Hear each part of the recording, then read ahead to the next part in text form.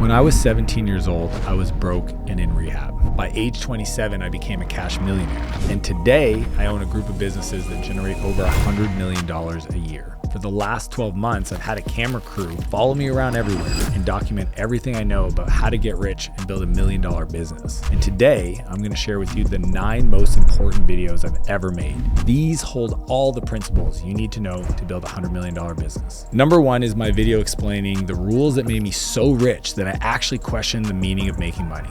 These rules are what allowed me to go from a broke 22-year-old to a multi-millionaire today.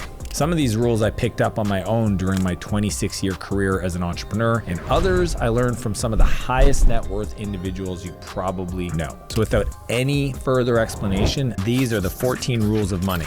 The first rule is kind of obvious, but it's to spend less than you make. You know, Dave Ramsey likes to say, act your wage. And I love that. Think about it. It's what you make, but you got to act proportionate to what it is. It's not your salary that makes you rich. It's your spending habits. You know, my dad used to say, it's not what you make, it's what you keep that'll make you rich. When I started off, I was a horrible spender. I remember I was just trying to kind of live life. I never thought I'd ever have money. So when I started making money, it was a bit carpe diem, you know, seize the day, YOLO. Remember at 21, I got a check for almost $20,000 for working a month. I was a consultant, I was on contract, and it all showed up in my bank account.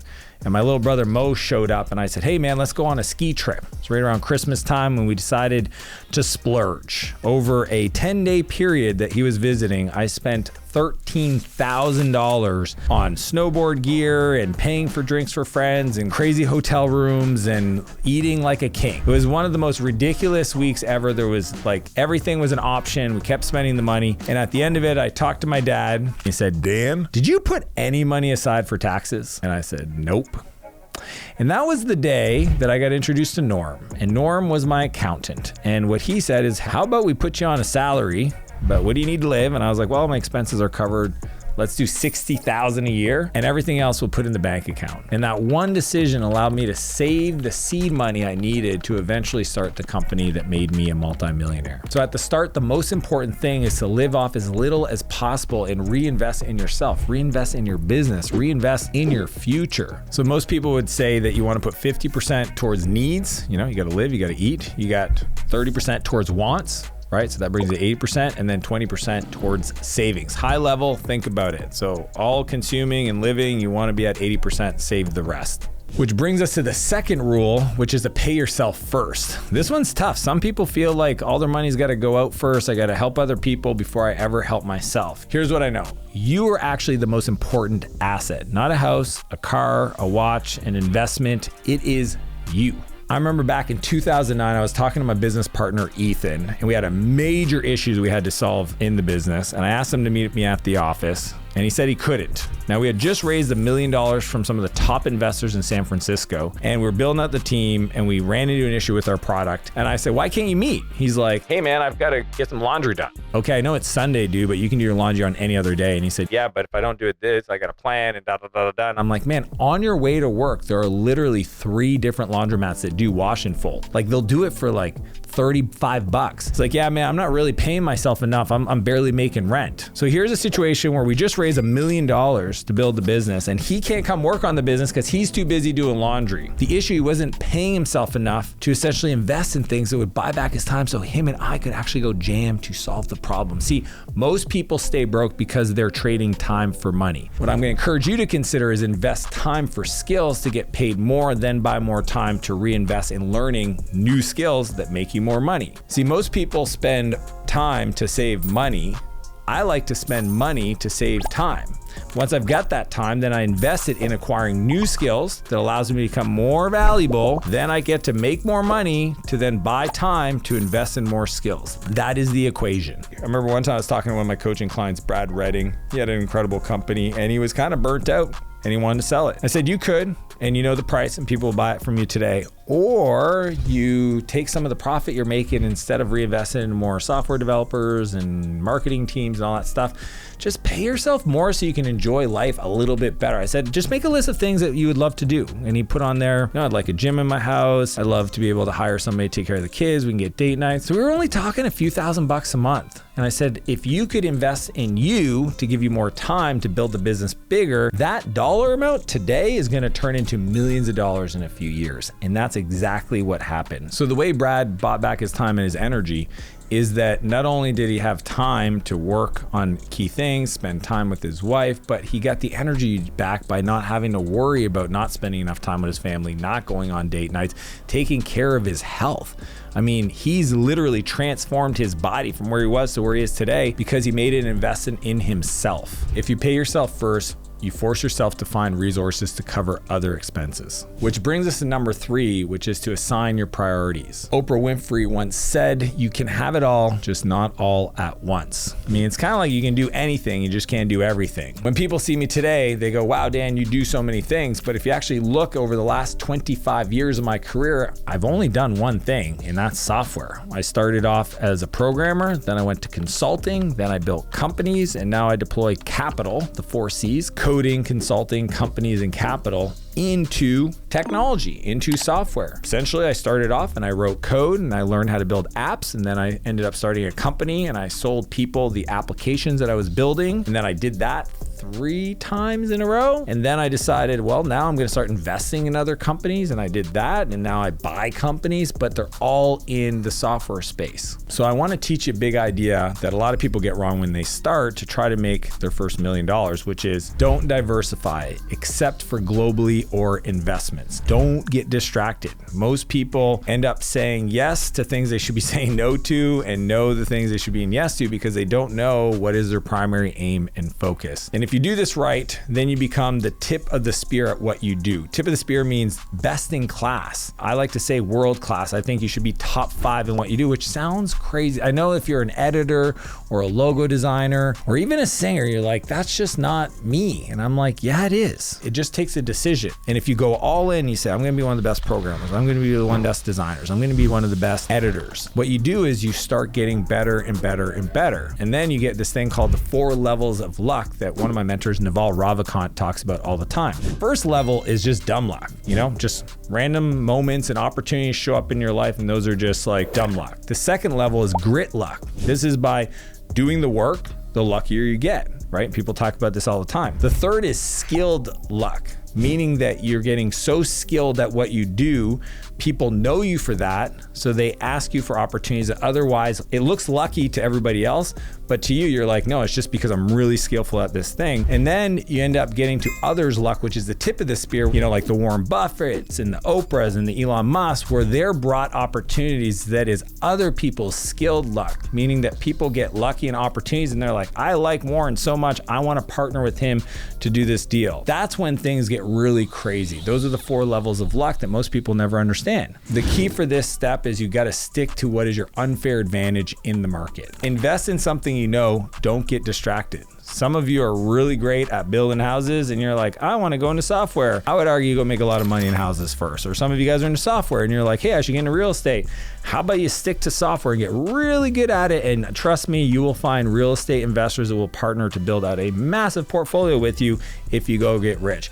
I understand that it's fun to do new things and there's excitement, but don't make those where you make your money. Call those hobbies and go have fun and explore, and don't put the pressure around it having to perform. See, a lot of people get distracted because they take their money they saved up and they go put it on new things, and then they're freaking out when the thing's not working out. So they're sacrificing both their current business and the new business, and both suffer. Which brings us to number 4, which is to have a ripcord budget. Jim Rohn once said, never begin the day until you finish it on paper. Same in life. You should plan for success and you should plan for worst case, so that way you build a plan around both and you never have to think about it. And when they're going great or there's an issue, you can go back to to the plan. You could lose it all. You could find out they changed some law. You could get hit by a bus. And my philosophy is that you have to plan for it. Have a disaster recovery plan. I learned this back when we were building data centers with my software company. If the power went down in the room, you had the backup generators kick in and it took over. The challenge is you had to have the checklist already designed so that when it happened, you got to stay cool, calm, and collected. Nobody was running around freaking out like, oh, did anybody put the diesel in the generator? You tested it every once in a while and you made sure you had the checklist ready to go. Why is this important? Because it allows you to move incredibly fast and even harder, knowing that if at any point of moving fast in a direction something happens, you've already made the decision on how you're going to react. There's no wasted brain cycles around fear, concern, challenges, worry. My business coach, Ed Milet, has this great saying. He says, worry is a wasted use of your imagination. I think most times because we haven't built a plan, we're always worrying about what could happen. How about you just decide to do if it does and you get back to building your life? So there's two categories you want to look at. There's the business side and the personal side. Most people will say in business, you want to have at least 3 months of operating expenses. Some will say 6 months, but honestly, I've never seen a scenario where you need that much. As long as you're fast to respond to issues, then yeah, you might need 6 months or more. On the personal side, 6 months of overhead is what you want to have ready, liquid, in cash, so that if anything happens to you, you lose your job, your business goes to zero, the family won't be impacted, and there's no scenario I've seen where an individual couldn't rebound within 6 months if they had the fortitude and the mental focus to just get back in there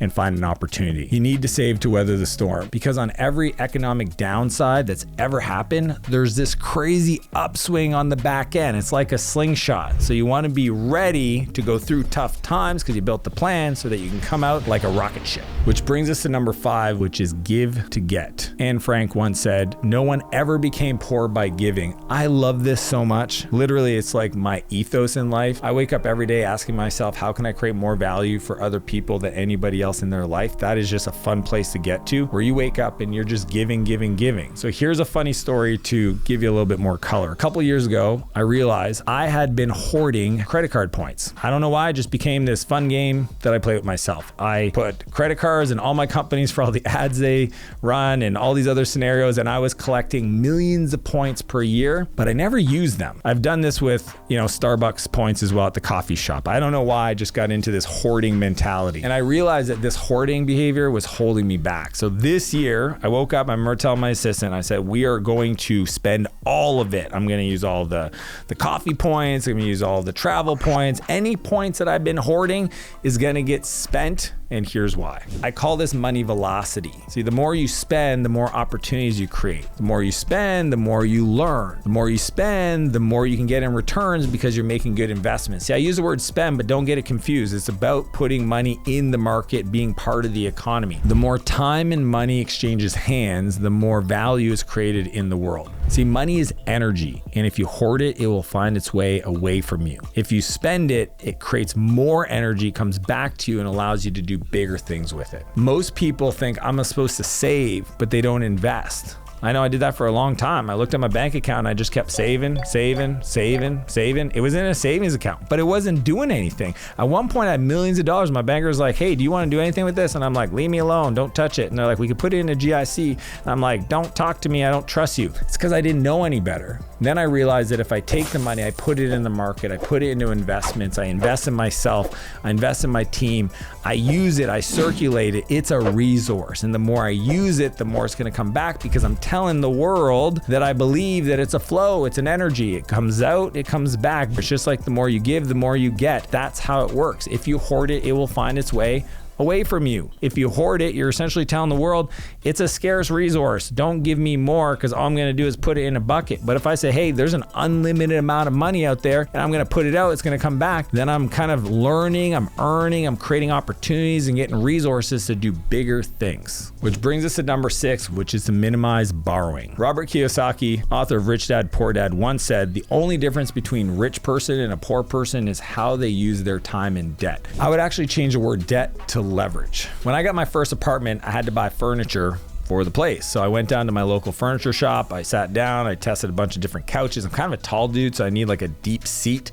And I finally found the set that I wanted. And the sales guy's like, hey, good news, we can offer financing. And I'm like, what does that look like? And he tells me this magical thing where I don't have to make a payment for like 4 years or something like that. Anyways, I decided to take it because there was no interest, blah, blah, blah, and it just sounded awesome. The problem is by the time I had to start making payments, when you actually looked at the fine print and the interest rate kicked in, I ended up paying 4 times more for the furniture than if I would have just paid for it. And the truth was I was borrowing money to buy things that didn't make me money. So this is what I've learned about borrowing money. See, the banks make their money on the majority of the collecting of the debt and paying of interest. What I want you to consider is how do you borrow money to make a return for yourself? It's to increase your earning potential, right? So in the short term, if you make an investment in your business, I want you to monitor the ROI because you're still learning how to do it. You got to take shots on goal, small bullets, little tiny bullets. You take shots. You're like, hey, I'm going to spend some money, see if I get a return. These are ways to learn. Then if you figure it out, you want to shoot a cannonball. See, most people when they start off, they like make these big investments in themselves, borrow money to go to a very expensive mastermind or invest in education or go to university. They don't get the return that they thought they would get. Borrow to invest in yourself. Don't borrow to invest in your lifestyle. That's where you're going to get yourself in trouble. I could have easily bought used furniture. I did not need new stuff. I was trying to show everybody how cool I was. So my rule is if you can't afford it, go make more money to get it. You don't need new. You can buy old.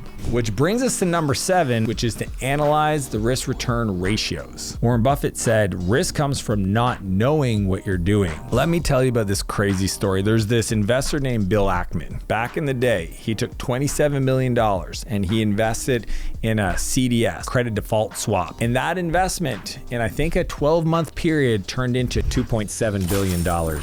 Let me tell you why this applies to you. See, he knew there was a chance that 27 could go down, not necessarily to zero. Real estate investors do this all day long. They find a property, they get it under contract, they borrow money for the deposit, they borrow private money to buy the place, they renovate it, they add the value, and then they go and they sell it to somebody else and they take the difference. I mean, they pay off the investors, they refinance it with the bank. Essentially, they have no personal guarantee, no money out of pocket, so the upside is unlimited from a cash on cash return because they had very little of their own money in the deal. So we're always looking for deals where we have asymmetrical risk, low downside, unlimited upside. But let me tell you about the risk quadrant. So on the left side, you have risk and on the bottom, you have returns. Then place your opportunity that you're looking at to make an investment and say, hey, Bitcoin would be a high risk, high return. Index funds would be low risk, low returns. And something that's a low return, high risk, well, that's a trick question because you wouldn't want to do that one. Buying a business or some real estate and improving the business or the real estate, that's called value add. That deal would look like a low risk, high return scenario, which brings us to number 8, which is to not fear money. Ayn Rand once said, wealth is the product of a man's capacity to think. I love that. See, we all have these money stories, these money beliefs. My buddy Ramit said he calls them money scripts. They're blueprints. There's the way we think about money. See, I had a weird one that I used to think that I needed to go bankrupt to be successful. I know, it's crazy. And it pushed money away from me for years because I'd read books on Dave Ramsey, who went bankrupt, Walt Disney, bankrupt, Henry Ford, bankrupt. And it made me think, oh my gosh, what if I push really hard and I lose all this money? So it made me question decisions and almost folded my businesses. Some of us have stories around thinking being rich is bad and it's only for the greedy. Well, if you thought that and you're a good person, would you want to race to be rich or would you slow yourself down? Yes, there's bad and there's greedy people, but most rich people I know are incredibly generous and good people. The more you judge people and fear money, the more you'll push it away. A lot of people self-sabotage themselves to being rich, and I'll tell you why. Let's say your goal is to be rich. I'm just curious if we just played a game and said, what are some of the negative beliefs people might have around being rich? Well, they might say, well, rich people don't pay taxes and rich people steal from people. And rich people are greedy and rich people are self-centered. And you could just list all these beliefs in order and just ask yourself, have I ever thought that? Because what I've discovered is that if we don't work through all the negative beliefs we have about being rich, then we'll fear money and we'll push it away. So you don't actually have money problems. You have a mindset problem that just happens to be reflected in your bank account. I want you to invite more money into your life by believing you deserve to be rich and that rich people are great people and create from a place of abundance and literally watch your life transform. That is the key. Which brings us to number 9, which is to avoid lifestyle creep. I once had this buddy, I met him at an event and I watched him make a lot of money very quick. And as he was playing this game of trying to keep up with the Joneses, his lifestyle just kept growing. He bought a new car, he upgraded his house, watches, pretty much everything. And eventually everything backfired on him and his business really suffered. And unfortunately, he was over leveraged and he didn't have the money to cover all of his payments. So he had to file for bankruptcy. You see, once you start making money, the game is here to try and live off as little as possible for as long as possible. Not to suffocate your ability to reinvest in yourself to make more money, but to just not be wasteful. Instead of buying the new BMW, invest in yourself or another business vehicle that could buy you 10 BMWs in the future. Some people think that compound interest is the most powerful force in the universe, but delayed gratification is even stronger. And that's why this money rule will make you rich if you're able to delay trying to reap the rewards too soon. You should get used to playing this game of spending as little as possible for as long as possible. Like all the Gucci and the fancy stuff. And look, I know a lot of people see me today with the jet and the cars and the house and all that stuff. But even today, I live off about 10% of my income because I'm reinvesting in other things that are gonna make me money in the long term. And then over time, I live off of that cash flow. And I think everybody has the opportunity to do that if they learn how to play this money game. Which brings us to number 10, which is to build a personal P&L. So I was talking to one of my friends once, and he was telling me how he wanted a simple life. And this guy was wealthy. He didn't want too much stuff, too many things to manage. But here's the secret, and this is what I told him. The wealthiest people aren't managing their own estates. Dude, you can invest in having somebody to help you out. So I explained to him, when you have 2 or 3 or 4 homes like I do, then you have somebody manages it. I have a house manager named Betty. She is the CEO of everything in my personal life. Like any money that comes in, she manages the income. She manages the expenses that go out, and she manages the forecast and the budgets for all of those. So if anything gets out of whack, she's the first one to say like, hey, why is the landscaping for, the properties more expensive than it should be? So I want to teach you this cool idea that most people have never heard when it comes to money. Just like in a business, your personal life should have its own profit and loss statement. I know. This is, some people are like, what are you talking about? If you think about it, your life is a business. You have a salary, you have income, and you have expenses. And I know most businesses have a CEO, a CFO, a COO to manage all this and financial projections and planning. And most people with money would maybe call this a financial planner or a family office, but I like to think it at a high level. I actually have my personal family affairs in my accounting software. I know, crazy idea, but why wouldn't you? It just makes it so much easier to manage. I want you to consider, if you get really good at managing money, you'll be able to make more money. Most people that are loosey-goosey on their financials, they'll never have the rigor and the maturity to be able to grow their personal net worth. Which brings us to number 11, which is high tides rise all boats. When it comes to making money, it requires a team. And I used to have a belief that if I trained a team, that eventually they would leave. I have my buddy Cameron Harold, incredible author. People would say to him, like, what if you hire a bunch of people and you train them and then they leave? And he would joke, well, what if you don't and they stay? So what most people do is they hire less competent people because it feels more secure, because they're insecure about people leaving them. The challenge with that is this: B's and C's risk your A's. So think about anybody on your team today that might be great. If you hire somebody that makes them work harder, they're gonna get frustrated and they'll eventually leave. So if you're trying to rise the tide, if you're trying to increase the average of the people on your team, then you have to invest in your people. I mean, I know when things are good, it's easy to invest in them. The economy's good, I invest in my people. But honestly, even when they're not doing so well, just don't stop. It could be you training them, buying some training, making sure they feel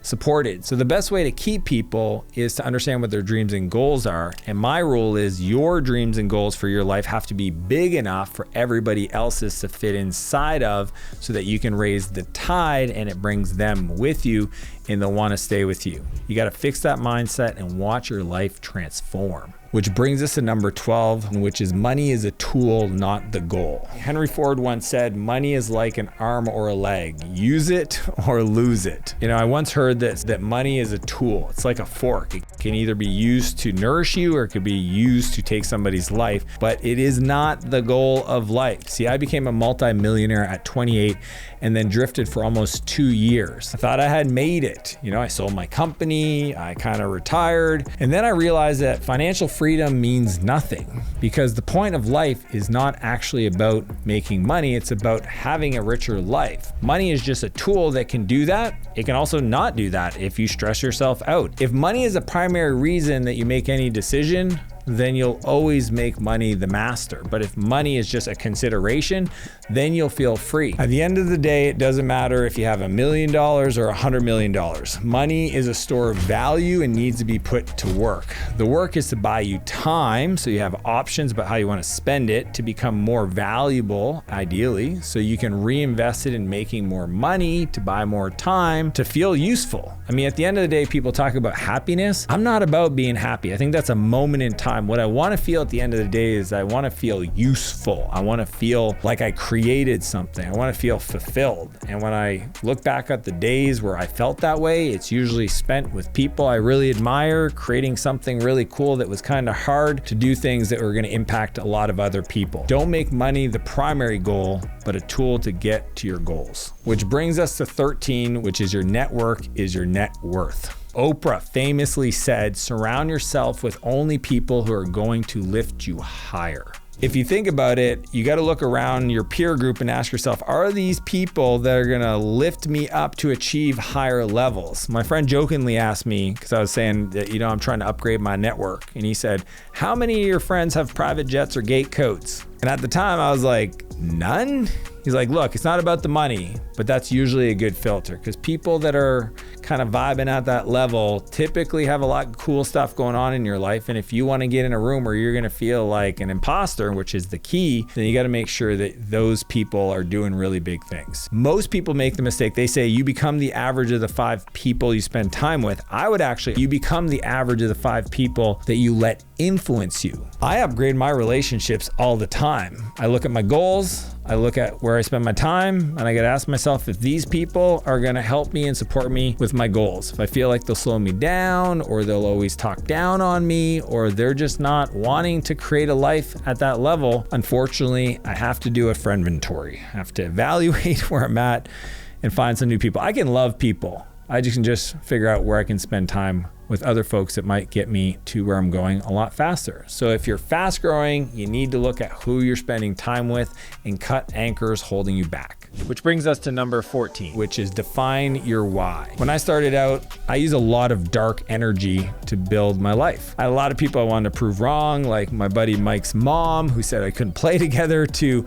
my dad, who I didn't think at the time he believed in me, to everybody that ever doubted my ability to win. And I didn't give him a lot to go off of, but that was the energy, to prove people wrong. But then once I achieved success and I became a multimillionaire, this actually needed to shift to light energy. And the reason why is that dark energy can work, it's just heavy. So to go bigger, you got to figure out your why, because that'll pull you forward, not push you forward using dark energy. It's more of a light energy pulling you forward. My why is huge. It's very simple. I want to become the person I needed most in my darkest days, and I want to teach everything I've learned that worked for me along the way. My friend Coach Burt says, you should go to bed tired, wake up hungry. A lot of people see me get up at 4 a.m. and go back and do everything with the kids, the family, the workouts, the team meetings, the podcast tours, the media stuff, flying around, all this stuff. What they don't get is my work ethic is a reflection of my gratitude. My gratitude for the opportunity, my creator giving me this chance. I just want to show up and give as much as I can towards my why. So I'm going to ask you, what are you optimizing your life for? Essentially, what are you trying to do? Are you just trying to get rich? That could work. If everything you do is to make more money, you could become really great at that. At some point, you might ask yourself, what's the meaning of it all? Because I know I found out that tomorrow at 5 o'clock was my last day, I'm not rushing to the office. I'm not rushing to go snowboarding. I'm gonna grab my family members that I can grab. I'm gonna sit down, I'm gonna hang with them, I'm gonna pour into them. And in the last breath, I gotta leave this earth with a smile because I spent the time with the people I wanted to most. So there's opportunities all day to make more money. I get hundreds of investment opportunities every day. I could spend a lot more time looking at them. But I say no to most opportunities: speaking gigs, traveling the world, free vacations, dinner requests, everything. Because the last thing I want to do is get really excited about a new opportunity, actually be successful, climb this ladder of success, only to find out that that ladder, that future, is leaning against the wrong wall, and look across the room and see the ladder on a different wall, which is actually where I want to be. So we have to begin with the end in mind. We have to know what our why is, what our purpose is. That's really cool. Having a big why just makes the whole process easier and will make you more money. Before we move into the second piece of content, we've got a goal of hitting 500,000 subscribers. So if you haven't already, click subscribe. It takes just a second. Number 2 is my conversation with Tony Robbins on how he went from broke to billionaire. I had 4 different fathers. We were always broke. They were all good men, and we had no money for food.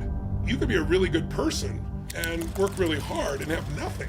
We're all equal as souls, but we're not equal in the marketplace. We are here with the legend, Tony Robbins. If you had $1,000 or $100 million to invest, the most important decision you're going to make is not whether you're going to invest in Apple or buy this piece of real estate. It's your philosophy of investing. Who are the wealthiest people in the world? What industry are they in? When I ask most people, they think tech, completely wrong, and they think real estate, wrong. It's I asked Ray Dalio, the most successful hedge fund guy in the history of the world, is there one principle that's the most important principle to becoming financially successful? He said, Tony, I wrestled that for 12 years, and I can tell you what I call the holy grail of investing.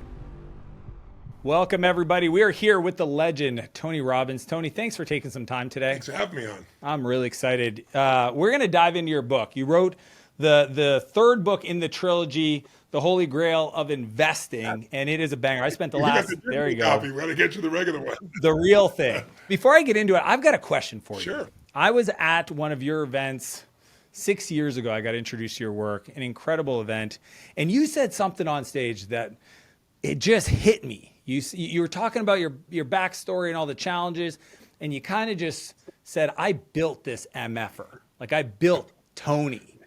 It just struck me because I was like, wow, like this is how it works. When you think of like the new year, how do you decide what areas of your life do you want to kind of go deeper on and expand? Well, I don't believe in just doing New Year's resolutions because they don't work, obviously. When people call it New Year's resolution, 91% of the people don't follow through. That's the statistic. I don't know how accurate it is, but it's probably pretty accurate. And I think it's because they express what they want, but they don't really have a path or a plan or a strategy. And so it doesn't last. And so I think it's really critical that you don't just come up with something you want to do that you have some idea of. It's like, I always tell people, if you want to make progress in anything, you got to get on the path. Well, how do you know if you're on the path? Well, whether it's your finances, whether it's your business, whether it's your relationship, whether it's your body, the first thing is, do you know exactly what you really want? And do you know why you want it with enough reasons, strong enough reasons to get you through? If you're not clear what you want, most people are clear what they don't want. I don't want to live this way. I don't want to be this way. Focus goes where, energy flows. I mean, the energy is going to flow where you focus. So the whole focus is, what do you want with precision? And then getting those strong enough reasons. And then the second step for people, and that I look at is, okay, all right, if this is what I really want, I got strong enough reasons, what's kept me from that in the past? And you got to see where the gap is between where you are and where you want to be if you're going to close it. So you got to be clear. And when I do that, I found there's really only 5 things that create that gap. The first one that gets in the way is fear for almost anybody. Fear of failure, fear of success, fear of not looking, some fear. But then the second one might be limiting beliefs. Like, I've tried everything. Well, that's what you say to yourself. That's what I used to say to myself when I couldn't lose weight. I hadn't tried everything. I tried everything, I would have been fit. And I eventually tried lots of things and got fit and stayed fit, right? Or, all the good ones are gone, right? In a relationship. So those beliefs can keep you from making progress. And unless you change those, setting a new goal doesn't mean anything. The third thing that can get in the way is some other emotion like overwhelm or stress or sadness or depression or feeling sorry for yourself or any other emotion that slows the accelerators of your life. And then the fourth thing that can get in the way for people very often is habits. So you say you want to lose 20 pounds and the first thing you do in the morning is go to Starbucks and have a mocha, whatever. It's not going to happen. You got the wrong habits, right? It's one thing to have, resolve you want something, but that resolution isn't real if you don't have rituals to back it up. And so you got to come up with what those habits are. Or the last thing you might be missing is you just might be missing the skill.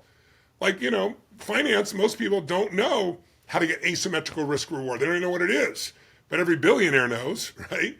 That's how they became a billionaire, the ones that started with nothing. They don't take giant, insane risks. They figure what's the minimum risk or the most amount of upside that I can possibly get. And they do that over and over again, and you're going to eventually win. So if you don't know certain skills in a relationship, certain skills in how to run your business, certain skills in how to make your body go, then you're probably not going to make the progress. And then once you know that, then you come up with your massive action plan, and you don't wait till it's perfect. You take action, and then you go slay your dragons. You do the hard work. You change the belief. You change the pieces. You get some daily practices.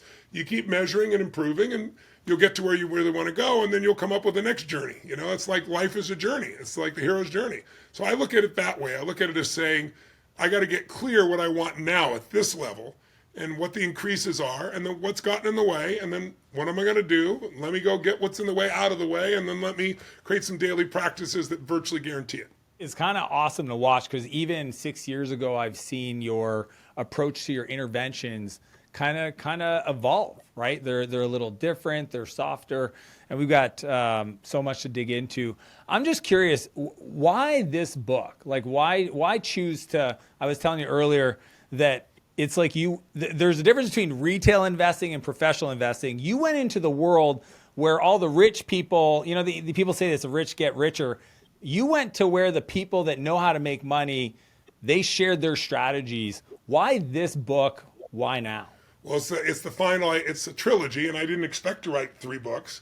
I wrote the first book, a little 670-page little monster, #1 New York Times bestseller, still the best-selling financial book of this century. The century's only 24 years old, but still, I'm proud of it, because I wrote a book I wanted my billionaire friends could get value out of, but so could a person who's just beginning the journey. So I really am proud of that book, and it's like soup to nuts. And I learned so many things by interviewing 50 of the greatest investors in the world at that time. That's why I did it. I thought I knew a lot. I certainly did. I've worked with Paul Tudor Jones, one of the top 10 traders for 24 years. He hadn't lost money during that time, so I learned a lot from him. But I want to learn from everybody. And I learned 4 things fundamentally. I learned don't lose money as their first focus, which that's not most people's. Because they know, if you talk to Warren Buffett, his rule is rule number 1, don't lose money. Rule number 2, see rule number 1, right? Well, that's ridiculous. Yeah. Of course you're going to lose money, but their focus is not to lose money, because if you're only trying to make money and you don't look at the downside, you're going to get hurt. And if you have a stock that drops 50%, you don't need 50% to get even. You got to get 100% return to get even, right? So the way they do that is the second principle. No matter whether they're a macro trader or they were a value investor, it didn't matter. They all look at the way to protect themselves as having the right asset allocation. That's one of the reasons I wrote this book. Because asset allocation is big words for some people, but all it means is if you had $1,000 or $100 million to invest, the most important decision you're going to make is not whether you're going to invest in an Apple or buy this piece of real estate. It's your philosophy of investing. And you think of it as 2 buckets primarily. A bucket that's a security bucket where you're going to take some percentage of your money, you're going to decide in advance. It's always that percentage.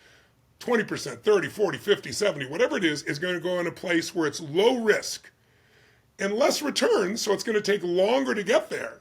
But because it's low risk, you're going to get there. It's like the turtle versus the hare type race. Then how much are you going to put that's in a risk bucket? Now, on the risk bucket, you have the potential for huge upside, but you also have the potential for big downside. And so what is that? Is that 50-50, 60-40, 70-30, 30-70? And, explain people how to do that. But what I found out over the years, and now there's plenty of reports to back it up, is that the ultra wealthy have over 46% on average of their money in private equity, private real estate, and private credit. That is very different than 90% of the population that has less than 5% of that in there. Most people, they go and they put their money in stocks and bonds in their home and maybe a REIT. Those are the types of things where most people are moving them around. Now, why does that matter? Well, diversification was the 4th principle that we all know. Don't put all your eggs in one basket. But when I interviewed Ray Dalio, the most successful hedge fund guy in the history of the world, he's now managing almost $195 billion, to give you an idea. He manages sovereign funds, pension funds. Brilliant guy. In 2008, when things dropped, 34%, if I remember right, he was up 8%, to give you an idea. I mean, just genius. He warned everybody about it. So I asked him when I first met him 12, 13 years ago, and we were just becoming friends, I said, of all the things we've talked about, is there one principle above anything else that's the most important principle to becoming financially successful as an investor? And he said, Tony, I wrestled that for 12 years, and I can tell you what I call the holy grail of investing. That's where the title comes from. It's not from me, it's from him. And I said, what is it? He said, think about it, Tony.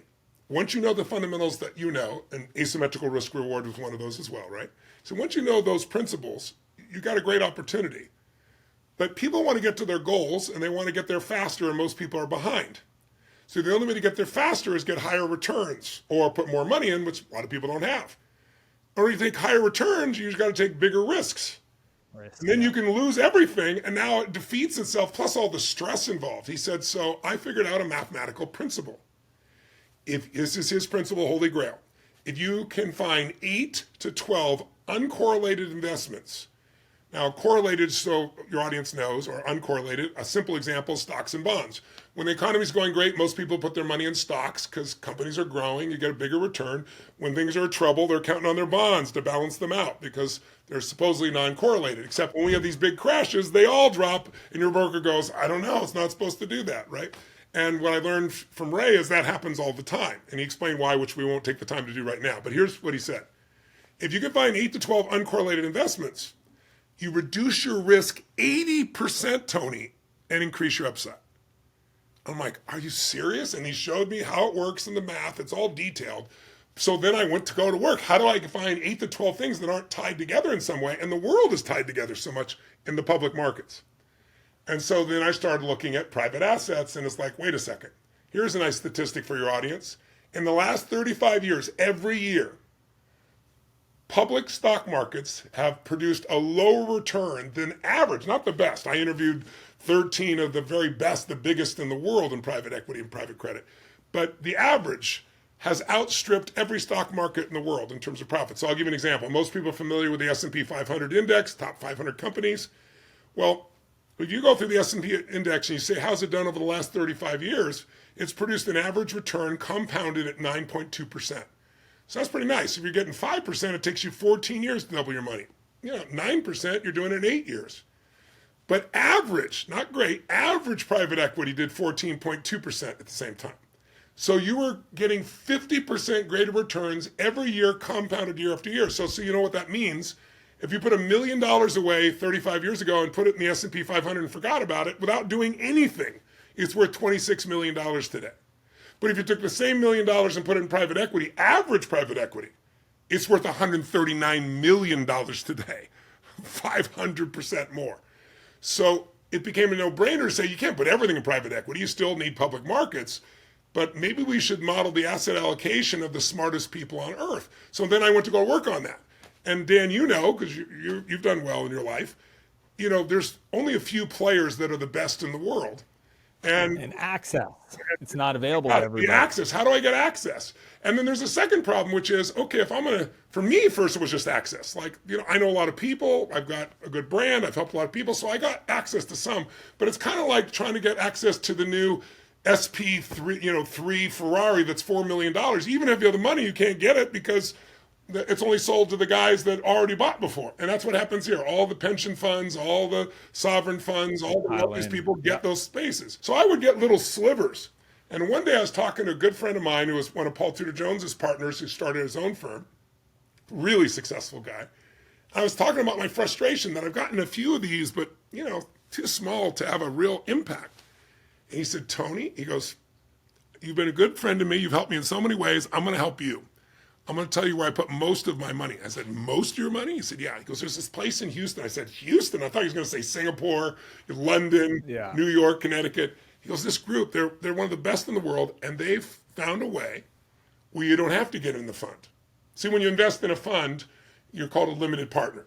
When you're an owner, you're called a general partner, right? Just for your audience's clarifications. And he goes, you can buy a piece of the general partnership, a slice, and own the business. Now, these guys, these are the masters of the universe financially. Who are the wealthiest people in the world? What industry are they in? When I ask most people, they think tech, completely wrong. Then they think real estate, wrong. It's financial services, but it's not hedge funds because they go up and down. These guys in private equity have a really unique approach. There used to be 8,000 companies in the stock markets. There's only 3,700 now.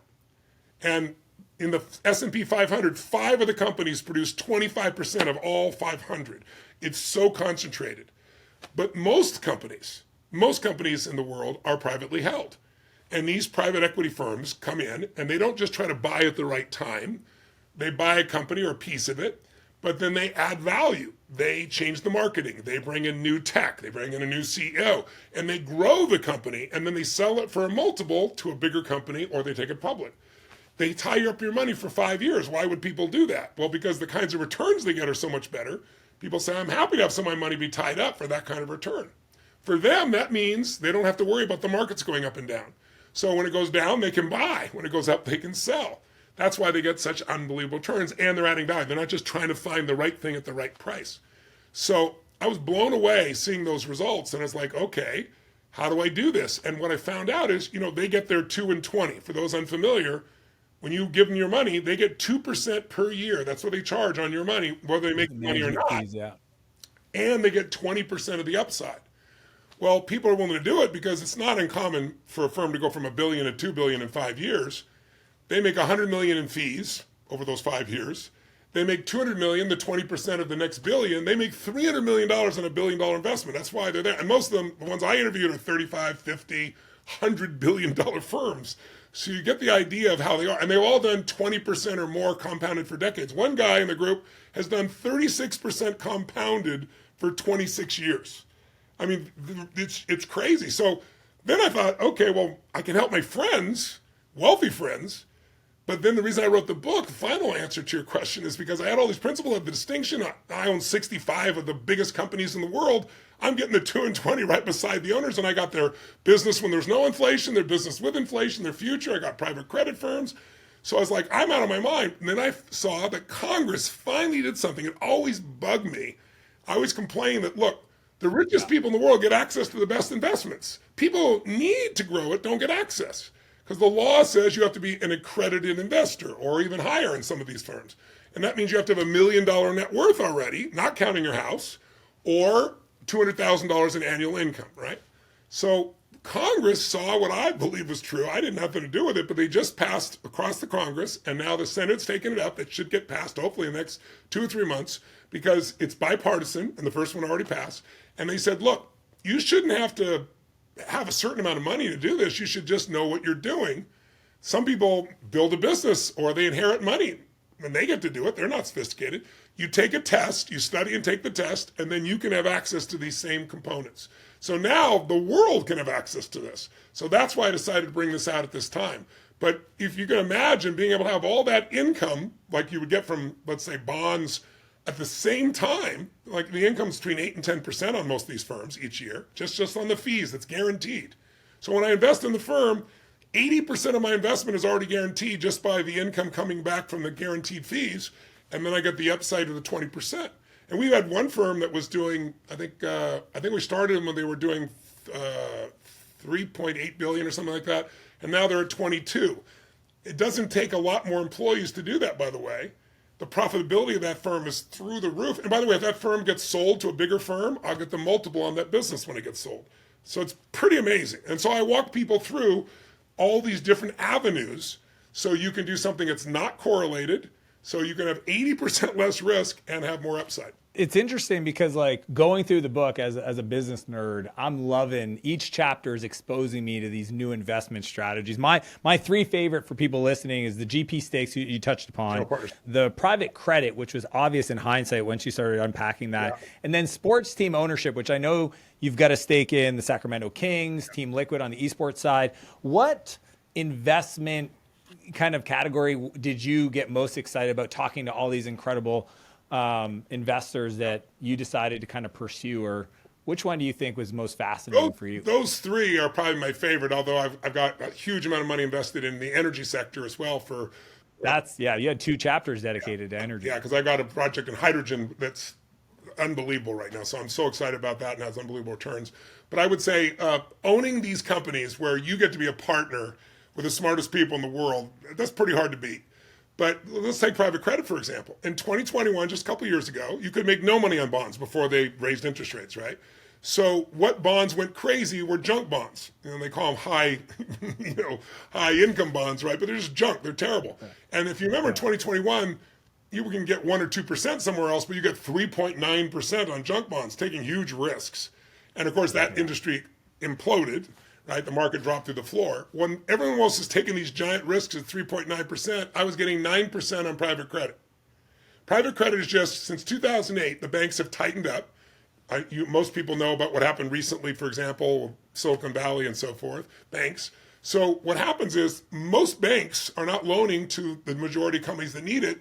So they go to these private equity people. They really know how to vet companies, and they loan to the same companies over and over. They provide that capacity. Now, the beautiful thing about private credit is they have a 1% failure rate. Banks would die for that kind of return because these guys know what they're doing and they stay with the very best people. So incredibly safe, 3 times the return as if you did junk bonds at that time. But now the interest rates have risen. Now, by the way, I own those firms too, so I have 2 and 20 on those as well, not just the investment. But what's been amazing is if you bought a mortgage and it was at 3% and it was fixed, you're happy right now. You don't care that interest rates went up because even 7% doesn't affect you. But if you had a floating rate, you might be paying 3 times as much as you were a few years ago. Well, in business, those are always floating rates. So we loan money to people in these firms, let's say at 5 and 6% originally, and now the rate is rising. Now they're paying us 12 and 13. Now, get a sense of what the profitability is on that. It's the same loan with the same people with no additional expense, and our profitability is through the roof, and I got the 2 and 20 on that as well. So I love that. But the one that's most fun is sports because I'm a sports guy. I wanted to be a professional baseball player. One of my forefathers was a semi-pro baseball player, but I started late. I wasn't that skilled, and I got clear that wasn't going to happen by the time I got to high school. So I started looking at a different path. But the bottom line is I was like, someday I really want to own a piece of sports team. It seemed like such a huge thing. Well, about a little less than a decade ago, I finally had enough money and enough resources and some good partnerships, and I invested in the LAFC football club. We created the club. We built the stadium with my partner, Peter Gruber, and a group of other partners. And it was fun. I enjoyed it. And then I moved to Florida, so I'm nowhere near there. But I still enjoyed owning a sports team. Well, I wanted to own more. And then, as you said, I bought a few others. But then, in the last 3 years, there's been a new rule change. And other than the NFL, all the other sports leagues now have a way. Only a few firms can do it because you can't use leverage. There's a bunch of rules around it. But where you can buy a piece of more than one sports team. So now not only do I own the Warriors and the Dodgers, but I own the Red Sox and the Sacramento Kings, I own the Pittsburgh Penguins in hockey. It's amazing what you get to have a piece of. And to give you an idea, like Michael Jordan bought his Charlotte team, the NBA team, for $275 million about 12 and a half years ago. A group of people, including us, bought that interest for $3 billion. $3 billion, that's his return on 12 years. Another example is just the average. These investments are no longer just butts and seats. And by the way, it's not correlated to the stock market. That's the power. So when inflation hits, they just raise the price of a hot dog and people pay it. But it's no longer just butts and seats. It's also media. So when Peter Gruber and his partners originally bought the Dodgers, and they paid $2 billion for them. Now, everybody thought they overpaid. Everybody thought they overpaid. The most any sports team had ever gone for was $800 million baseball team. And people thought they were worth $1 billion. They were an amazing franchise. But $2 billion?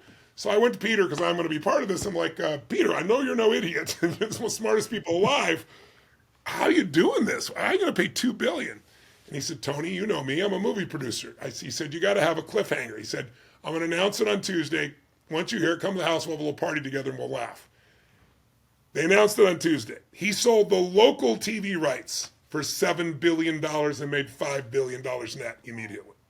Wow. And when you own a sports team, you keep your local rights, but you also get an equal share of everybody else around the nation. So whether you're a small team or a big team, you get your percentage of that. And they own real estate. So the average return in the last 10 years across Major League Baseball, the NBA, Major League Soccer, and hockey, if you took those four and merged them, the average return is 18% compounded per year. It's been 11% for the S&P 500, and it's not correlated. So it's an amazing opportunity. It does really well, and you have a legal monopoly. No one else can compete with you in that city, in that sport. You own it. So it's and your customers are literally fanatics. That's where the word fan comes from, fanatics, multi-generational. So it's an amazing business, and it's fun, and it's enjoyable, and people can be involved with it now like they never could before. Yeah, it's a fun one. And it was so cool reading the examples in the book. Tony, obviously you got the chance to meet and interview some of the best.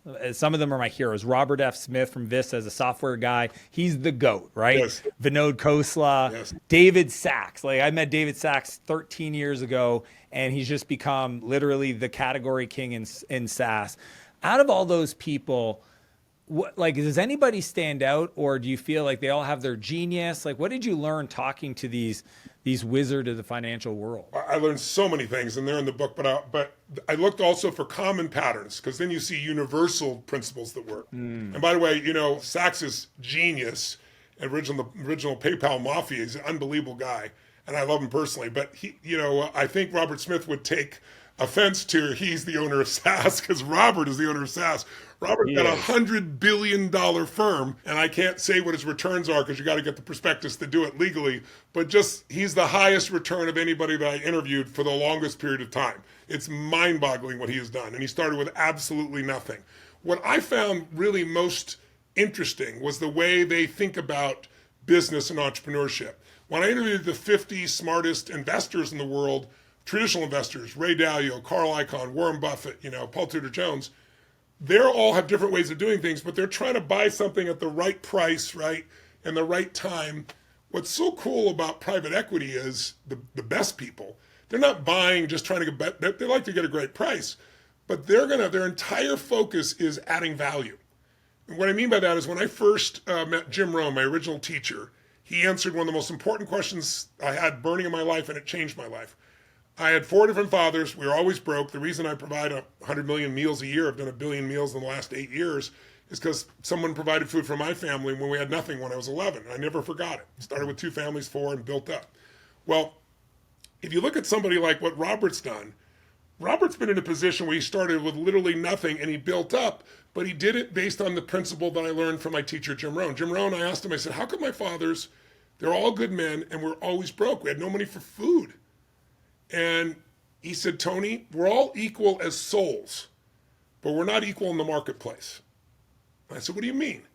He said, Tony, you could be a really good person and work really hard and have nothing. He goes, I brought up school teachers, how little they make and how unfair that is compared to this hedge fund guy. And he goes, Tony, well, let's start with McDonald's. He said, I'm not being derogatory, but it's not designed to be your long-term job. It's an entry job because you don't get paid much, because it's easy to learn. Anyone can do that job, so it's not valuable. You're paid in proportion to the value you bring to people. There's not a lot of value. Today, there's machines now starting to replace these people in fast food places, right? Mm-hmm. That's why they make so little. But the guy you're saying is terrible, he said, your teachers, how many of them were truly great? I said, well, I had some great teachers. He said, how many? Tell me them. And I listed 3. Right? He said, yes, out of your entire education, there's 3. The others, would you agree? Some were good, some were mediocre, some were terrible. I said, yeah. He goes, and they're helping 20 or 30 students. He goes, so they're paid, and they're not in a position where if they do well, they're paid more because they wanted a guarantee. And they got to guarantee them they do a lousy job. But if you want to put yourself on the line and be valuable, it's a very different game. So he said, the guy you're making fun of or being derogatory towards, most people in those days were getting 6% returns. He goes, he got a 48% return on billions of dollars. Those are people's pension funds. That's their future. That's their economics. So he's worth $1 billion because he added that much more valuable. He said, you need to focus on finding a way to do more for others than anybody else in whatever industry you're in. You'll build a brand and you'll become dominant and you'll have a blast because you're a giver, Tony. You're not a taker. You're going to be proud of what you're doing, not just make a lot of money. And that's why I got these, that's actually 114 companies now total. We're doing $7 billion in revenues. And I mean, every single company we built might have that obsession with adding value. And that's what I saw in every one of these people.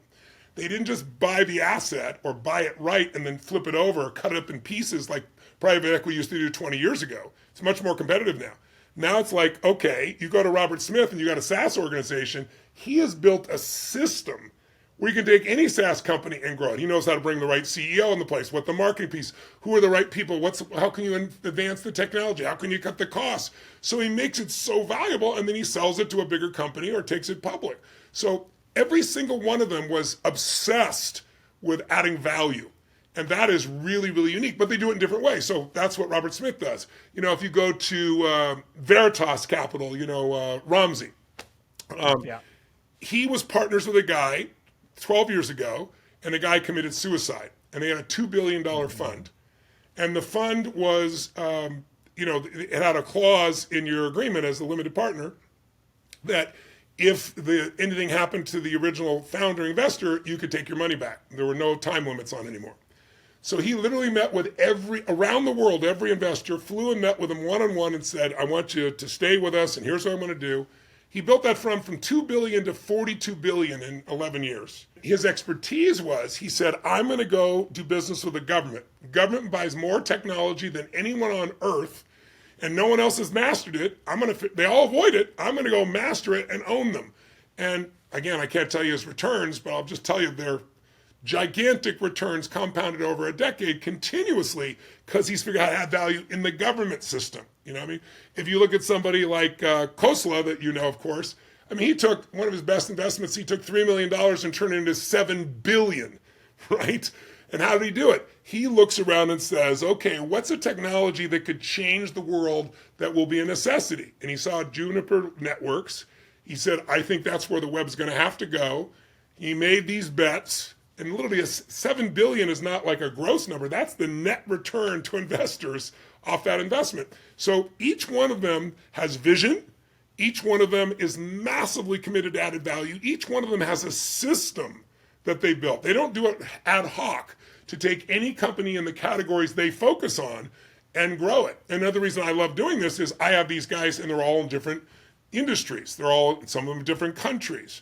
You know, you go to somebody like MBK Partners, right? And, you know, he's the, Michael Kim, he's the biggest investor, the most successful private equity investor in basically Japan, China, Asia. He's the richest, South Korean in the world. And it's like, how did he do it? Same thing. He figured out what Asian companies need. He's specialized in that. So I think really knowing your market, really knowing your ideal customer, coming up with products and services that produce raving fans, coming up with an irresistible offer, which is a lot of what they do each time, an offer that is so good that people say, I got to at least try it, and then they over-deliver. They all seem to have that in common, even though they're doing different industries in different ways and have different forms of expertise. It's so great. I love the idea because a lot of people, they struggle with like, should I go all in on my primary business? Because they hear diversification. But it's like all these people mastered their game, systematized it, created ways to, again, the asymmetrical results.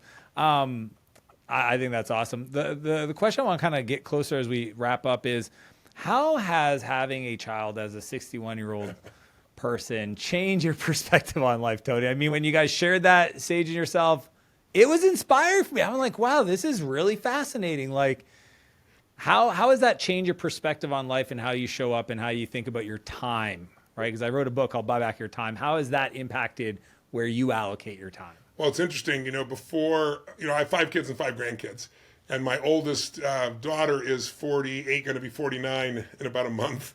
And my youngest daughter's coming up on 3 pretty soon. It's 2 3/4. So I got quite a spread.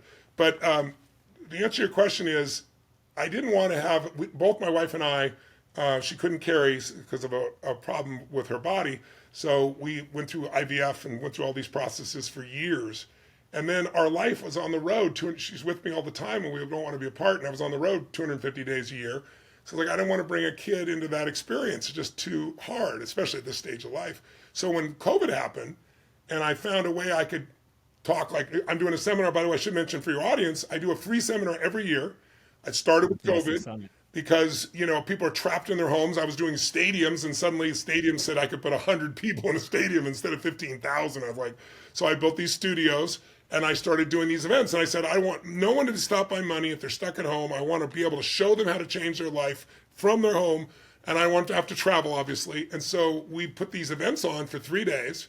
There's one coming up January 25th through the 27th. Starts at 2 p.m. Eastern. But we have people from 195 countries who come. And we had over 1 million people last year. And we give you the way it's called Time to Rise. If you go to timetorisesummit.com, time2risesummit.com, you get tickets. It's free. You can do it from your home or your office, bring your family and your friends. But the reason I bring this up is when I could reach millions of people and go deep and do these giant events now, like instead of 10 or 15,000, I got 40,000 people in the event. and they're from 195 countries all over the earth at once. I was like, we could have a kid and we could be home more. I still travel, but nothing like I did. And so we tried one final time and God blessed us. And to answer your question, it's been the greatest gift of my life because I'm proud of how I've been as a father when I was in my 20s. I married a woman who was 13 years my senior in my first marriage, and she'd been married twice before and had kids from both their husbands, and I adopted them all. So I was, 24 and had a 17-year-old Right son, in the deep end. an 11-year-old, a 5-year-old, and then one on the way. So at this stage, it's very different. I've got a lot more even more to give, and Sage is such an unbelievable mother, and we have such incredible family. So it's changed things so that now, I have rituals, like I have dinner at 6:30. I've never had dinner a certain time before, but I love it. I love everything about it. My daughter is a learning machine. At that stage of life, she's learning Chinese and Spanish and English, and she's playing the piano, and she has time just to be a human. And yesterday went and flew a kite, which I would never be doing at this stage normally. But I'm going to be 64 in a month. She'll be 3 soon. And I told my wife originally, I said, I'm not having a kid past 50. I said, I'm not going to show up at her high school graduation at 70 years old. Now I'm going to be 80 at her high school graduation. But I got to tell you, it's the most beautiful thing in the world. And without naming names, I had a very, very famous designer who I had dinner with one time with Steve Wynn at his resort. And we were sitting at dinner, and he was 65 and just had 2 children. And I was dumbfounded. And he went on and on the entire night about how it was the greatest thing in his life. So that was where the seed got planted. And then God made it possible because of COVID. So I don't have to choose between my mission and my child. We get to do it all. And she gets to attend the seminars and watch on TV. We don't show pictures of her. I don't even say her name because I want her to have a private life, no social media. So she can have just her own life outside of that. But she gets to attend, and sometimes she comes back and looks through the curtain and sees what's going on. But because we do so much hybrid, live events and video-based, she gets to attend most of the events at this stage, which is just a blast. It's cool, Tony, to see you, even at this stage, push the boundaries of what's possible and what you think you can do at different ages. It's inspiring in a huge way. Where's the best way? I know the book comes out February 13th. Everybody should go to Amazon, pre-order. I believe there's actually a free audio chapter. Can you talk more about where they can get that? They go to the Holy Grail of Investing.com, holygrailsinvesting.com. If they go there, they can pre-order the book through Amazon or whoever they want, but there's also the first chapter on audio is there for free, and you can listen to it if you'd like, because the book comes out in 2 weeks, so you can pre-order it, but you'll get a jump on it right away. You can do it today if you wanted to. Awesome. Everybody go get a copy of the book, The Holy Grail of Investing. Tony, you've had an incredible impact on my life, from the events to the books. My brother and I remember that when the first one came out, we devoured it, then the second one, and I'm excited to share this one with him when it comes out. February 13th, everybody go grab a copy. Tony, again, it's an honor. Appreciate the time. I want to thank you. I want to know your audience know that I do this 5-day, boot camp that I do for businesses, help them grow their business, 30 to 180%, depending on the type of business. And you came in and did the piece on AI and just was a home run. So I can't tell people enough about how great you were there. Thank you so much. It was my honor. It was appreciated. Awesome, Tony. Have an amazing rest of the day.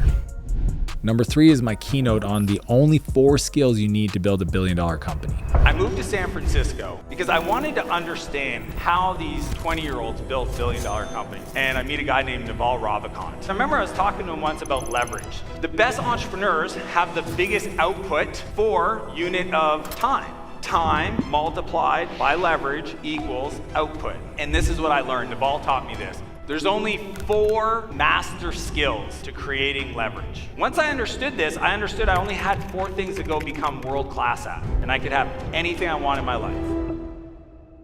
Most entrepreneurs, when they're growing their business, it doesn't matter if it's their first 100K or 300K or million, they get to a place where growing is painful. And in that spot, they usually do 1 to 3 things. They either stall. Okay, they say to themselves, this year, I made more money last year than this year. I'd rather slow down, right? And just not grow. The problem with that is that the market's growing, right? Gross domestic product grows. Your customers will demand more from you this year than last year. And the worst part is your top people, if you don't create a future that's big enough for them, then they will go find somebody else can do that. Does that make sense? Your dreams, write this down. Your dreams have to be bigger than everybody else on your team's dreams and goals. Write it down. So that's stall. Number 2, sabotage. This one's fascinating. Some of you guys don't even know you're doing this. I have a friend of mine, Tracy. Business was going through some challenges. 6 months of hell. We've all been there. It's tough. And in that storm, Tracy tells herself, I need to give myself a break. And she decides to take a 4-week sabbatical. Do you think a company that's struggling, the CEO of the company should take a 4-week sabbatical? Yes or yes? No, perfect. You guys are on the same page. This is great. But she didn't realize she was sabotaging her success. She had opportunity to keep growing because when we're going through the worst, just so you know this, when we go through the worst, we're actually developing our skills to get to the next level. Huge, okay? So understand, when you're challenged, you should say, thank you. We're the opponent. This is gonna shape me to become the person I need to become to get to the next level. Instead, Tracy went on a sabbatical. She missed the opportunity to grow. The third is sell.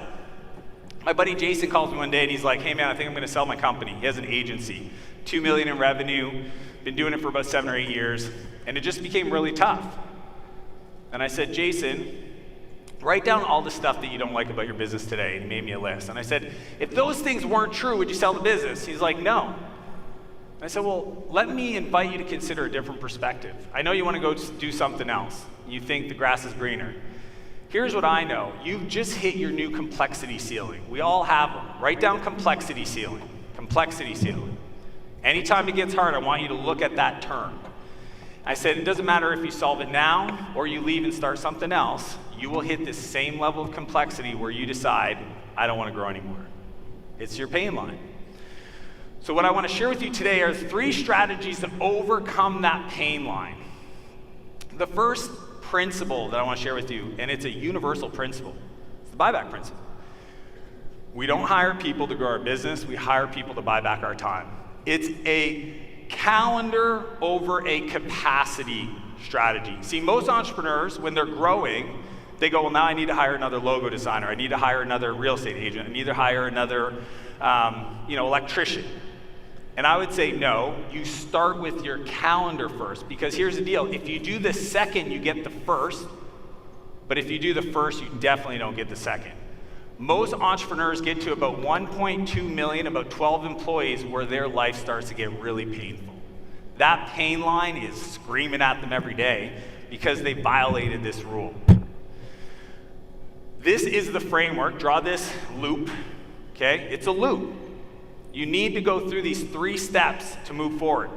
So every time I hit a pain line, okay, today I own dozens of companies, and my calendar completely shifts 2 or 3 times a year. So I'm gonna teach you the exact same thoughts of how I look at my calendar every time I hit my pain line. First step is we gotta audit. We gotta audit our calendar for time and energy. It's not enough to just look at what we're doing that we can pay somebody else to do. It's what are we doing that sucks our energy? What I call green or red stuff. If we can replace that with green, we will transform our lives. Then transfer is the ability to give what we're doing today, the work, to somebody else, but check this out, without taking any extra time, using the camcorder method. And then the third, the problem with Phil, is most people get to the first and second step, and then they decide to do a 4-hour work week. I ain't here to do a 4-hour work week, okay? I'm here to teach you guys all how to create an empire. And that word might scare some of you, but let me share with you my definition of empire. You'll want to write this down. A life of unlimited creation you never have to retire from. A life of unlimited creation you never have to retire from. That is an empire. If we fill properly that newfound time, then we continue upward. If we don't know what to focus on when we find that extra time, then we will just repeat that cycle. And some of you guys have been in that spot. You grow, you go down. You grow, you go down. Maybe not you, maybe the people out there. Maybe somebody you know out there, right? Up, down. They oscillate. If you follow the buyback loop, you'll continue to grow. And that's what we're here for today. $1 million companies were not built off $10 tasks. Write it down. This is math 101. There's not enough hours in the week for you to grow if you're doing $10 tasks. And we have a lot of mindset monsters and beliefs that just won't support us to actually scale. The first key strategy I want to teach you about is the replacement ladder. So I want to ask everybody to write down If you were starting from scratch today and you had the ability to hire your first employee, who would they be? Write down the answer. Who would you hire first? I want everybody to write it down. Who would you hire first? That more of query though. Yep. All right, we're gonna start over here. I wanna hear some answers. What do you guys got? Sales, anybody else? What do we got? Copywriting, cool. Sheet metal roofing, so somebody can do sheet metal roofing, perfect. Anybody else? VA, anybody else? Cold callers?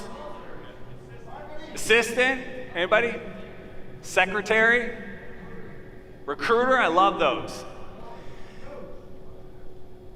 Here's the fun part, is I can tell the maturity of your business acumen by the hire. Yeah, they're versatile. And it's because I've been doing this for 25 years.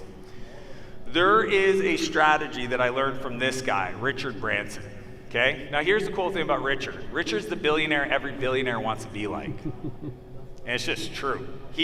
Whatever you think he is, how he is exactly who he is. In 2016 or 15, I got a cold email from my buddy out of the blue. Hey Dan, I'm getting together with Richard Branson in Verbier, Switzerland. Do you want to join?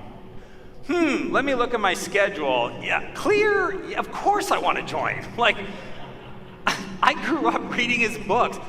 It was so funny because I got the email in May and I thought it was an April Fool's joke, but I'm like, it's May, it's not April. Like, and honestly, it wasn't until I was in Switzerland at his house, AKA lodge, 16 bedrooms, 20 staff, massive.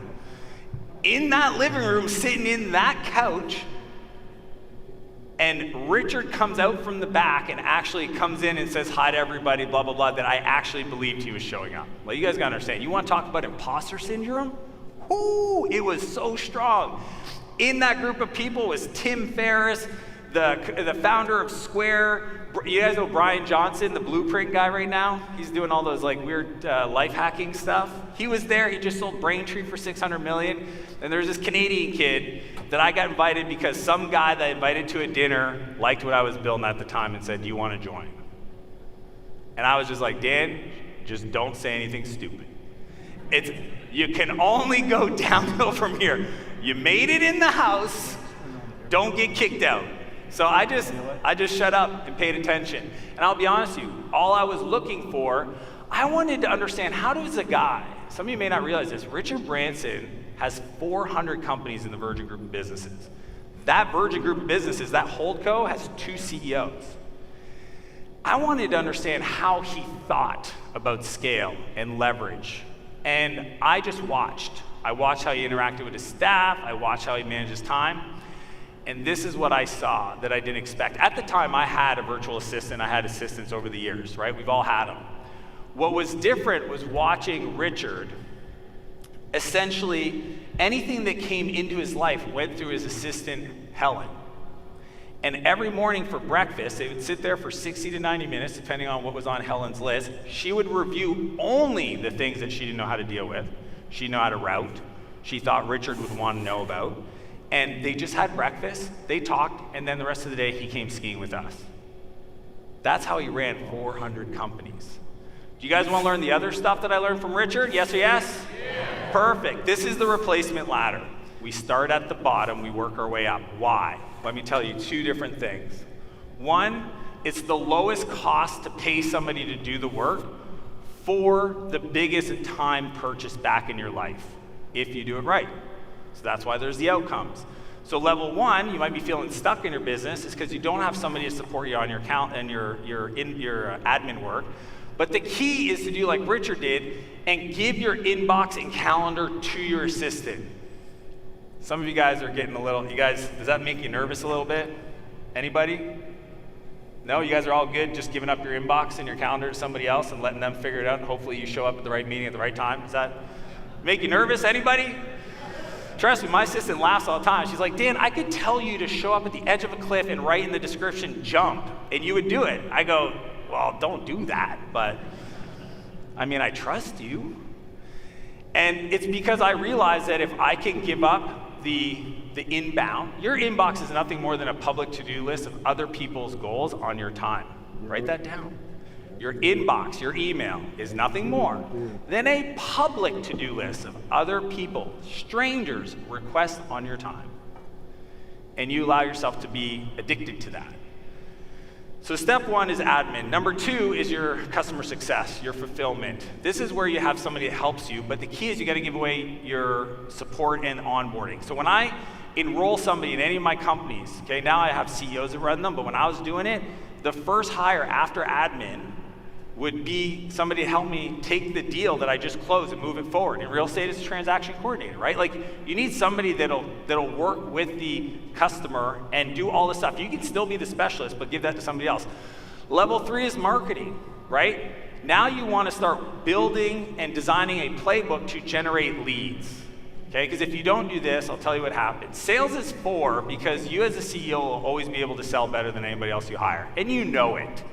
You know it. Some of you guys are world-class salespeople, 70, 80% win rates. Nobody's gonna ever be able to sell like that, and the challenge if you hire too quick and you don't have the systems underneath, what happens in 6 months is you either fire them because they're not performing, because they don't have enough reps and they don't have enough deals, or they quit because they're not making any money. Anybody resonate with that? Anybody have, yeah, exactly. It's literally the 6-month mark, depending how much they like you. 4 months, they like you 6 months. And the highest level is the ELT. Write this down, Executive Leadership Team. Some of you guys call them leaders and managers. Here's my rule. Do they come with playbooks? Do they come with process? If you hire people or promote people up that has no experience, then you're just creating more work for yourself. So when I say at that level, everybody else, the first hire in marketing, and those are all people you can hire, train, et cetera, because you're gonna give them a playbook. But when you start hiring leadership, they should come into the company with knowledge, okay? That's the replacement ladder. And if you follow these 5 steps, some of my clients that I coach, they'll get there in 45 days. They see this, they go, got it, and they execute. Admin, free up their time, sell, make revenue. Next hire, success. Business is starting to grow. They hire somebody to support the success, buy back that time out of their calendar, reinvest that now into marketing. They build a marketing strategy, they hire somebody to execute the strategy, generates leads every day consistently. Then they do the sales, then they hire a salesperson, that person comes in, goes through the scripts that they've built or the calls that they've already done, they've recorded, give it to the salesperson. Now they're coaching the team. So you can do this in 45 days, or some people are a bit slower and they'll take years. Right? Because they try to skip levels. You know what happens if you go straight to the top? How many people have you heard say, I need to hire a COO? You don't even have an executive admin. That's the silliest thing in the world. If you can't even work with your admin, you are not gonna work with the COO. You need to start at the bottom and build the capacity and to know how to move up. Here's my philosophy. If you don't have an assistant, you are one. I know it stings, right? I'm gonna take the dagger and just a little bit more. The other parts of this is you're overpaid and you kind of suck. Okay? A great executive admin, they're worth their weight in gold. Okay? So if you don't have one, you are the person. And you're overpaid and you're not very good at your job. So, what do we do with that? I want to talk about leadership, and I'll tell you why. I know CEOs and entrepreneurs are crazy. You guys agree? Yes or yes? We're nuts. Think about it. The reason why we're in business in the first place is because we're able to deal with a level of risk that most people would puke on themselves and pass out. Like, you do understand this. So just admit to it, and then try to develop the leadership skills that protects your team from you. Some of you guys expect your team to show up like you, and that's just silly. They aren't you, and if they were, guess what? They'd be building their own company. So what happens is the way we lead our teams have to shift, okay? So I moved to San Francisco in 2008. This was after selling my first company. I became a multimillionaire at 27. And it crushed me. Like I worked easily 100 hours a week for 4 years. First 2 companies failed. When I got out of rehab, tried my first company, failed after 2 years, did another one, I was 21, failed after that. It wasn't until I was 24 that I gave it another shot. And my dad would beg me, even though I grew up and had a very colorful childhood, he would just beg me to get a normal job. It's like, Dad, I can't do it. I'd rather, as long as I'm not in prison and I didn't relapse, like, you should be really proud of me. Like, I'm doing something. I know I'm not making any money, but I think I'll figure it out. And it wasn't until I was, almost in my early 30s that I figured it out. So I moved to San Francisco because I wanted to understand how these 20-year-olds built billion-dollar companies. Does that ever make you wonder? These tech entrepreneurs, you read about them on the news, like, how do they do this? How do they convince these old white guys to give them hundreds of millions of dollars to build these tech platforms to, and they're like barely old enough to drive? Like, it fascinated me. Just real talk, right? I grew up in the East Coast of Canada, so that world was foreign to me. Even though I was in software and I built a big company, that world was fascinating as an outsider. And I get there, and in the first few days, I get invited to a party, and I meet a guy named Naval Ravikant. This is 2008. Naval today has been on Joe Rogan. He's an incredible, just philosopher, honestly. But I met him earlier on, and he kind of became a mentor of mine. I call him one. He would never say that. But I share that because I remember I was talking to him once about leverage. So you got to understand, in business, the best entrepreneurs have the biggest output for unit of time. So if you think of the question, okay, write this down, okay? Time multiplied by leverage equals output. And output could be money, resources, etc. But time multiplied by leverage equals output. So I want to ask you guys all a question. What are ways that we can create leverage? Write it down. If I say, what are the tools to creating leverage? Write it down. I want you guys to answer that. Just one idea. The number one tool for creating leverage is, write down the answer. I want to hear from everybody.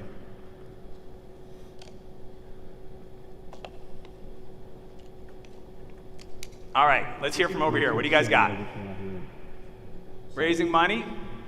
80-20, I like that. Anybody else? Social media, AI? Delegation, yeah. Leverage, people, I like that. Anybody else?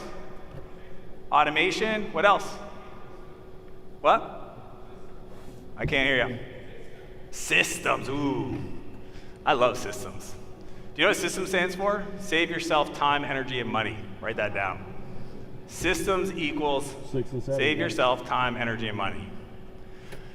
Here's a fun fact. Everybody's answer was relatively correct. And this is what I learned. Naval taught me this. There's only 4, I call them master skills to creating leverage, okay? Write these down. The 4 master skills are, number 1, capital. If I have money, I have incredible leverage. Okay? It takes money to make money. It really doesn't, but it takes resourcefulness. All of you guys in this room have to be more resourceful. Okay? What do you guys need to be? More resourceful. Doesn't take money, but money creates opportunity. Okay? So capital is 1. Number 2 is code. Some of you guys said automation and AI. That fits in that bucket. Code, software. 3 is content. Somebody's talked about, I think, podcasts and social media. Content. I can create a system, an SOP, and it takes me an hour to create. And if I have 100 employees, that one system can train 100 people without extra effort from me. Does that make sense? Yes or yes? The 4th is collaboration. It's people. Okay, so the 4 C's, write them down. Once I understood this, I understood I only had 4 things to go become world class at. And I could have anything I want in my life. Code, capital, content, collaboration. So specifically, I want to talk to you about how to lead people the collaboration side. Most entrepreneurs go on the left side, transactional leadership. They tell people what to do, they check that they got it done, and then they tell them what to do next. That sounds pretty straightforward. Yes or yes? Yeah, everybody, I did that for 15 years. 15 years of starting companies at 17 until I finally made some money at 28. I mean, not 15, but a lot of time. I just thought that's how you did it. The problem with that is around 10 to 12 direct reports, you wake up in the morning with all the piss and vinegar in the world. I'm gonna dominate the day. I've got my list of projects and we're gonna have a productive day. Anybody ever wake up that way? You're like, I'm gonna kill it today. Yes, okay. Then the first thing you do is you check your email and there's fire, crap. Then you think, oh, I wonder if Bob, Jane, Mary is working on that right thing. So you start calling people on your team. You tell, hey, are you doing this? Are you doing that? Did you think of this? And then there's like fires and issues and all that stuff. And it's not till 7 o'clock at night that you finally sit down to start doing the work. Anybody relate with that? Yeah. That's how it works. If you have a half dozen people work for you, anybody, and you tell them what to do, you check what they got done, you tell them what to do next, this will become your reality. That's why I call it the pain line. The opposite of that is transformational leadership, okay? So I'm gonna explain it to you, but I want you to think of an example in your life that's tough for you right now and apply this principle to that situation, that person. So the first thing, when I hire somebody, let's say my assistant, okay? The first day, I talked to her about a few principles, but the first one is, you are the CEO of my inbox and calendar. Who is the CEO of my inbox and calendar? You are. My assistant, exactly. And I don't mean to be a ding-dong, but I will actually ask her to repeat it back. Who's the CEO? I'm the CEO. Who's the CEO? I'm the CEO. You're the CEO. Yay, yay. What does that mean? And I asked them to describe to me, what does it mean to be the CEO of my inbox and calendar? Is it my responsibility to put stuff in my calendar or yours? Mine. Yay, we're winning. You know, like it sounds foolish, but I'm trying to make it a little entertaining for all of you guys, keep you awake and focused. But it's not that far off. When I hire people, I look them in the eyes and I said, I hired you to create this outcome. I don't tell them what to do. I hired you to create this outcome. And then I describe the outcome. So I gotta tell them, what does a 10 out of 10 look like? My calendar has everything in there. It's structured and the description is this. Everybody's confirmed. This is what a 10 out of 10, my travel schedule is figured out. All my flights are booked, international 6 weeks, domestic 2 weeks, whatever it is, right? And I get really clear at describing the mountaintop. That's the way I think about it. Some of us hire people and we don't think about telling them what it's gonna look like at the mountaintop. Right? We just say, hey, can you start climbing this mountain? They're like, okay, where's the path? You're like, I don't know, it's over there. It's in the corner. And they go over this way. They call you the next morning. They're like, I couldn't find that path yesterday. I'm like, what are you doing? No, you say, that's the mountaintop. See right there, that's the mountaintop. You figure out how to get there. What resources would you need? So then we measure. Okay? So then I explained to the person that I hired, I gave them the outcome. I said, here's how we're gonna measure your progress. Every person in all my companies have a number. My social media person has a number, my CFO has a number, my COOs have a number, my CEOs have a number. They have one number. How many numbers? One number. Now, do they use other numbers to understand if they're making good decisions? Yes. But there's one number that we've all agreed on. If you're in the automotive space, the number's called the absorption rate. I'm a software guy and I know this stuff because I love nerding out on business.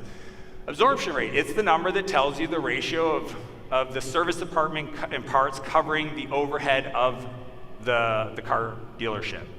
And that number tells you how efficient it is. Okay, so there's different aspects into it. If I'm in the hotel space, it's the average night of a room, booking, right? That tells me how efficient the hotel is. So once I tell my assistant the way I'm gonna measure them, okay, which is response time, that's the number. How quick do you respond to people?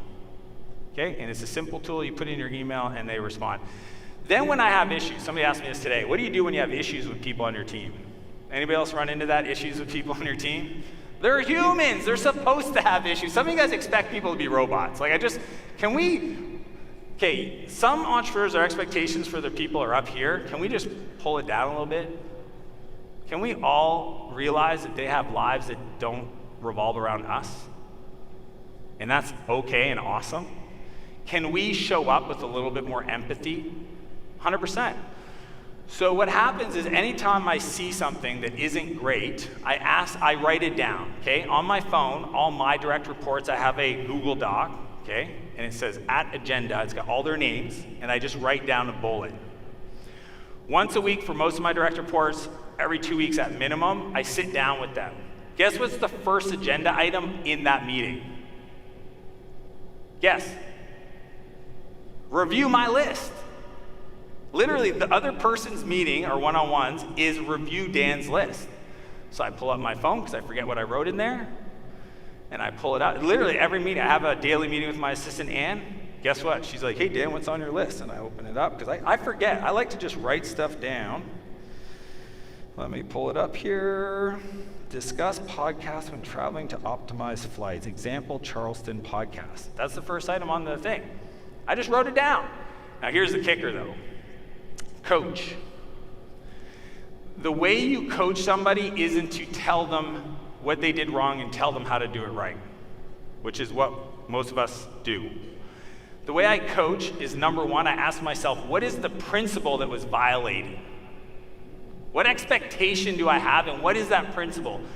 Most oftentimes with leaders, I want to teach you to become a transformational leader, is I want to teach you the process of creating other leaders, okay? And the way we create other leaders is by coaching them up. But most of us have never trained other people or known what a coach does. I'm going to give you the 3 steps. First step, write this down. We go to principle. What is the principle they violated?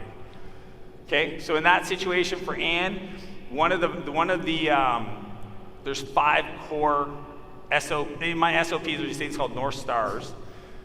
Actually, do you guys just want the Google Doc that I work with for my assistant? Would that be helpful? All right, here's the deal.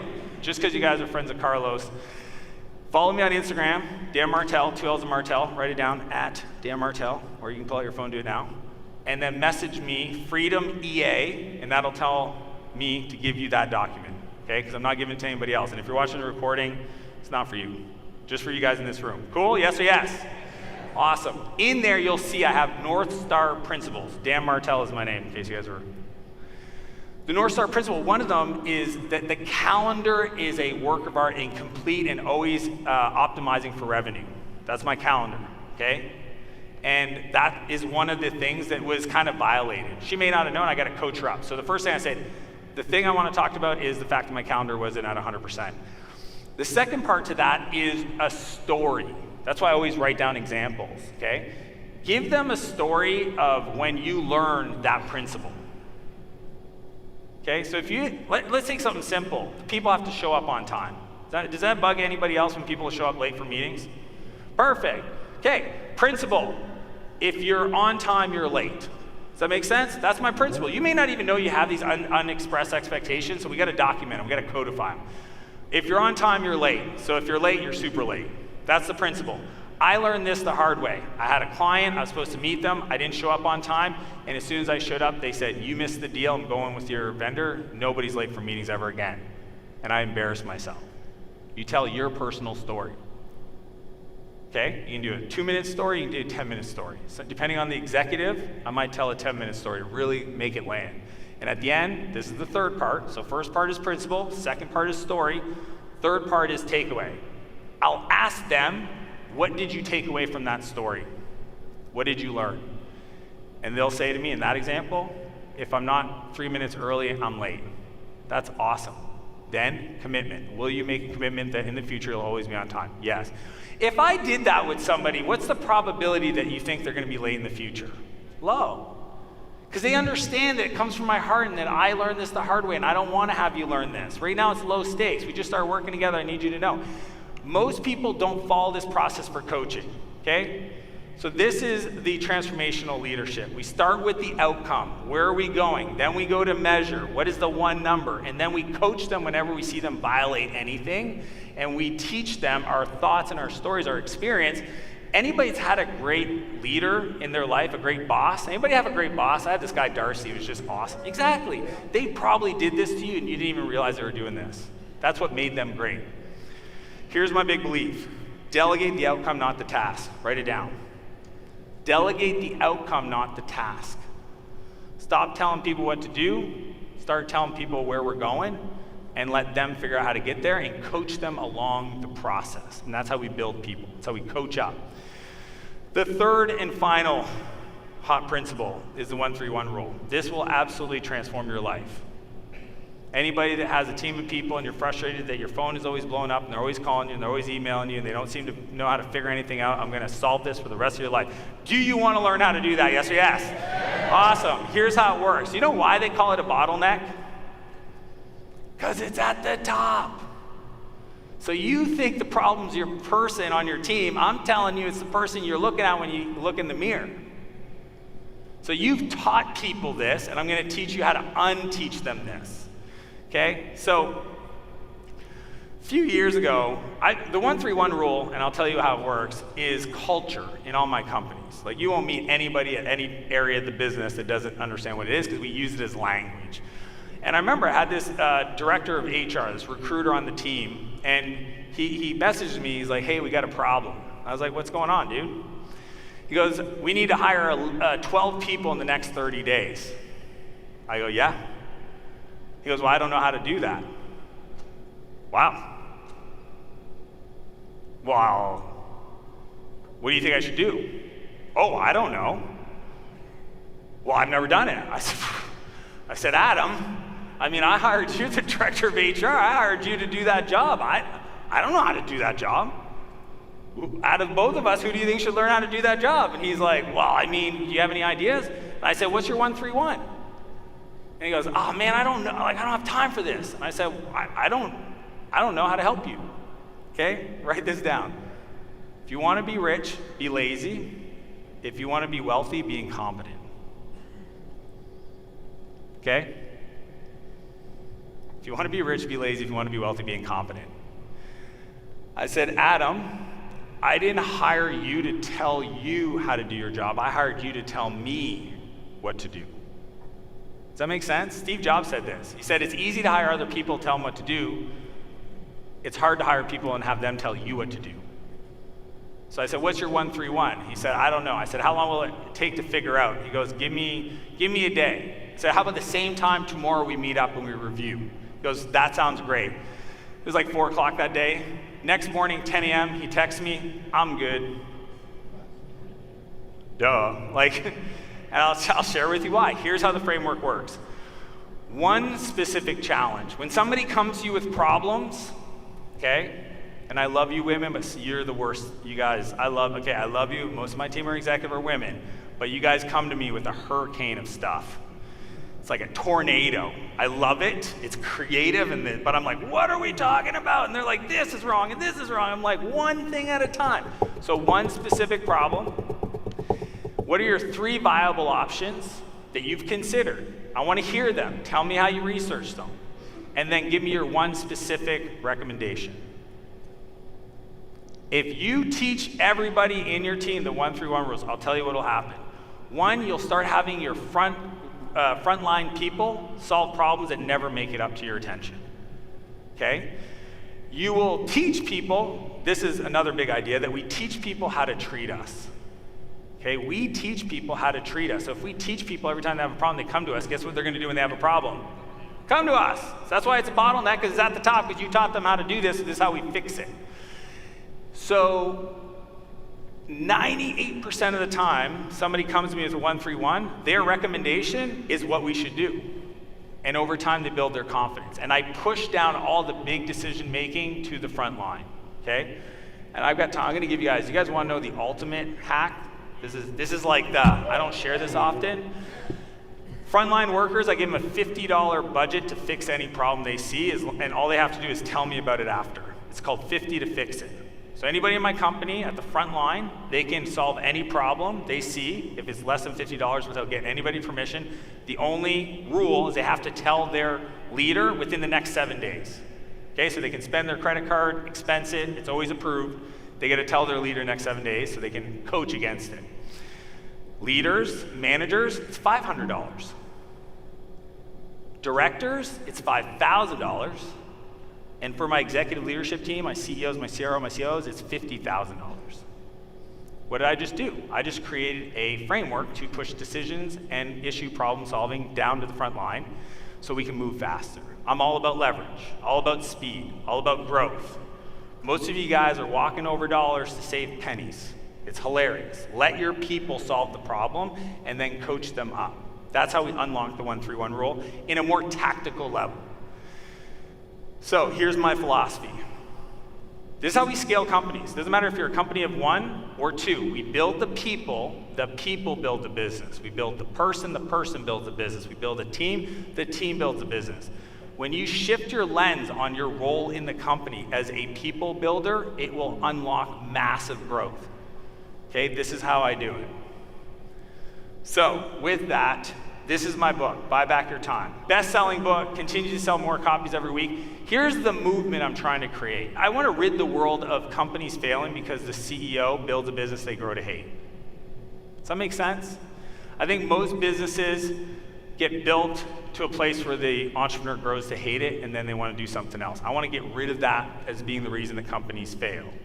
And I want to end with this big idea. For every person in the world, for humanity, for entrepreneurs for sure, but everybody, I think we're all here to not only buy back our time to grow our business, and we do that through the strategies I taught you with the buyback loop and the 131 and the transformational leadership. That's all awesome. That will create resources and wealth for you. Fun. I think we're here to do 2 things. 1, become the person we needed most in our darkest days. Become the person you needed most in your darkest days.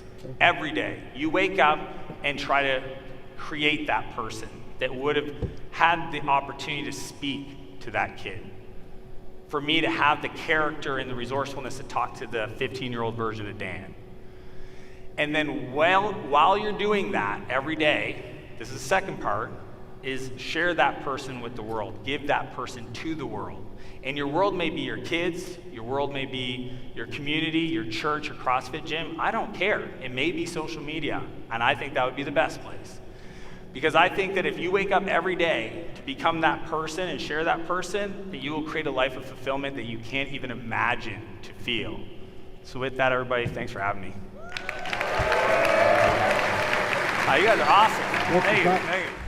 Number 4 is my video on going from 0 to $1 million in 12 months. I became a cash millionaire at 27 years old, but if I had to do it again and go from broke to millionaire business owner in the next 12 months, this is exactly what I'd do. If at any point during this video you think, I can't do this, you might not be cut out to become a millionaire, and that's okay. But if you're part of the select few who are willing to do the work, then this video is for you. So your first month of your millionaire journey is going to be all about learning a high income skill. So these are the 5 most in-demand high income skills today. First one is coding, software. You're hearing it all the time. SaaS, SaaSpreneur. The second one is content creation. Everything around video editing, graphic design, essentially helping people get their stories, their message out to the world. The third is copywriting, learning how to craft words in a structure that gets somebody to take action is a very high paying skill. The fourth is project management, understanding how to take an idea all the way across to execution and implementation is very valuable. The fifth is sales, even chat sales. Most people don't realize that nothing happens until somebody sells something to another person, and there are companies with products and inventory that they would pay top dollar to have somebody else help sell and communicate to the market, and it can pay handsomely. So I learned my first high income skill of all places in rehab. I got lucky, honestly. I ended up getting in trouble with the law as a teenager, got released into a rehab center that literally saved my life, and I spent 11 months not only getting sober, but trying to build the trust I had lost with my parents and really just build myself back up to being a normal person. At the end of that program, I was helping the maintenance guy clean out one of these cabins, and in one of the rooms was this old computer and a book on Java programming sitting next to it. I became obsessed with writing code. Through that process, I learned that that is actually a very high-paying, highly valuable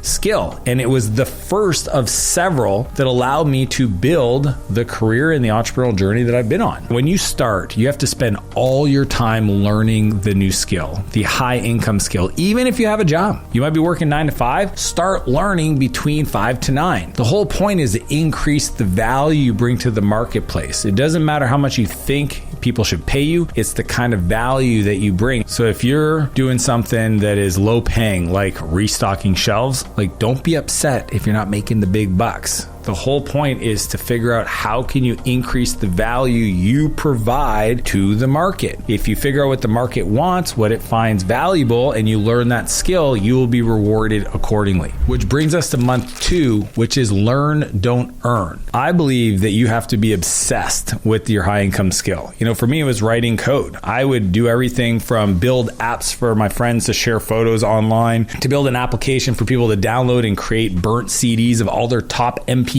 Yes, I'm dating myself. To build websites for my dad so that he could share his cottage. I just used the skill as often as possible. It was just something I offered for free so that I could learn. It wasn't about making money. So if I was starting over again, knowing what I know today, here's exactly how I would do it. The first thing is I would get somebody a result as fast as possible. Whatever skill you want to develop, find somebody who's got the problem that you can provide a solution and get them a result as fast as possible. Do the work ahead of time. Every day I get people messaging me, hey, I could edit your videos, or hey, I could sell for you, or hey, I can write code for one of your businesses. And I'm like, just do it. Show me you can do the thing ahead of time. Don't ask me to pay you to show me you can do it. It's the folks that show up and just do it that are going to get the opportunity. Then once you actually get them a result, ask them for the testimonial. That's how we start to build your portfolio. Once you have 2 or 3 or 4 of these, then I can ask for 1 or 2 referrals from those people to recommend my work to somebody else that they might know that they appreciate or trust. And then I would continue to learn and collect feedback on how I can become better. If I do that right, then I'm going to increase my pace of learning, not necessarily earning, but it's going to create a flywheel to catapult me forward. Which brings us to month 3, which is to get your first client. So the first thing that I ever got paid for that wasn't a family member that gave me money to help solve a problem was literally these burnt CDs that would have all the person's favorite MP3 songs on. I built this app where they could create their playlist and then request that CD be burnt so they could have it and put it in their cars. Again, you may not be aware, but there used to be physical devices that people put songs on to play in their car. I did the first one for free to give them a test to say, hey, here's how it works. And then they loved it. And then after that, then I would charge them for ongoing CDs if they wanted to build a new playlist. They wanted to create something for their girlfriend or their boyfriend.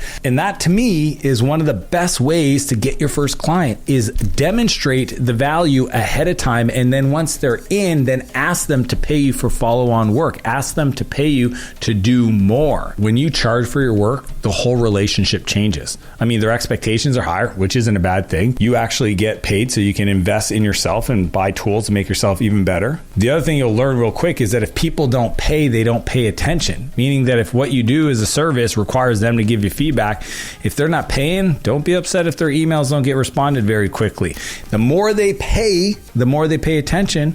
So you'll be able to do better and better work the more you can charge somebody because the client will want the result even more. Which brings us to month 4, which is to build your marketing pipeline, which are the 4 P's of demand generation. Don't be the world's best kept secret. Your goal is to get as many people as possible to know about you, what you do, and how you can help them. See, back in the day, it used to be about going and speaking at events or getting covered in the local newspaper, maybe getting covered by the local blog. Today, you want to get your reach out there to the world. Go on podcasts, do collaborations with other influencers, go and create webinars or joint webinars so that you can take advantage of other people's audiences. Top of funnel is more important than anything else. You can't sell to an empty room. So ask yourself, who's got your perfect fit customers? When you think about the person that you know you can create the most value for as fast as possible, that is most likely to easily pay, that is the person that you want to talk to. Who's got a room full of those people that have a need to solve the problem that you can solve for them?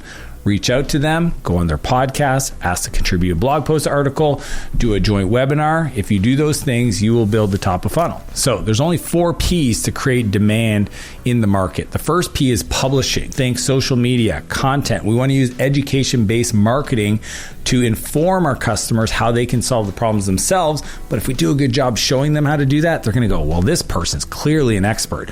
SEO, blog posts, those are all in the publishing realm. The second P is paid. Facebook. I love paid because it's fast. Paid allows you to literally create a target audience on these platforms to get an ad placed in front of them so that people respond that are perfect fit for your product. The third P is partners. These are people that have an audience, a built-in room where you can get in front of. Sometimes they're called affiliates, sometimes they're called strategic partners, sometimes they're called value-added resellers. At the end of the day, they're people that you partner with to get in front of their audience. The fourth is PR. This is public relations. This is getting interviewed on a podcast. Anytime that somebody reaches out to you and they have a platform, they interview you around your story, how you help people, what makes you different, that is PR. Those 4 Ps are the top of funnel of creating awareness so that everybody knows about what you do and how you do it and who you do it for, so they can refer a lot of people to you. Which brings us to month 5, which is to hire an assistant and the ATF framework to make it work. See, back in the day when I started my first company, I used to spend all my time doing all the work, even to the point that every Sunday I would go into my office just to sort the physical mail that would come into the PO box. And I would spend hours just looking at every envelope and letter and sorting them between things that had to go to my lawyer, things that have to go to my accountant, things that got to get processed later. And I realized that I was spending all this time doing something that any other person could do. And I found a woman named Lisa, and I just taught her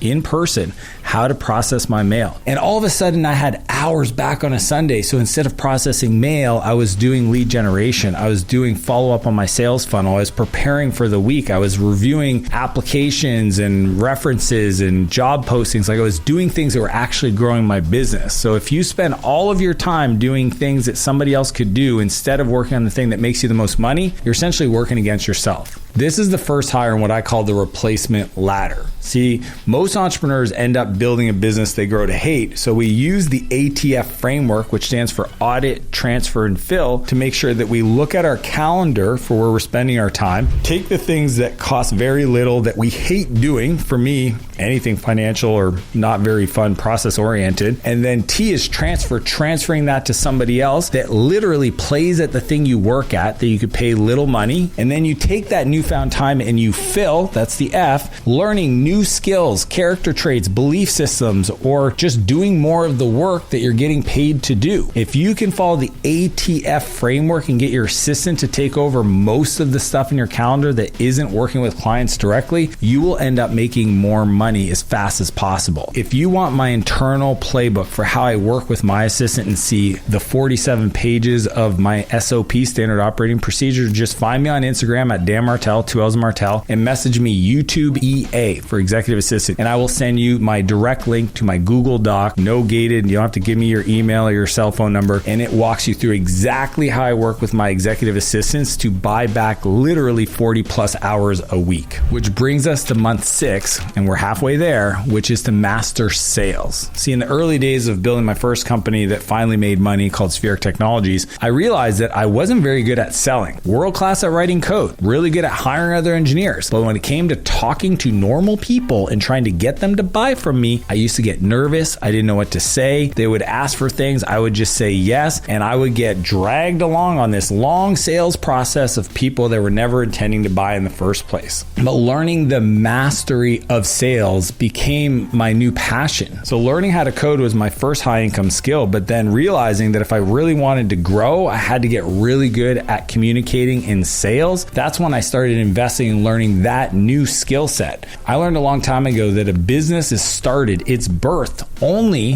when money exchanges hands. So if you think about it, nothing really happens unless somebody sells something. And I think about it less about selling, trying to get somebody to make a decision they don't want to make, and more about enrolling them into my world, my service, my product. I want to teach you a powerful framework called the buying pocket. See, what I've learned over the years is sometimes you're talking to somebody and they just don't even believe it's possible. You know, they have no confidence in their ability, the opportunity. They're just on this side of the spectrum and they're wondering, like, can I even do this? I've heard people do it and I don't know if I can do it. The other side is, you know, people that are overconfident, where they think that they don't need your help, that they, you know, they're listening to what you got to say, but they're like, yeah, these are all things I know and I can do it myself. The challenge is most salespeople are never taught the questions to reframe the situation to get person to buy. So for example, if somebody's underconfident, I might say, well, how much revenue would you need to be making to feel really proud of yourself? And they say, well, honestly, maybe 10K a month. And you're like, oh yeah, for sure. I mean, we have 700 clients that do 10K a month learning our strategies. And then somebody else that might be really confident, you might ask them, well, how much are you currently making now? And they're like, oh, I'm making 100,000 a year. And you might say, oh, wow, that's it. Depending on the conversation, you have to bring the buyer into the pocket where they're able to make a decision because they're not underconfident, they're not overconfident in their abilities. They're right in the perfect pocket, which brings us to month 7, which is to hire somebody to help you deliver your product or service to your customer. A lot of people get busy doing the thing that they sold. So the more they sell, the more they got to do.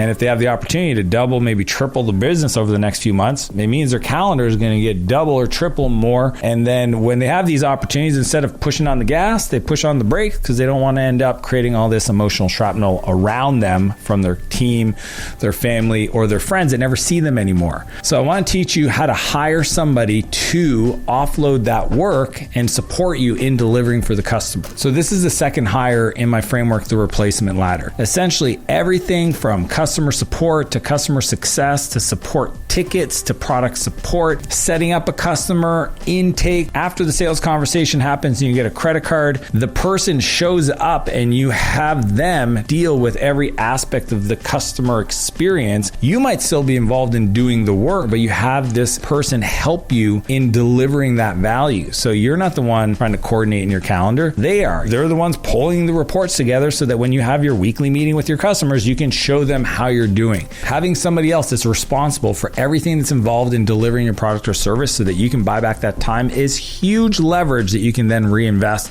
in either doing more work to make more money or increasing your skills so that you become more valuable. Which brings us to month 8, which is to hire somebody to help you with marketing. One time I had this friend named Rachel, and she had a marketing agency, and she would do everything she had to get customers. She'd get busy marketing, posting on social media, asking for referrals. Then she would get all these clients. She would get busy. She'd probably do the work for 3 or 4 or 5 months, and then she wouldn't do any marketing. All the revenue would go away. And one day she came to me and she said, "What do I do to grow my business?" And I go, "Well, you have to be consistent in marketing. If you're inconsistent, then you're always trying to fill up your calendar instead of adding to it." So that's why it's the third line in the replacement ladder, is to have somebody that wakes up every day dedicated to generating leads for your business. So you want to have somebody else that looks at the campaigns, that looks at the traffic sources, that looks at the conversions to make sure that you're getting new leads every single day. Now, you might still be involved in the marketing, meaning that they're going to ask you to post on social media or shoot videos that they post on your YouTube, or maybe even write the newsletter that you're sending out to all of your prospects, but they're responsible for ensuring that whole machine continues to happen every day, every week, so that on a monthly basis, you're consistent in your ability to generate leads.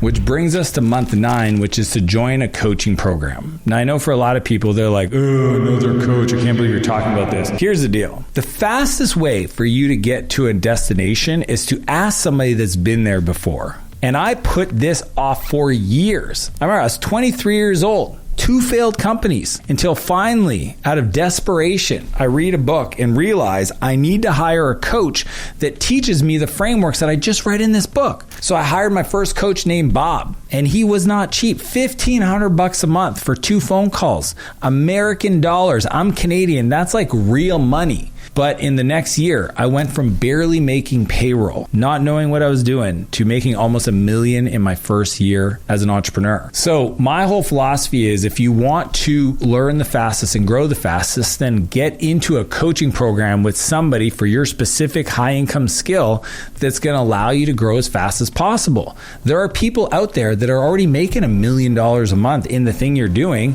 If you pay to be in their community, learn their frameworks, their process, their strategies, you'll be able to shortcut your success and literally compress decades into days. Go search on YouTube the specific problems you're having in your business and add your industry as a term to that search. And those videos are typically from people that have other ways they can help. It might be one-on-one private coaching. It might be semi-private with small group coaching. It might be a big group coaching. It might even be an online course. But at the end of the day, having somebody who's been there that gives you the blueprints and the steps to get there faster, this is the fastest way for you to go from broke to millionaire business owner. Which brings us to month 10, which is to hire sales. I have had to learn the skill of selling early in my career and move on to hiring other salespeople. But the funniest person I ever hired was this guy named Michael. When I started coaching other people, I wanted somebody else to help me buy back my time, because my wife was like, "Yo, why are you on phone calls all the time? The referrals were crazy." And I was like, "Well, I'm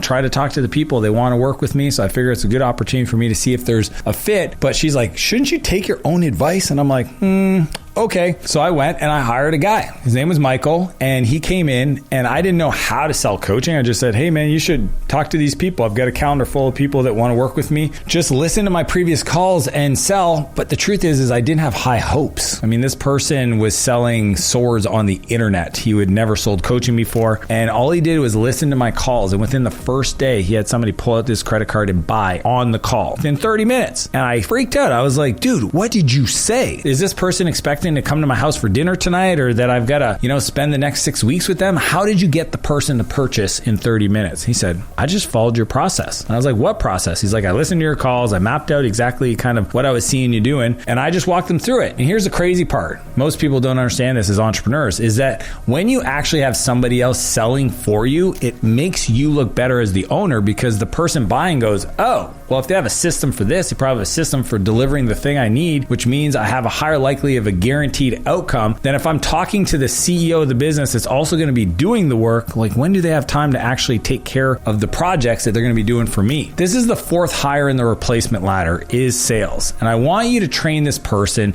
to enroll people into your product or service. And the best way to do that is to record yourself doing the calls, doing the sales, even the emails, the follow-up, like document all of it. And then when you hire the person, give them those leads and say, just follow this process. The key is they need to own 100% of the initial conversations and 100% of the follow-ups. If you have somebody else taking the calls, the sales opportunities, the leads, the referrals that come into you, even if it's a best friend, it's like, hey, I've got this opportunity. I want you to talk to my friend John. You say, yeah, no problem. I'll connect him with Mike. Mike does all the initial calls with our new clients. He's been with me for a while. He's incredible. He'd love to talk with your friend. That way, you're not the bottleneck. And here's the crazy cool part about this. If you look at the replacement ladder, now with only 4 hires, okay, somebody to help you on the administrative stuff, to the, delivery of the thing you sell, to the marketing of what you're selling, to the sales of what you're selling, you can now go on vacation. You could be sleeping and your business will still make money. It might not continue to function without you because you're still involved in the doing of the work, but while you're on vacation, somebody else is making sure your name's getting out there in the market. They're having the conversation with those people interested, and then they're onboarding those customers into your product or service while you are away, which is the holy grail of entrepreneurship and getting to $1 million that nobody talks about, that is very simple if you focus on those 4 hires. Which brings us to month 11, which is the hire leadership. This is where you want to start hiring people to actually run the operations of the business. You still might be involved in writing the copy or doing sales for different businesses, but you want to hire somebody that can look at the overall system and continue to run things as fast as possible. So for example, when I started my new media company, Martell Media,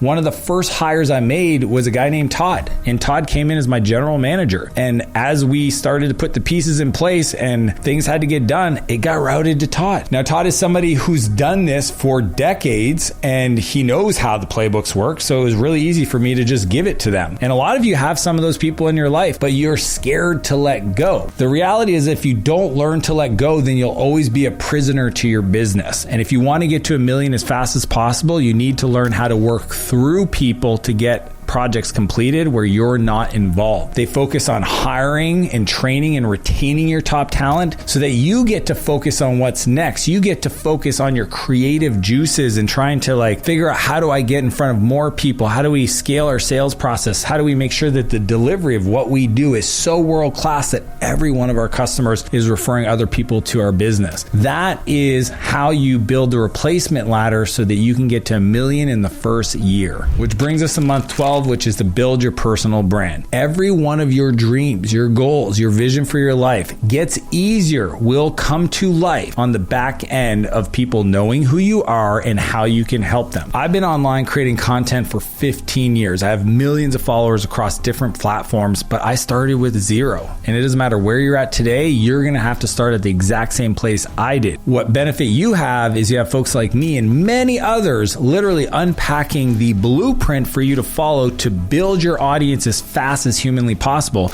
And the key is you want to focus on channels where you would love to express yourself through. So if you're more of a video person, create video. If you like to write, go blog. If you want to teach, maybe it's joint webinars with other people's audiences so you can build your personal brand. And then what you do is you capture all of that and you just slice it up and repurpose it in all these different channels. I know for me, when I was building out SaaS Academy, the ad cost cut in half when we started doubling down on our video production. The more people that could search and get results in advance because we created educational based content, that helped us prove that we were a trusted advisor in our market. And the same thing works for you. Education-based marketing is the best way for you to build your personal brand and also help a lot of people. My philosophy is this: if you do it right, your marketing will help more people than your product or service ever will. And your personal brand allows you to demonstrate who you are, your personality, as well as your skill set and your expertise, so people can trust you before they ever buy from you. So it even makes the engagement of working with them way easier. See, most people mess this up because they try to do all platforms at once. Just pick one. If it's Instagram, if it's LinkedIn, if it's Twitter, just do something and be consistent, because consistency compounds. And what matters more is that you show up every day adding value to the market than anybody else in their world to demonstrate that you're the kind of person that can be trusted with their project or to help them solve that problem. Number 5 is my video on the best businesses you can start in 2024. Warren Buffett says great businesses have high gross margin. So what is gross margin? Essentially, if I sell a product for $5, but it costs me $1 to make, then my gross margin is $4 or 80%. See, the best businesses are ones where you have the highest margin and then also sell for the highest dollar amount. What you don't want to be is like a restaurant where the gross margins are only 45%. You want to be on the upper end of 70, 80, even 90% gross margin. And to do this, you need to understand all the industries. And that's why I've spent a lot of time analyzing all the best industries and evaluating all the gross margins from lowest to highest that you can start today with very little experience to make this year the best year of your life. The first business is a product business. Typically, these companies have 50 or 60% gross margin. Now, I've been involved in some incredible product companies like Pila that does a biodegradable phone case, or Laundry Sauce, which is a modern day detergent company, or Lomi that does a food composting device. And I mean, these are literally some of the best companies out there, but I've seen people lose their shirt building product companies because they don't understand how to get distribution, how to get sales, how to build a product efficiently. And essentially they take all their savings, put it into a product, don't get any revenue. So if you want to make a product business work great, these are the 3 things that you need to do right. Number 1 is you have to pre-sell. See, most product companies use Kickstarter or Indiegogo or other crowdfunding platforms so that they can validate demand for the product without losing money. Now, I know you've probably been burned by investing in some of these crowdfunding campaigns, but the best ones know how to do them, promote them, market them, get the money, and then use that to actually build the product. The second thing is you have to do direct to consumer. And the reason why is you got to skip the retailers, because if you go through a wholesaler to a retailer, by the time you actually get paid and there's the big cash flow issues, it's very hard to make a product business work. That's why Amazon has been a big category for a lot of people that are getting into the product space. And the third thing is you have to invest in the brand. This means making sure that you use premium products, meaning that you care about word of mouth, that you focus on reviews, that you look for opportunities to get press to drive traffic to the business, because that's what's going to create the flywheel to make a product business work. The second business is an agency or sometimes a service business. And the margins are between 60 and 70%. Now, I've learned over the years that the easiest companies are ones where you take a skill that you already have, maybe as an employee, and then offer that skill to other businesses and get paid to either do for those businesses what you currently do or teach them how to do it for themselves. Now, I've seen a lot of people launch different types of agencies, social media marketing agencies, etc. And the ones that actually scale and make money, not just have a low-paying full-time, sometimes double full-time job, they focus on these 4 things. Number 1 is they focus on a strong pain in the market. If you think about it, You could start an AI company today where you go and you analyze businesses and all the inefficiencies and then introduce them the AI tools to solve those problems. And you would make a ton of money because businesses will pay for anybody that can show them how to save them or make them money. Using AI is a modern day way of them getting leverage. And you can even negotiate where you get paid more based on how much money or time you save them. Number 2 is productized services.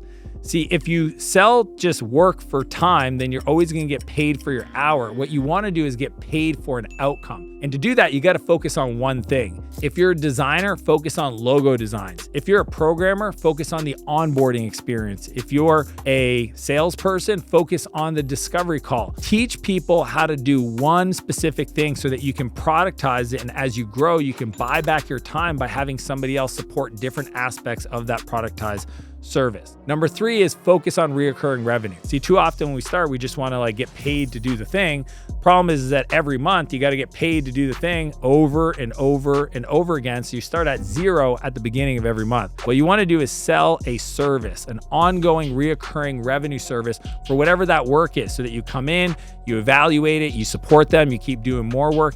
And that way you can sign them up for 3 months, 6 months, 12 months of service, and you start building the revenue base. Number 4 is you want to scale with systems. The whole philosophy is build a business you don't grow to hate. The way we do that is by replacing yourself using a system, a checklist for how you deliver on that agency work. And then that way you can hire people to get them to do the work following your process that guarantees the results for the customer. The third business is coaching, and the margins are between 70 and 80%. Now, this is also consulting or information, online training courses, that kind of business. And I know this one incredibly well. I run one of the largest coaching organizations for software CEOs. I've been involved in creating multiple courses and trainings and seminars and all this stuff for some of the largest coaches that you know of online.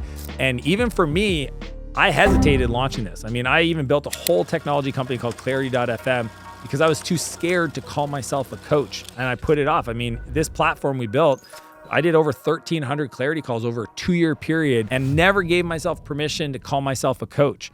And I want to tell you, it's been one of the most rewarding things deciding to go all in on being a coach and really working with some of the best CEOs out there. And I want to encourage you to consider it.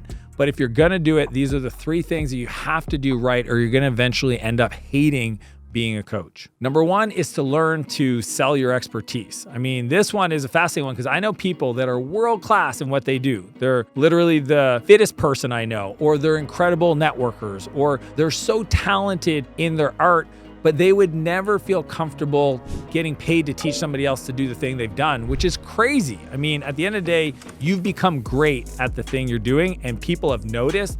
I want to encourage you to allow other people to pay you for that advice, because in doing so, you're actually helping them. Oftentimes, the transformation happens at the transaction. So them investing in themselves by hiring you to teach them how to become world-class at what you do is actually where a lot of the value is created. Number 2 is strategy. See, most people think that I know this information, so I can't give it away. I'm going to tell you something controversial. I want you to give all of it away. Okay, it's called education-based marketing. See, I believe that information wants to be free, and then you get paid for the support of the implementation. So you want to teach everything you know around the topic for free on social media, at seminars, get on stages, speak, share it all, the best stuff. And by doing so, you're going to build an audience of people that want to learn more from you, and they will pay you for the implementation. Number 3 is build a community. See, I had a coach once and she was incredible. Her name was Marcy. I learned so many things. She had brought a company public and just an incredibly valuable coach. The challenge is that I knew she was working with other incredible entrepreneurs and I never got to meet them.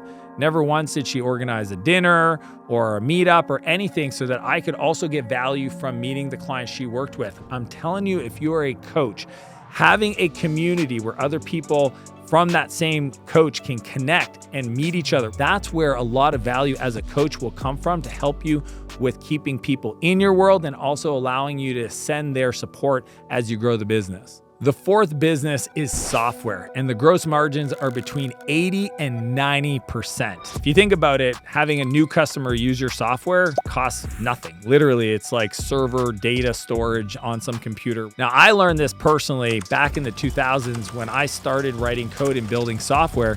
And over the years, I just found it so amazing that I can build some software once, and the more it grows, the less it costs me. And as long as the servers don't change, that code will run the way it has forever. Now, I have a lot of friends that want to get into software, but what they miss is these key points to make the software work. Because if you don't have people using it and loving it the way you need to, then it's not going to create the margins because customers are going to come and they're going to go. Number one is a sticky product. You want to build a tool that solves a problem in a business where they have to use it every day.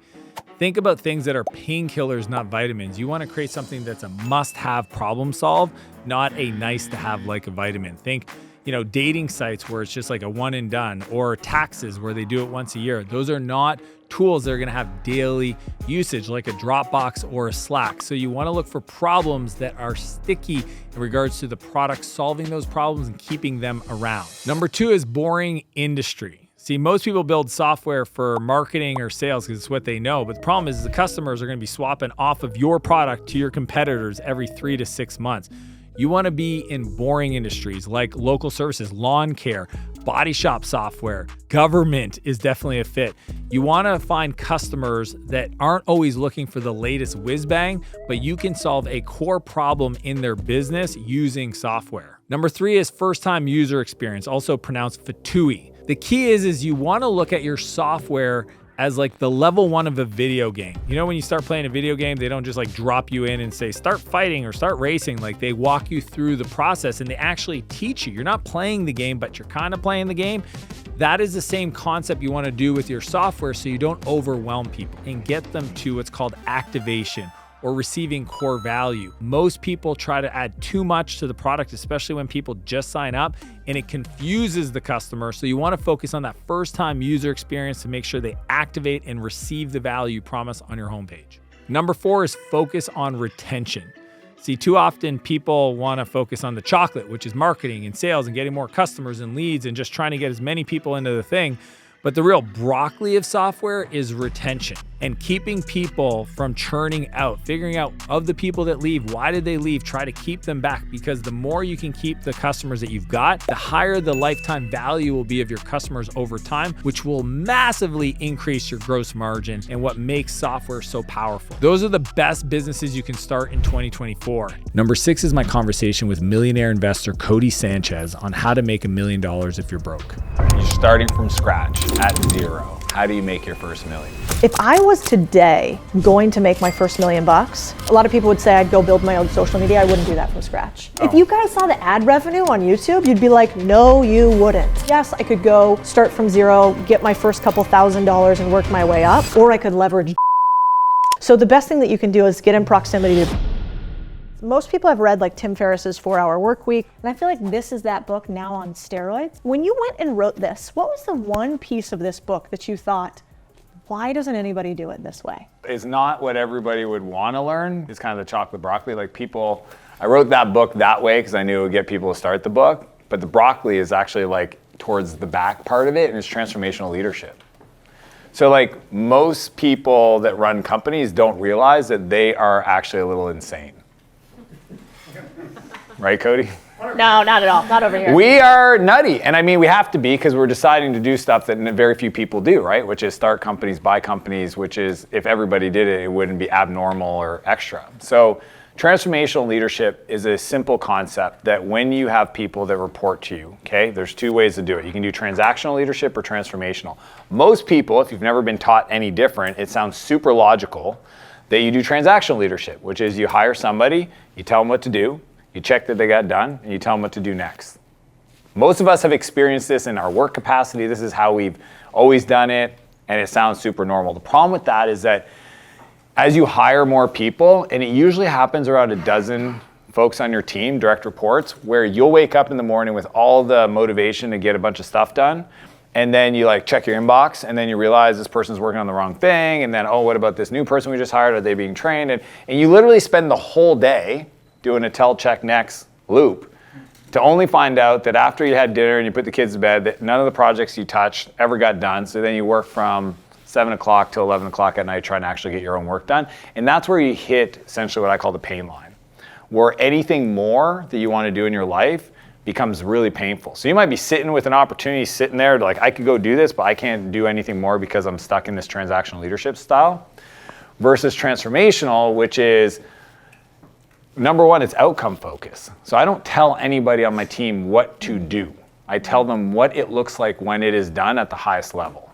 And my team's here, you can talk to them, this is just how I am. And sometimes they'll pull me into that, like, what do you think I should do? And I literally act like a 6-year-old. I go, I don't know.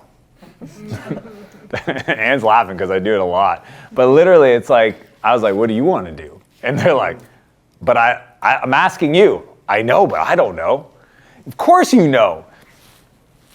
Pretend like I don't. If I wasn't here, what would you do? Well, I'd probably hit the internet, or I'd probably call this person. I said, that sounds like a great idea. So I focus on outcome. Then I go to measure, which is what is the numbers that we're going to agree upon means you're making progress. So if I say we're going to take that mountain, I might say, well, let's measure the daily elevation gain per day, right? And every day, if you text me how many feet of elevation you made, then as long as you're moving upwards, we're good. But if all of a sudden you report back a negative, I'd be like, did you fall off a cliff? Or did you take a wrong turn? And then they'd be like, yeah, I got lost. And it's like, cool, what could you do not to be lost? I don't know, you tell me. I don't know, you know what I mean? Get it? Outcome. So we're going to the mountaintop, that's the outcome. Measure every day. And they might come back with ideas like, I should probably get a map. That sounds like a great idea. Where could you get a map? I don't know, map store. Maybe somebody else has been up this mountain. Okay, good, go find that out. And then what I do, the third part is coach, right? And coach is, what's funny for a lot of us that have communities like we do, we actually do this naturally, or maybe you've been a coach, like a real athletic coach, you use those same principles. So I don't tell people what to do, I talk about principles, right? Sorry guys. I talk about the principle that is missing. So if I see somebody do something they shouldn't have done, I'll just write it down. And then in our one-on-ones, they'll be like, what's on your list? Because that's one of the prompts. And then I go to my list and I say, ooh, last Tuesday I saw you post this in Slack. And I just want to ask you, did you feel that was clear or a little unclear? Well, it's clearly unclear because 17 people were very confused and I caused this whole thread of, people going left, right, and all over the place. Okay, cool, I would agree. Let me tell you about this principle about clear communication. That's probably my wife calling me back because I did this to her earlier. It is. And she'll call me again. She's in my VIP list. It always rings through. It's a smart, happy wife, happy life. I know, but I did it to her earlier, and she kept hanging up like I'm doing, and then I kept calling her. So she might do it again. I know, and she was probably recording a podcast, and she was loving me at the time. That's amazing. So then we do the coaching. So it's always principle, not activity. So I never attack the activity, I talk about the principle. So the principle is clear communication. Here's the way I learned this. One time, I remember I jumped into a meeting, I didn't have context, and I said something, I wasn't clear. Next thing I turned around and it was a $26,000 mistake. So I've learned in the future, sometimes it's better to slow down and measure twice, cut once. See, and then at the end, this is the third part of the coaching, is you ask them, based on the story I just shared with you, what did you take away from that? Mm-hmm. So notice I didn't tell them anything. I created a methodology for evolving my people. And my whole philosophy and the big thing in the book, and that's why it's a productivity book, but it's also a leadership book, is you build the people build the business. Mm-hmm. Define clear communication. Because I think everybody thinks they're clear, and then everyone else does not. Very simple. These 3 words, DOD, definition of done. Definition of done, right? You buy a piece of real estate, you have a vision for what that looks like. To the degree that you can describe exactly what that looks like, completed, done. Really go there. See, most people were never taught how to do this. What is the definition of done? If I buy an old house and I hire somebody to manage renovating it, what does that look like? Well, one, there's a date, there's an experience. See, I'm not talking about the colors of the wall. I'm talking about on this date, I will drive into this yard and I will open the door and all my stuff's gonna be here and I'm moving into this house with my family and we're gonna have a party the day after and everything's gonna be catered. And I'm describing the outcome and the experience. And I think that most people never ask themselves, what is the definition of done? I'm a software guy, so it actually comes from agile programming. It's a software concept. And I think every time I'm trying to ask somebody to support me in anything, I always go to definition of done, which is the outcome concept, right? But I think DOD is kind of what I would tell people to think about. I really, really like it. We use the Braun method. So basically just who, what, when, where, how, and why, and we leave the how to them.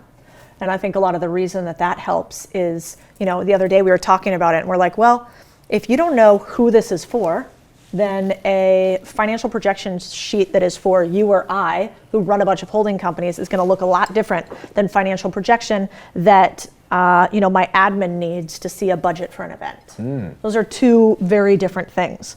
And so I think I stole it from journalism, because the Braun method is what you use in journalism. You can't really write a story unless you have who, what, how, when, where, and why. And it's really the same thing when you define communication and scope projects. So I liked that from your book. The other thing that I really liked from your book is you talk about focus versus ADHD a little bit in your content and in your book. Can you talk a little bit about, do we really have this ADHD epidemic, or is a lot of this just our focus? You're gonna get me in trouble. So a few things. I think I have a problem with labels of anybody for anything. I think we're all beautiful expressions of our unique experience, souls, all that stuff. I'm zero label for, if doctors need it to describe a person to each other, then keep it for yourselves. Like anytime anybody's tried to label me or my kids or my friends anyway, I'm like, hey, it's a weird thing because there's nothing wrong with you. Right? You have a default. So a lot of people that have ADD or ADHD, I was diagnosed when I was 11, right? Put on Ritalin, told I was special and broken, all this. Turns out they just didn't know where to point me, right? If this was 300 years ago, we'd call me an evolutionary hunter. That's what I am. If this was 300 years ago, you'd want one of me in your tribe, because I'm the guy that's gonna go out in the woods and I'm gonna bring back the food, and then you guys can all eat. See, we went to this agricultural farming society where now we all have to sit in these chairs and learn and study and show up and everybody do the same thing in the right order, or you're an issue. So anyways, I think in regards to the chaos side of things, of just how you show up at your work? So what happens is, because a lot of us, I can only speak from my experience, because I grew up in chaos and ADHD and just that's where I thrive. Unfortunately, when things go good in your business, if you have this problem, you will throw hand grenades and create problems in your business. When things are actually starting and you're creating durable revenue and it's predictable and it's okay, yay, you'll be we're changing the website, adding a new product. I bought a new company, there's 14 other people there. And the team's what are you doing? Why? Because that chaos is actually incredibly normal for us, and what we've learned to do, and it's our superpower, is deal with the large amounts of uncertainty and still move forward. So when things are certain, it feels awkward. And we all have an emotional home that we want to get back to. Even if it doesn't look positive, it's still familiar. So for me, I always think about is this strategically the right decision, or am I throwing a massive hand grenade in my business to give me ground cover to then go have a problem to solve, because that feels good. I'm sure nobody in here can relate to any of this. One thing that I like about you too, we talk a lot about power of place and how, it really can be beneficial or can be detrimental what you surround your work environment with. You're very particular about your work environment. Very intentional. Can you talk a little bit about what's on the walls, how you structure things, and why? And I like also how you do it in a way it's not that it's expensive or fancy, although you can afford that. It's just very intentional. Yeah. I think it's evolved, and I continue to evolve it. We just got a new studio. We started a company called Martell Media, very inspired by Cody and our friends. At the end of the day, it occurred to me that everything that I want to achieve in life accelerates on the other side of reach and reputation. So we got this new studio space, and I started building a team. And I would say, because that's probably the most recent company that I've kind of built out. First off, it's the people. I have a zero space for anybody that I don't vibe with. It doesn't mean that we have to share the same preferences and watch the same shows or any of that, or even look the same, none of that. If you don't hold a high standard, if you don't have a desire to create something magical, if you don't want to go on a journey of building something that may have never been built before, this is not the room for you. and I'm not upset about it, I get mad at myself when they accidentally get in. We had one recently. This is so funny. I feel bad for Ann. It was Ann's assistant. And she resigned. And we're like, whoa, that's weird. Because if you read my book, 6th chapter, Test First Hire Method, very structured. I mean, to get on the team is a gauntlet. And she resigned, and I was like, that's weird. So I reached out to her, and I did a clearing conversation with her. And she goes, I'll be honest with you, Dan. She was from South Africa. She goes, I've never been on a team where somebody swore. Oh, f-. That's what I told her. I said, oh, f-. And she's like, oh. And I'm like, oh, how did this happen? Like, where did we mess up when we were recruiting where you were not aware? I thought you didn't. Did you watch my content? Like, did you think of Googling me or something? I think that to the degree that you can be just really honest with yourself, and this is the thing, it comes down to you giving yourself permission to deciding what is a 10 out of 10 and not coming down to a 6 or a 7. Because that's what happens. You know, if I ask you, like, what would it look like to enjoy going to work, to own a business, to really appreciate it, you would say, well, I want to surround myself with these kind of people. So it's always people first. So I start with the people. That's first and foremost. Then I look at, like, the flow and the structure. So I don't believe we manage time. I believe we manage energy. That's a big concept in my book. Okay? Because I don't know about you, but when I went to math class, it felt like 3 hours. When I went to art class, it felt like 7 minutes. You see what I'm saying? So we manage the energy that we experience in that space, that time. So everything I do, and it's very intentional in regards to just even transition points. When I travel here, I've got the team, and it's just like we're very intentional about, like, what's Dan's energy level going to be at different parts of the day. So some people are like, how do you do so much and keep the energy going? It's like, oh, well, I do this kind of work in the morning, this kind of work after lunch, this kind of work towards the end of the day, and I save these things for these. And they're like, oh, that makes sense. And I'm like, yeah, even the space of, like, how the studio is designed, and you come in and there's, like, these, literally where we have a gym in the studio, we have, like, a play area. Has anybody played the new Spider-Man on a PS5? Anybody? Am I the only one with kids? Okay, good. Dude, it's so good. It is so good. It's like playing a movie. You're like playing this thing. So anyways, even where we put that and then had the studio set up in my office studio, it's just, you know, the words we put on the wall, everything is, you know, it says prioritize the pump, it says sweat every day. So, like, I'm very intentional about the words. Like, if you talk with me and I hear you say a word that is disempowering, I will invite you to consider a different one, right? How would that conversation go? Oh, let's talk about. So let's say, like, I go, well, it's just like we didn't have enough time to do it the way that I wanted to do it, really. Cody, you decided not to make enough time? Maybe. There we go. Yeah. So playful, fun. Sam will say that would be cool. When that happens, it will be cool. If there's no, yeah. So it's just words mean things to you. Words mean things. Matter set intention. At the end of the day, we don't get what we want. We get what we expect. Think about that. You will never get a penny more than you expect to earn. You think you deserve. Never. I don't care, fucking BHAGs and big hair, like, man, $10 million. I don't care. Do you believe that that's you? Because the problem is you'll just act differently. If you expect it, here's how I know, like, just check this out. Tomorrow morning, you go into your bank accounts, whatever banks you use. I'm Canadian, so, like, you know, Chase or whatever it is in the US. And you log in, and the number you thought to see is half. Do you change the rest of your day? The energy you bring to the rest of your day, yes? Why don't you act like that today? Think about that. Why don't you act like that today when you stand on the scale and you look down and it's like, that's cool. No. Are you really in the best, like, are you where you want to be?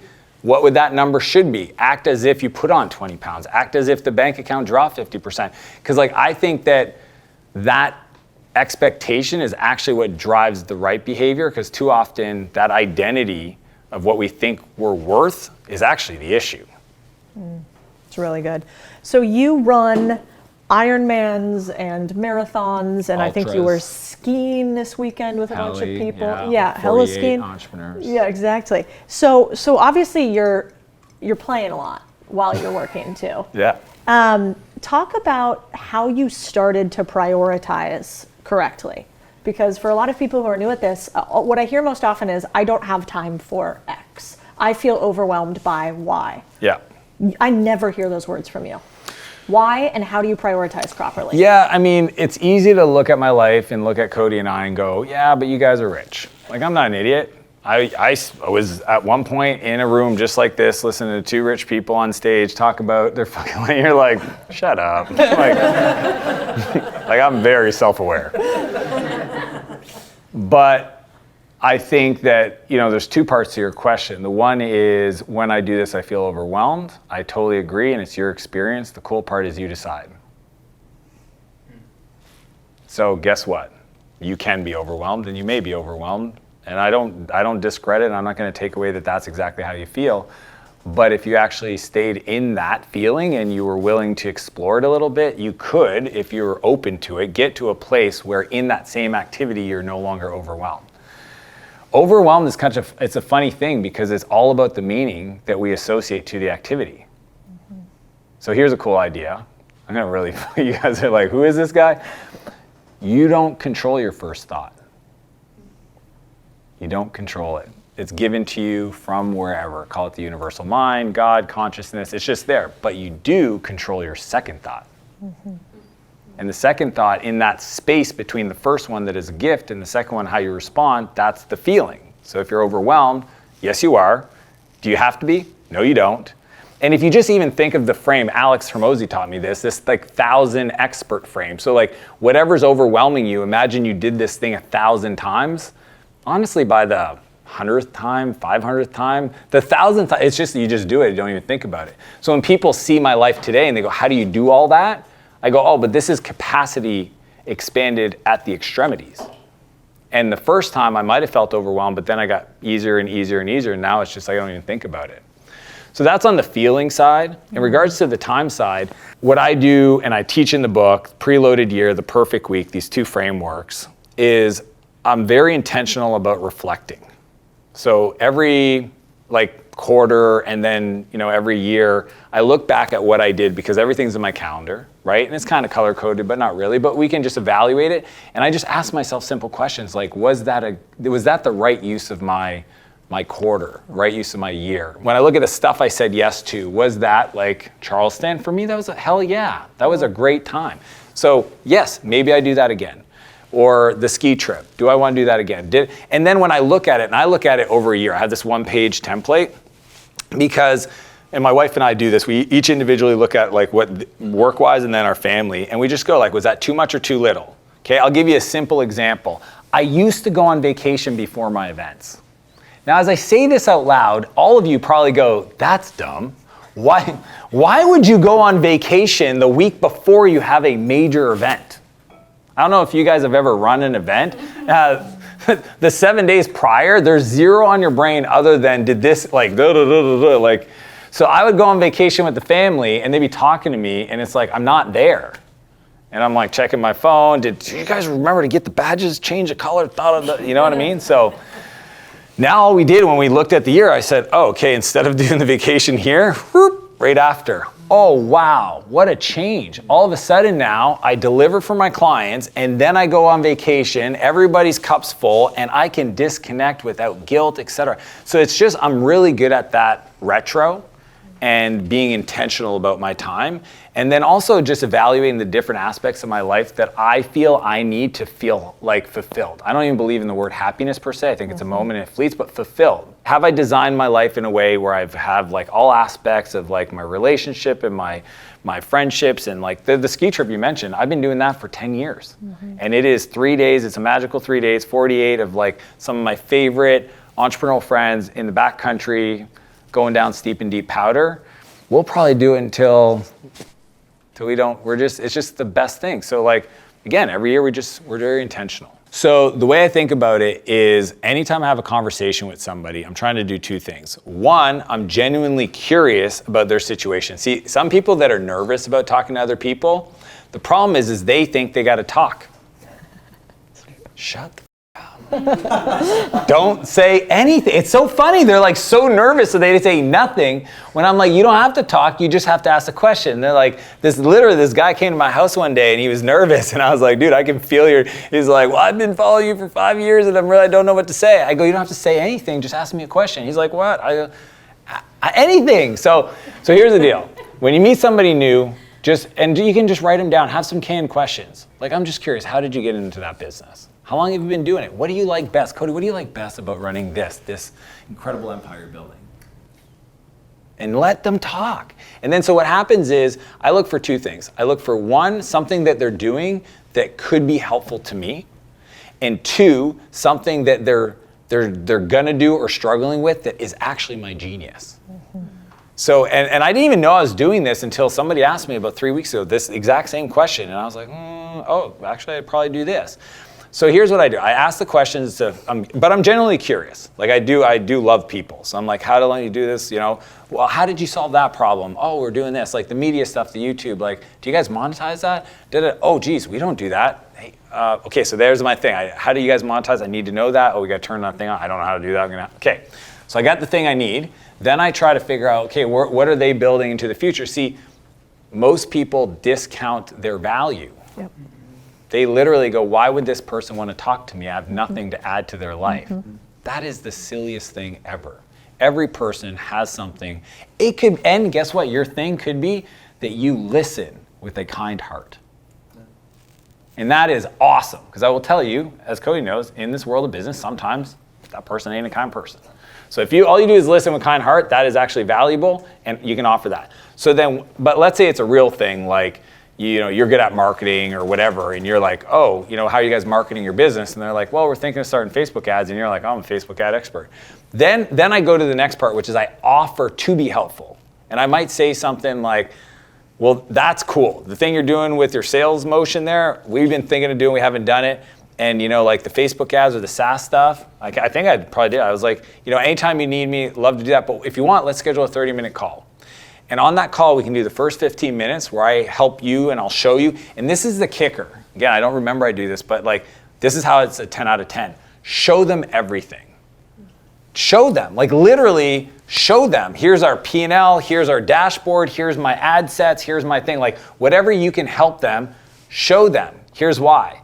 Because if you do that for them, guess what happens when it's now your turn to receive the information from them? They're going to be like, well, let me just show you our CRM. It's so funny when people are like, I could help you, and then I get on a call and they're like, what are you dealing with? And I tell them, they're like, oh, well, you could do this, this, and this. I go, no, what are you doing? Yep. Show me.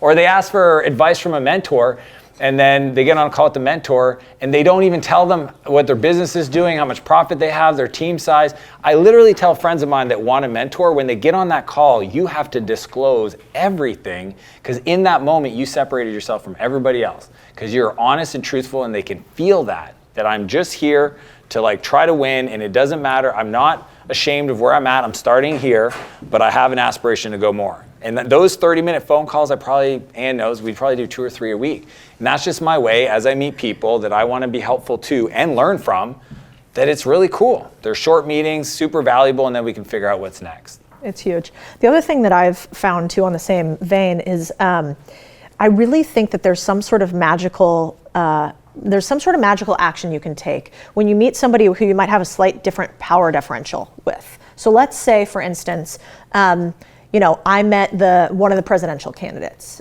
Vivek Ramaswamy, and he's a presidential candidate. Plus, I think he's worth a couple $billion. I'm neither of those things yet. And so when I met him, what's the normal thing that you do? You kind of ask some questions, you ask if they're curious, you pretend to be curious, or you are curious with the person.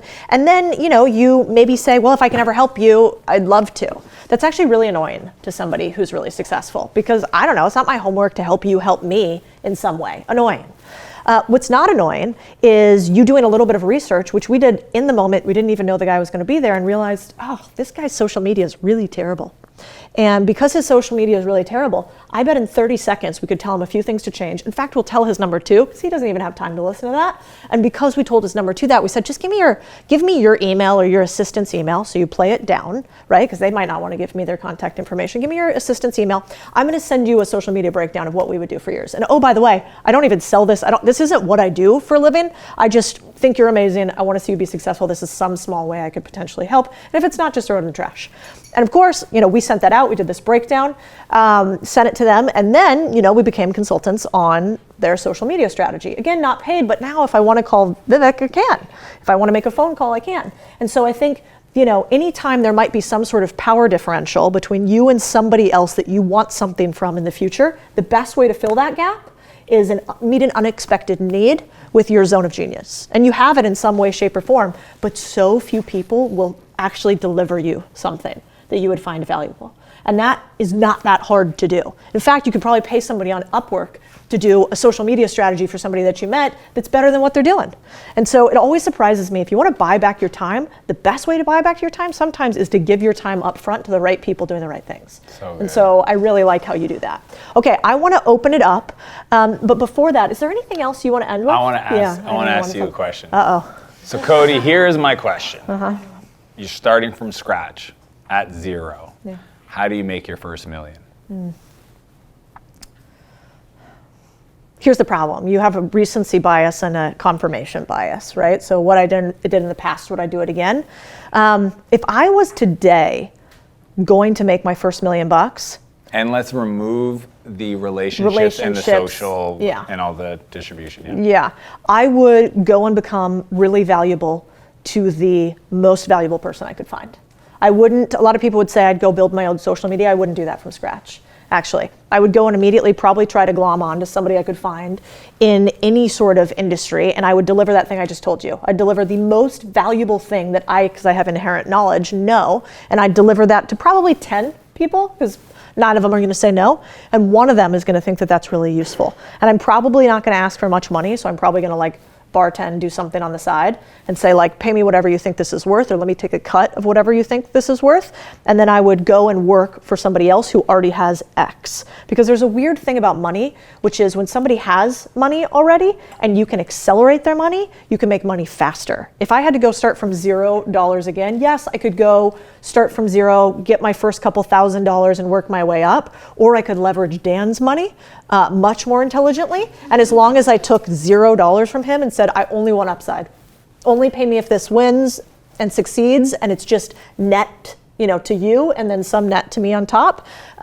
That's what I would do. And I also think it's ridiculous. Somebody else asked me this question the other day, and their answer was I would go become a YouTube star. I don't know. If you guys saw the ad revenue on YouTube, you'd be like, no, you wouldn't. And also everything's really expensive. These cameras are like $70,000, $80,000. So the best thing that you can do is get in proximity to people who already have power and figure out a way to become more valuable to them than anybody else. It is such a great answer. You have no idea how friggin' awesome that answer is. And honestly, I've asked that question to a lot of people, and nobody's given me that answer. Interesting. Yeah, but in hindsight, when I think about it, all the people in my life that are my business partners is because they did what Cody just said. When you can come to somebody and say, hey, I'm going to take nothing, I'll do all this work, I'm going to bet on me, and I'll take 10% of the upside, then they have unlimited leverage. Because I have whatever amount of capital. It's like, how many times would you give me $1 or you trade $1 for 10? It's like, how many times do you want to do that trade? So that's actually a brilliant idea. Yeah, it's true. I mean, Lloyd basically was hugely valuable in our membership and did it for nothing. And was incredible at it for 3 years, basically. And then finally, when we had this new position, I was like, wait a second, I feel like Lloyd is the perfect guy for this position, and we want to do some deals together. And so that's happened sort of again and again and again. So I totally agree. Okay, let's open it up to you guys. Who has the first question for Dan? Athena. So you talked about, getting time with people that would be, you derive some value from that conversation. But a place I find myself in very often is people asking to pick my brains, right? And also asking for things that's actually proprietary to my business. So you mentioning opening the kimono and taking time. I'm curious because I know both of you probably get these pick my brain requests all the time and asking to see how your business runs. So how do you respond to those in a way that's still warm-hearted? And or some of these people potentially could be clients. So what's the pivot there? Yeah, I mean, there's a lot of filters. I'll give you some tactical stuff. So first off, I love everybody, and if I had all the time and unlimited resources, I would spend one-on-one time with each and every one of you. But I can't, because I have kids. And anytime I say yes to something, this is a big idea. Every time you say yes to somebody else, you're saying no to your dreams and goals. Mm-hmm. And every time you say no to something, you're saying yes to what you've already decided you want to go achieve. So understand, a no is a yes and a yes is a no. So knowing that, what I do, because I do want to make myself available for anybody, and I'm one of the few people that probably do this, it's kind of nutty. Anybody can fly to where I live, and on Tuesday morning, there is a hike. It's called the Founders Hike. It's at 6:30 in the morning, and you're invited. And people fly in from all over the freaking world. There's a guy from two guys from New Zealand, Dubai. We almost killed a guy from Louisiana. It's a real hike. All right, people? I live in Canada. Like, this guy, we had to put his Apple Watch on his heart rate because I was like, if it stays above 165 for too long, I'm going to stop the hike and you'll wait for us on the way down. It's not that crazy. Like, it's just a 45-minute hike. But in that time, there's a bunch of us that do it. And I made that. And I'll tell you why I do that is I had a mentor once, and I reached out to him. And, I mean, cold email. But, local person knew my name. I had a small business. And I asked him for time, and he said, meet me in Canada. Do you guys know Tim Hortons? Anybody Canadian? All right, cool. He said, meet me at Tim Hortons, right? It's like the Dunkin' Donuts of Canada. And, but it was 7 a.m. on Sunday morning. And I was like, why does this guy want to meet at 7 a.m.? Back then, I was 23, 24. Right, 7 a.m. was early. I was like, this is weird. So anyways, I went there, suit and tie, all dressed for success, and he shows up in like normal t-shirt and stuff. But this guy was the owner of the #1 software company in our town. And at the end of it, I said, Steve, his name is Steve Palmer. I said, Steve, I'm just curious, man, why did you want to meet at 7 a.m. at Tim Hortons on a Sunday morning? Don't you have like your family and stuff? He goes, it's a filter. And if you would have barked at that, it would have been a no. And the fact that you showed up, dressed like that, by the way, crazy. I was like, oh, okay, well, I don't know. It shows me you're serious.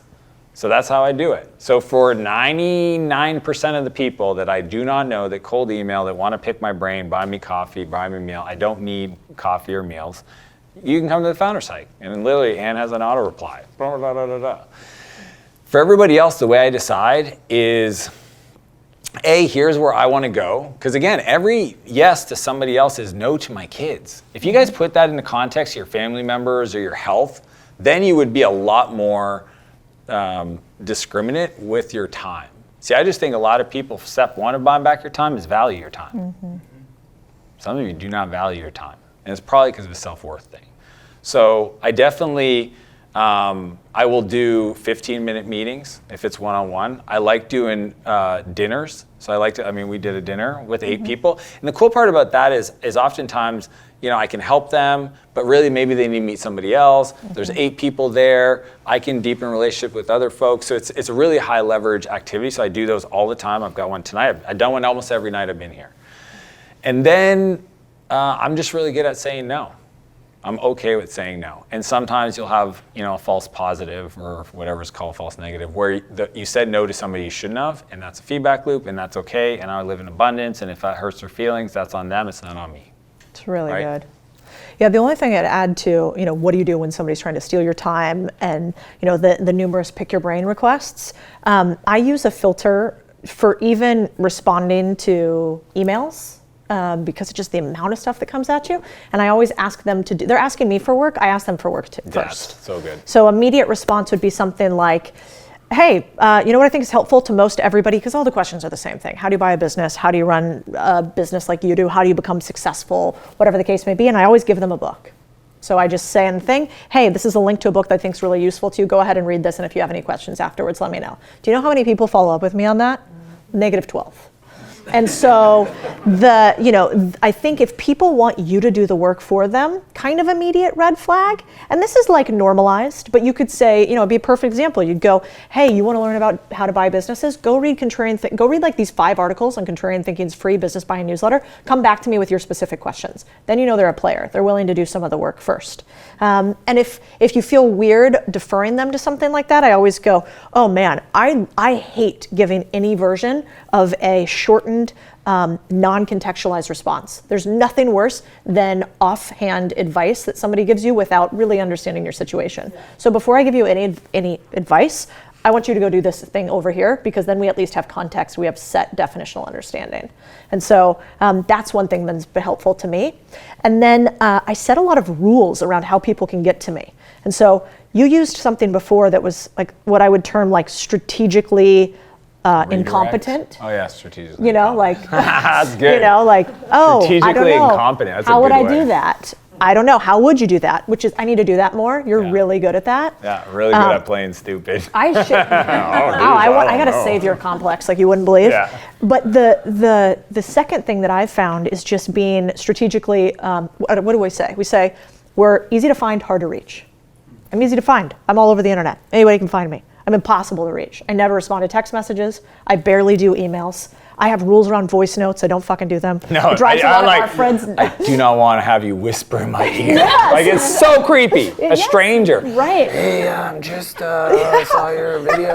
Like no. Yeah. No. Opt out. I want that Apple You are update. creepy. What about when this person could be a potential client and maybe they don't understand? Ask them what they're looking for. I mean, to Cody's point, you know, I'm always like, my response is always positive and exciting. Again, I don't do it, Ann does it, or team does it, but it's like, oh, thanks for reaching out, super appreciate it, would love to meet up. But before I do that, could you give me a bit more context? What specifically do you need? Because I'm, again, strategically incompetent. I actually might be the wrong person to chat with.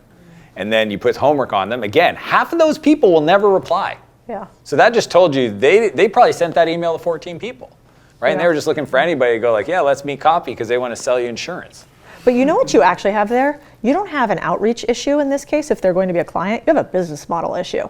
You have a business that is a service, not a productized service that you can standardize, that people actually can fall into. You have both of our least favorite types of businesses. Mm-hmm. He's the SaaS king because he wants to build once, sell continuously. Mm-hmm. And I bet his advice to you would be something like create a productized service that allows somebody to buy some component as opposed to RFP for their time, which is what you're doing when they're like, can we talk first? You're having to apply for an RFP. And that's not the type of business model you actually want to run long term. You're pretty big on productized models. I don't do custom job shop, anything. It's hard. It's so funny though, because it's the easiest business to start and it's where everybody goes to immediately. Yeah. Even, like my husband, we have a couple businesses and he'll be like, we have this huge opportunity to do an RFP for them. I'm like, nope. Shut it down. No. You either press the button and buy or you don't. Okay, let's do another question here. Yes, Robert. Can you talk about the value of failure and how getting through that enables you to buy back your time? Yeah, I mean, John Maxwell wrote a great book. Sometimes you win, sometimes you learn. And that's just the way I think about it. So I just start with the premise. Anytime I start any company, this might be a little weird for you guys, I just assume I'm wrong. What a crazy frame. If I start a new business, the first thing I believe is I am wrong. Now I'm on a journey to validate that I'm right. So my conversations, my approach are completely different. So when I fail, I actually get excited because I'm like, that doesn't work. Let's not do that again. Perfect. How fast can I move through an experiment to get to a place where I learn? And that, I would say that's actually like, when we think of like poor mindset, rich mindset, that's the difference between the people that are wealthy, is that they don't call it failure. Like, I can't remember the last time I was like, I failed. Nope, I learned. Yeah. I got to a place of experience. Yeah, I think I have the same take on that. The only thing that I might add there is, the other thing that I've noticed really successful people don't do is there's not a lot of blame. Like I've noticed on my team sometimes somebody will go, oh, well, that's my fault because I did X or Y or Z, or like I should take the blame for that. I'm like, why would we ever use that word blame? Like the only reason that you should blame yourself for something, or you should accept quote unquote fault, is if you did something on purpose repetitively. Otherwise, it's not that. It's, oh wow, this happened? We should have done this. What did we learn differently about that? I did take that part. Next time I'd like actually to do this. I hate that blame work. And I think that like lines up directly with failure. And if you start blaming yourself for failures, you really get into trouble. You used the word rich earlier, and then now you're using wealthy. Could you kind of provide some context on the difference of the two? I'm just going to tell you what I think wealthy is. I think wealthy is realizing you've already arrived at the place you're trying to get to become the person that you can be today. I like that. I'll just like leave that little nugget for you to I think love about that. what I just said. Okay, who's got another question? Can you elaborate a little bit on the manage energy, not time? Because some of the books that I read, usually they say eat the frog first. Like, you start with the most complex task, then you have the energy, and then go down to a smaller task that you can digest later. Is that something that you subscribe? It is 100% part of it. But it's also more like in the book, I have this thing called the buyback loop, which is how I have done everything I've ever done in my life. It's how I execute and grow and scale. And every year my life gets better and better and better. Bigger, but better. It just is. And if you look at the formula, like, well, of course it would have to, because one of the concepts is doing a 2-week time and energy audit. Depending on how big my life is growing this year, I might have to do it 3 times a year, once a year, twice a year. But part of that is evaluating what things in my calendar give me energy versus take my energy. Does that make sense? Yeah. So what's funny though is one of the big ideas that people have to remind themselves is something can start off as a bright green, I love this, and immediately turn into a yellow, and then a red, but you forget to reassess. So for example, I was a board member in a company, and at first it was awesome. And then it was like, oh, this is boring. Well, I don't want to be on, but I forgot to renegotiate with the people to resign from the board to create the space.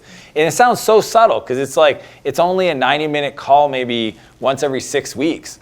It's still 90 minutes. I want my 90 minutes back, right? Or the other day I do one-on-ones with my direct reports. I don't have a lot, but I still have them.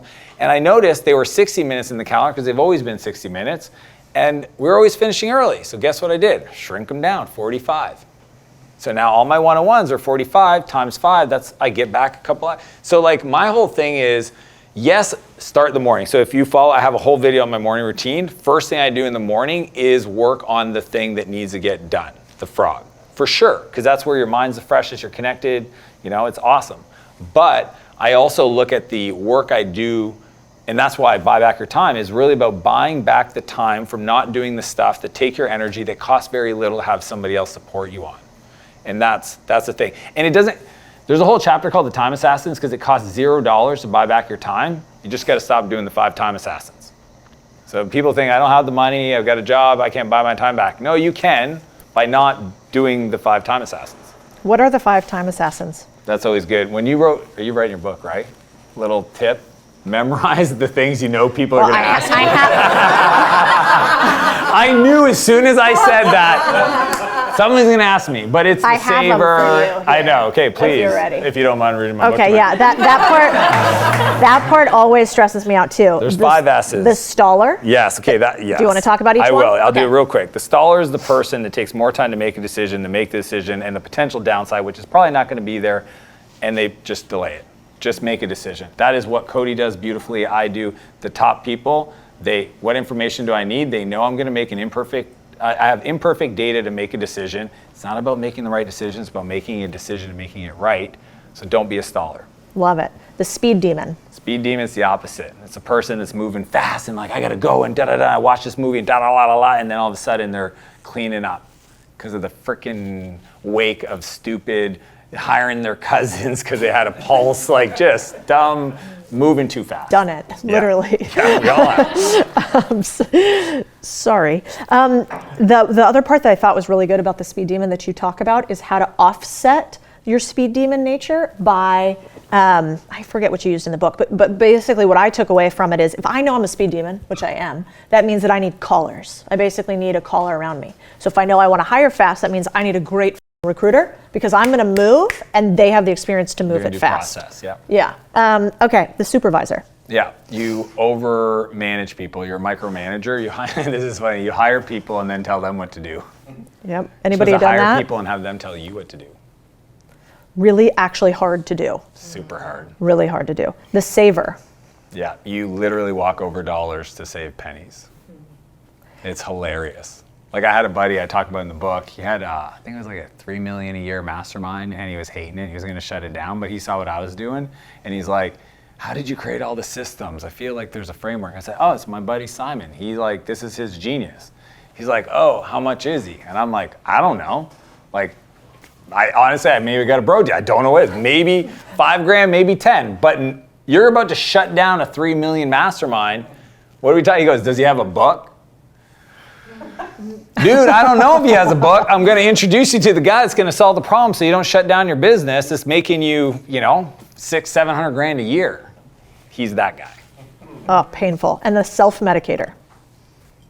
The vices. Some people, end of the year rolls around, and depending honestly, if it's a good year, they drink to celebrate, and if it's a bad year, they drink to numb it, right? I used to be that person. I quit drinking 12 years ago, but I've always had that issue, and it's not even about alcohol or drugs or video games, or it's, you just got to check in with yourself. So somebody asked me one time, they're like, how do I know what I need to stop doing, right? Because it's not what I'm doing that I'm winning, it's what I don't do. Like, that's the biggest idea we should all consider. When people stop me and they see me drive my fancy car and they go, what do you do? I'm like, it's what I don't do, dude, right? I don't go to the buffet and try to get my money's worth. I don't go gambling. I don't fucking vape. I don't do a ton of stuff that I know you do. So figure that out. One other thing that both you and maybe the most successful people that I know overall, it's the name of your book, but literally where to buy back your time. So for instance, every time I go and meet with one of my mentors, Bill Perkins, he says to me, he asked me if I put my own gas in my own car, which originally I thought, God, that's so pretentious. I can't even fill up my own car. Like, what kind of asshole doesn't do that? And then he explained to me what my time is worth in order for me to go fill up my own car every single time. And so each time he'll come up with something new. He'll be like, did you schedule your own doctor's appointments? Have you been doing landscaping? And the mission is basically just, you are basically a representation of the tasks you do every single day. And so if the tasks that you do every single day are low level, what are you? You're actually kind of low level. And you can't level up unless you change your tasks. What odd things do you do? Like, the weirder the better to buy back your time. That I do or buy back? I'll give you my new test. This is like, because I have a lot of friends that are like, I have an assistant. I'm like, Ann and I have been playing this game of like, she's going to do a video of all the assistants' evaluation because she deals with them all. And some of them are like, they're like, did they talk to each other? It's like, because she's trying to coordinate stuff and some people are dialed in, some people are not. So what are the weird things that I do to buy back my time? Here's one, this is the test, is do you pack your own bags for your travel? I know, that'll be like the final boss in the levels, right? Like, I know, could you imagine how crazy that would be to just pick up a bag and go straight to the airport and trust that your passport's there if you're going international, that everything you need and all your pills and everything? It's like, do you do that now? I don't pack my bags. Ann? No, Ann doesn't do it. Betty does it, but she reports to Ann. That's incredible. Okay. Yeah, so I do a lot of stuff. So yeah, I don't wash my car, put gas in my car. No. The weirder stuff, I have this thing about a certain type of gum in these toothpicks that I like to keep my teeth clean, and they're always in the right places, in my car, in my office, everywhere. We have this cool thing, like all the repurchasing in every home, all the stuff, there's like a little spot that we put stuff if it's almost finished, and you just put it there. It's like a magic little square. I know, men, you guys are gonna love this. Too. It's magic little square. Guess what happens when you put something back? It gets reordered. More shows up. It is awesome. So I do a lot of stuff. I don't shop, right? I have a shopper and she just sends me a bunch of stuff. I put it on, I create 2 piles, I walk away, and all of a sudden I get the right stuff. It's kind of awesome. The way I think about it for me, I only do 2 things. I create in my unique genius, or I hug and I hang out with people I love. Think about it. That's literally all I do. That's all I want to do. The part, and one of the reasons why I want to hit on this is because the world is crazy. And if we were to post this segment on either of our Instagrams, what would happen? Massive shame. Yeah. You know, rich tats the rich, right? Yeah. Like, that's the world we live in. And here's the problem with that. This is why we have to have rooms like this. Because guess how the wealthy get wealthier?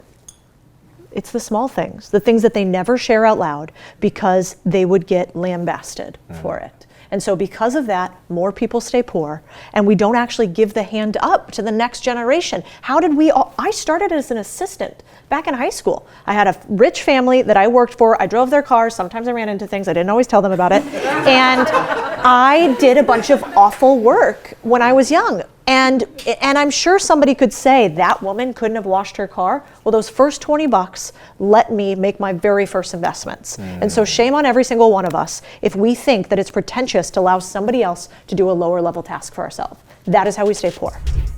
Number 7 is my video on the 10 books that will make you rich from the 1,800 that I've read. A long time ago, I got myself in trouble, ended up in rehab, and somebody wrote a book on Java programming, and I found that book.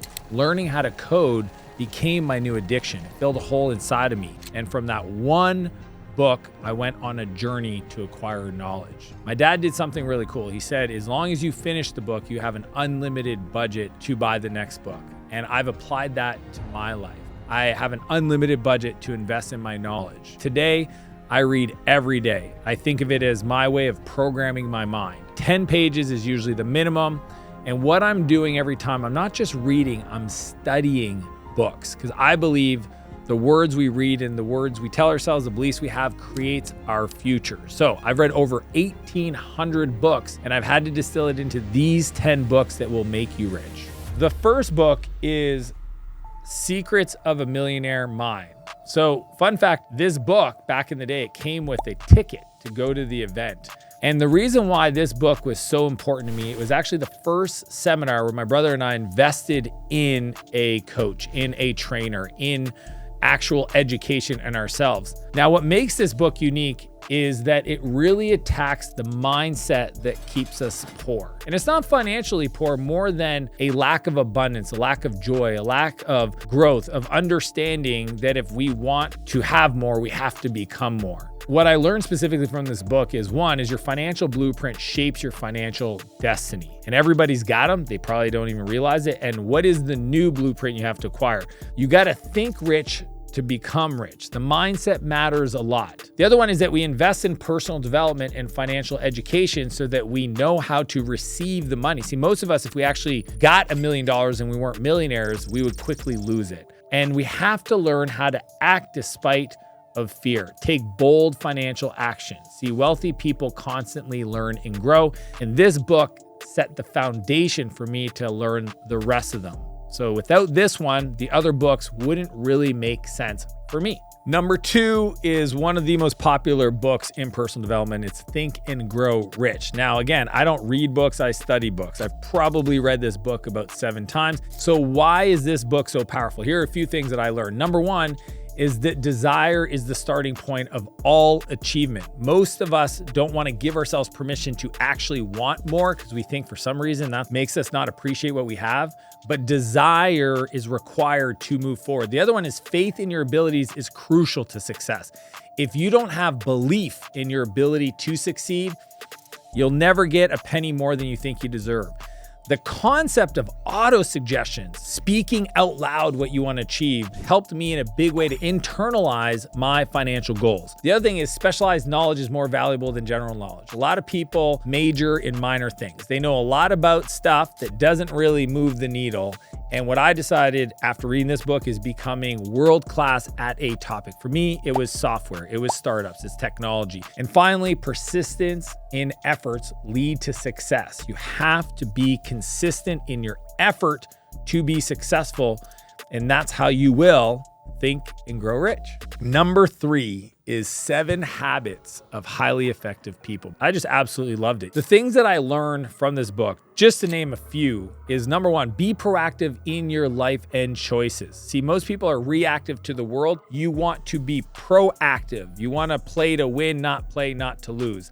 Huge idea. The other thing is begin with a clear end goal in mind. It is probably something I say every day. I'm always saying, okay, at the end of the day, what does this look like if it's a 10 out of 10? I first really understood that concept in this book. The other one is put first things first, prioritize important tasks. And it sounds so simple, but too often people don't prioritize the important tasks first. The other one is think win-win for mutually beneficial solutions.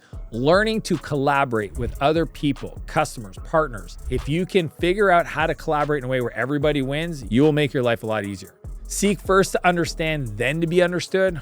This one saved me so many times where I was immediately like hot-headed and like, what went wrong and why is this person doing this? Versus now that I understood this concept, I go into a meeting and I go, hey, can you help me understand this, this, and this? That's the concept of understanding before you're understood. And those are just a small handful. If you have not read this, I can't recommend it enough. Number 4 is Dale Carnegie, How to Win Friends and Influence People. Not only did it sell 30 million copies, but this book has shaped me and how I interact with other people. Number 1 is to show genuine interest in other people. People don't care what you know until they know that you care. The other big idea is remember and use people's names often. Their favorite word is their name.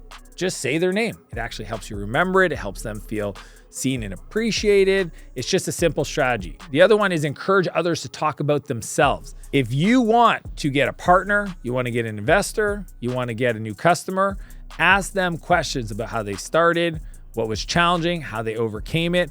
Be genuinely curious in others, and trust me, they will lean into what you've got going on. The other big idea is be a good listener and encourage others to talk about their interests. I'm very curious. If you meet with me, I'm gonna ask you way more questions than I talk. And the reason why is I already know what I know. Think about that. I have nothing to learn about me. I already know what I know. So why am I talking? When I get together with other folks, especially if they've gotten to a place that inspire me, I'm Mr. Curious. I'm Mr. Asker. And it turns out a lot of the billionaires that I've had the pleasure of meeting, they're the same way. They're always curious and genuinely interested in things that are going on around them. And finally, make other people feel important and do it sincerely. My favorite way to do this is to just find some aspect of their presence, their being, their kindness, and just give them a compliment. Just let people know, hey, I just want you to know that thing you just did, it's really impressive. So what's funny about this is that many people feel that they want to say something, but they're scared that it's going to come off wrong. And I'm going to encourage you to just lean in. If you feel something, you see somebody do something awesome, listen to the words in this book. Make sure other people feel important and do it in a sincere way. And that's how you'll win friends and influence people. Number 5 is an awesome book on sales. Nothing happens until somebody makes a sale. This book by Neil Rackman is awesome. It taught me so many things about sales. I used to be more of an introverted person. I like software and writing code because I didn't want to talk to anybody. Turns out that everything in life is sales. So it doesn't matter what you do in your life, you need to learn the concepts in this book. The first one that stands out that I remember is successful selling is about asking the right questions. See, people think salespeople, they just talk a lot and they pressure people. The truth is the best of the best lean back, ask questions to help guide the decisions of the buyer and make it their idea. That was a big idea. The other one is understand the customer situation. That's actually what SPIN stands for. Situation, problem, implication, and need payoff. If you understand those 4 things, that's where the opportunity to enroll them, to sell them, to invite them, to consider working with you all come from. The other one is focus on problem solving, not just product features. See, the features unlock the benefits. They don't care how they get there, the tool, the vehicle, etc. They want the benefit that it's going to unlock. So you got to make sure you understand how to speak towards solving their problem, not just the features of your product. And finally, you have to tailor your sales approach to each customer. For every interaction, every customer, know that you have to be in there with them. You have to customize your conversation to meet their needs. And if you do that, you're executing on the SPIN selling process. Number 6 is, for many people, a bit of a controversial book, 48 Laws of Power by Robert Greene. Now, I'll tell you why this book matters to me. Is you need to understand how the world is, not how you hope it would be, so that you can understand the powers, the forces that may be playing against you in business. So a lot of things I've learned from this book. Number 1 is power requires careful strategy and planning. So if you want to win in this world, you can't be loosey-goosey. You have to have careful strategy and planning. The other one is learn to be subtle and indirect in your influence. See, a lot of people that are too braggadocious, too over their skis in their personality, they actually don't have a lot of influence. They might have a lot of notoriety. A lot of people might know who they are, but they don't actually influence people to take action. The other one is reputation is incredibly important. Protect it. My philosophy is reach and reputation. To the degree that my reputation is positive and people that interact with me say good things, and then also there's reach for that, that is actually the unlock for any one of your dreams and goals. The other big idea is use absence to increase respect and honor. So sometimes creating space actually allows people to see you through a different lens. For a lot of the entrepreneurs out there, you're too involved in every freaking meeting and decision. You got to learn to let go and use space and absence to make that happen. And most importantly, master the art of timing in your actions. What I say is sequencing equals success. So understanding the right sequence, like a recipe, not the ingredients, will allow you to be successful. So you have to master that if you want to build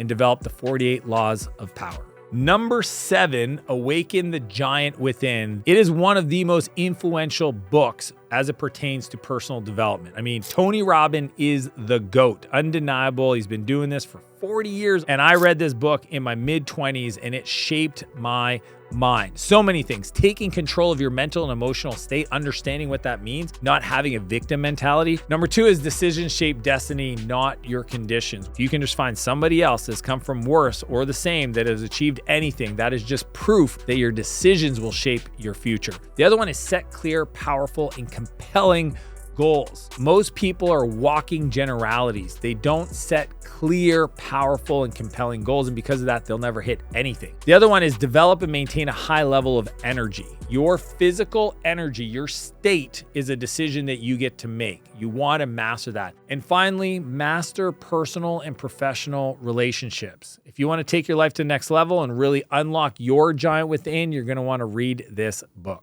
Number 8 is Getting Things Done by David Allen. This one for me is a game changer, and I'll tell you why. It teaches you to organize your tasks and your thoughts neatly. See, most people are overwhelmed easily because they have a lot of things in their mind that they're trying to keep track of, and the truth is your brain was not designed to do that. You want to take everything in your mind, put it out in front of you so that you can work with it. This book teaches you how to do that. The other thing is you want to do one thing at a time and focus. See, most people think that we can multitask, and the truth is we're not good at it at all. So you want to do one thing and focus on it. The other is make a list and keep track easily. So have a tool for writing things down. Have a list and track where are you at in that list. What do you have to remember? Always have a book nearby. Every night when I go to bed, I have my journal sitting there. If I'm having a hard time sleeping, I'm writing things down. And because of that, I've always had incredible sleep scores on my Aura. And finally, you want to take action steps step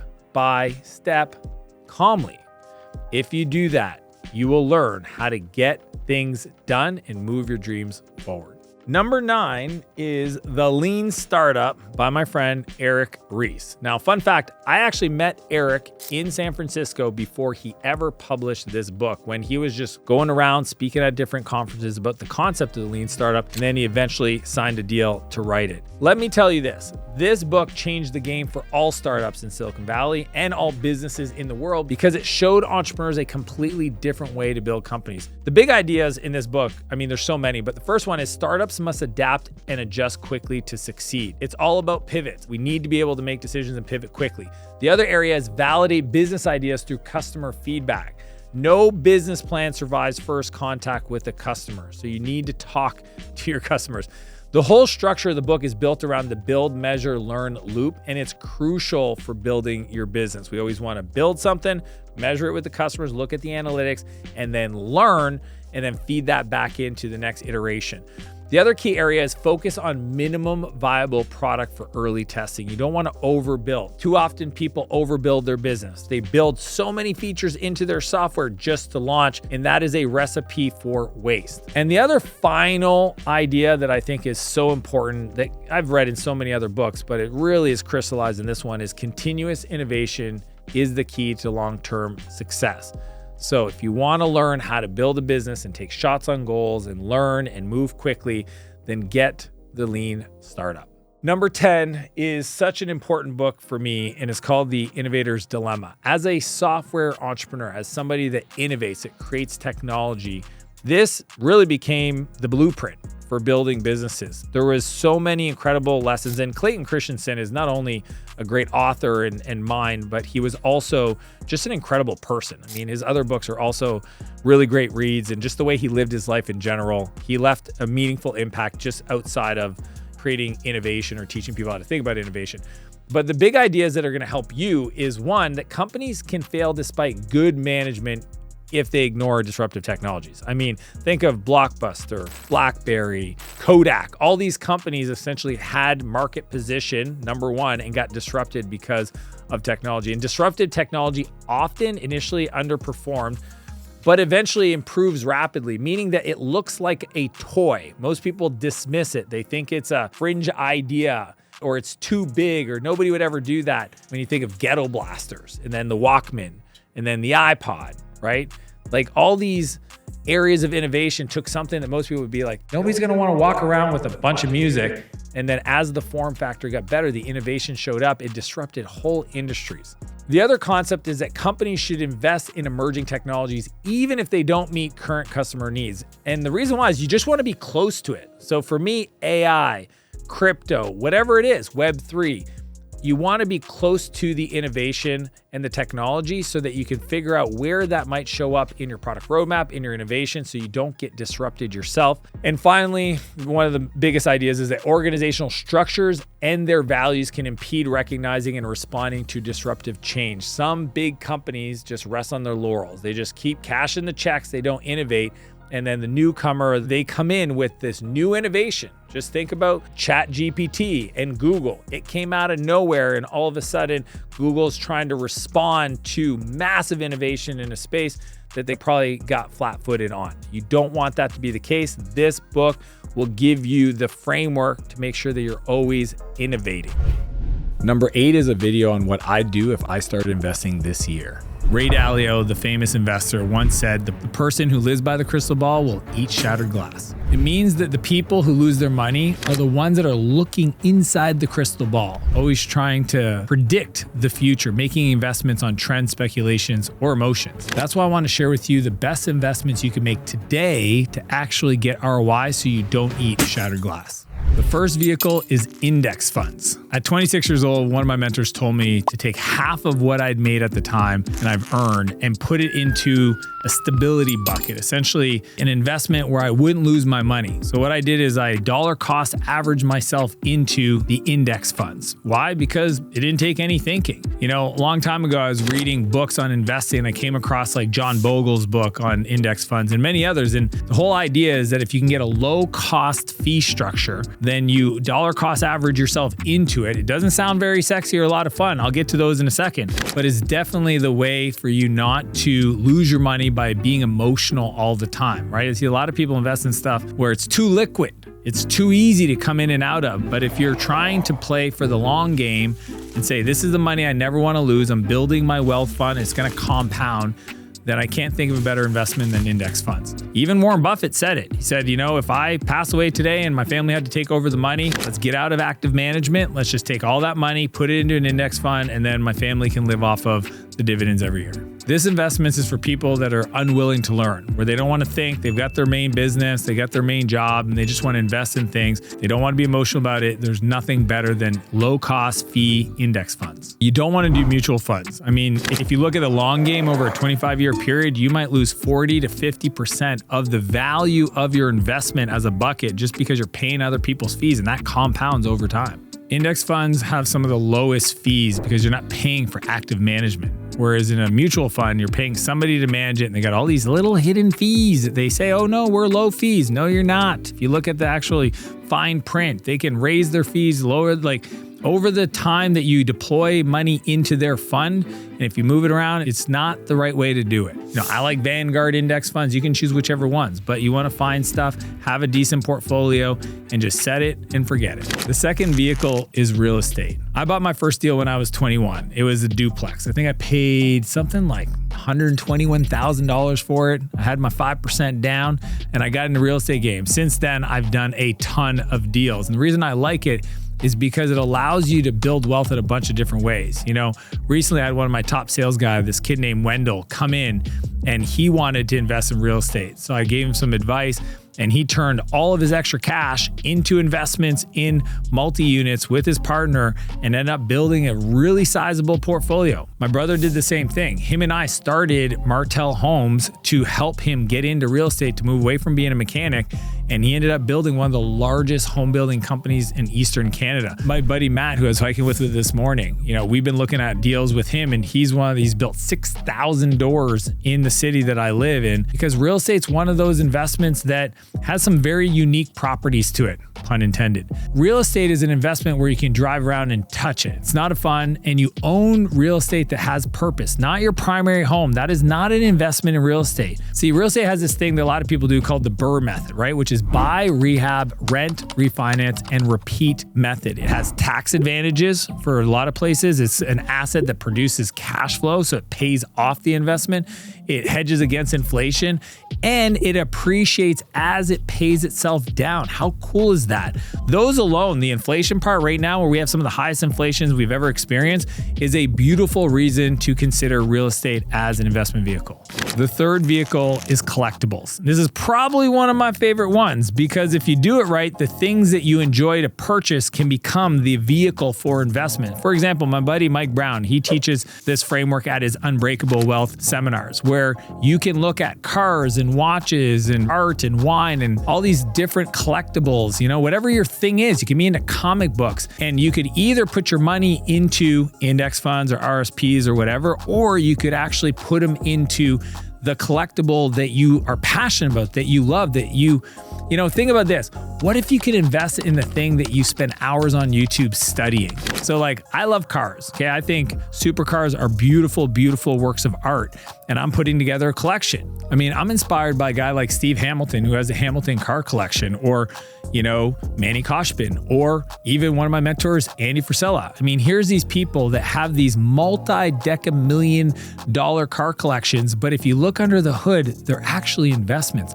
They're not buying cars that are going to go down and depreciate. They know that purchasing these rare editions of these collectibles is actually not only going to hold the money, but it's going to go up over time. Now, it does require you to put the time and energy to study it, but you don't make money when you sell. You make money when you buy. You have to be patient. You have to look for unique opportunities. So you have to have access to inventory in deals to make this work, but it could be one of the funnest things you could do with your money. What you don't do is go buy a brand new car or a brand new watch off the lot. You need to do the work. You need to find somebody, ideally a mentor that's already made money doing this, and ask them how they've done it. What are the auctions they go to? What are the unlisted websites? Who are the brokers? Who are the other people that have private collections that might be looking to liquidate some of those assets? You want to get somebody who's already doing it, that doesn't have more time or the ability to invest more, and you could be the person that gets some of their release valve of collectibles that you could buy and start building up your collection. So the money could either be in the bank in an investment, or it could be in a beautiful object that you get to look at and enjoy on a daily basis. It's up to you. The fourth vehicle is intellectual property. It's taking everything in your mind and putting it into a format that people can purchase, right? Like a book, a media company, licensing models, coaching other people, consulting. Those frameworks become incredibly valuable if you learn how to put them together in a way that other people can purchase. There are now a ton of YouTubers, from Justin Welsh, Ali Abdaal, Dan Coe, all these people that are making millions of dollars online by learning, getting really great at something, creating a course, intellectual property, and then using the media side to get distribution so that they can sell people that want to learn that on their product. It is a huge opportunity to get leverage, and the coolest part about the whole process is that the better you get at it, the better you get in life. Most people don't package their intellectual property in a way that other people can buy or consume. I know a lot of people that know a lot about stuff. I got a buddy, he knows more about more than anybody else I know, but he's never put it down in a way that somebody could purchase to learn from. So he's just the most interesting man in the room, but never makes any money from that because he hasn't translated that into intellectual property. The fifth vehicle is in yourself. The reality of it is the best investment you could ever make is in your skill sets, in becoming more valuable to the market. You know, I bought my first book when I was 23, and that was kind of late. Then I went to my first seminar and I invested $38,000 in an expert over a 3-year period to teach me everything he had learned about building businesses. At this point in my life, I've invested probably 1.5 million plus in myself, in my coaching, in my skill sets, in my ability to shoot videos just like this. I've paid consultants $30,000 for 1 hour of their time because they've spent their whole life learning something that they could teach me, and that investment in myself and knowledge I can translate into different businesses that I own so that I can grow faster. So the best way to invest in yourself is, first off, invest in your energy. Get around other people that are going to keep you positive, not worrying about things and focusing on the possibility of the future. Then try to figure out where you want to get better at in your life and go buy some books. Study the top 3 to 5 books in any category of information you want to learn. Like if you want to become great at sales, go get the top 3 or 5 books in sales. If you want to be good at marketing, top 3 to 5 books in marketing. Then try to invest in, if you got a little bit more money, go to the events. Go get around people that are also passionate about that thing. See, most people get it wrong when they just like learn stuff just for someday maybe. I call it just in case learning versus just in time. See, you want to study the thing that's going to have the biggest impact on your life today. People that go learn and then just put it to the side, I call that shelf help. Right? They're trying to learn the latest craze, but they don't even have a vehicle to translate the know-how into anything that's going to make them money, right? Focus on what's true, not new, the fundamentals, the foundation, not the whiz-bang wizardry of the current world, but like these core principles about being a better person, working on your health, and really understanding business fundamentals. Investing in yourself allows you to bring you with you in every opportunity for the rest of your life. Those are the best investments you can make today. And finally, number 9 is the only video you need to get rich this year. You have 2 people, poor person $1 million, wealthy person $1 million. Poor people get money and they start calculating the new furniture they could buy, the trips they can go on, the new car they could lease. They essentially spent the $1 million before it's even finished the wire transfer. The wealthy person doesn't rush to do anything with the money and starts considering, based on their allocation in their portfolio, where can I get the best return that makes the most sense for the long term. Poor people use money to consume. Wealthy people use money to create more money. Why do you think most people are broke?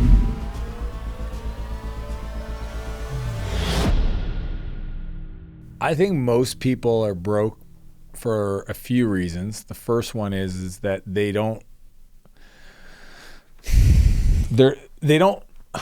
realize that they're responsible 100% for their life. Like 100%. They're accountable. Like there's nobody coming to save you. There's nobody that's going to do it for you. There's no moment where somebody passes away and leaves you a bunch of money. There's no lottery tickets. There's no going to the casino and winning. There's literally you saying, if I don't make this better, it will not get better. That needs to happen. Second part is they're broke because they don't realize that the world will compensate you based on the value you bring to the world. So if you're upset with what you're making income-wise, or you feel like people are taking advantage of you, you have to ask yourself, what could you do to become more valuable? What are the skills you have to acquire? How do you add those skills? Like that, to me, those 2 things, if you can be 100% accountable for your situation and develop yourself to become more valuable for other people. And then I would say the third thing is to know your worth.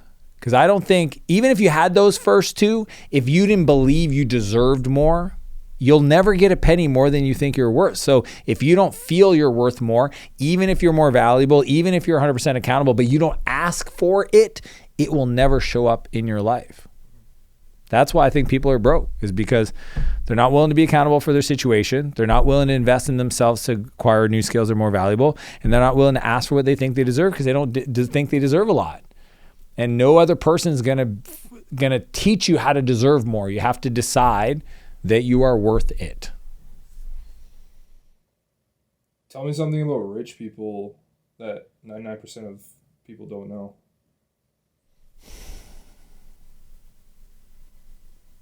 That rich people are harder on themselves than anybody else will ever be on them.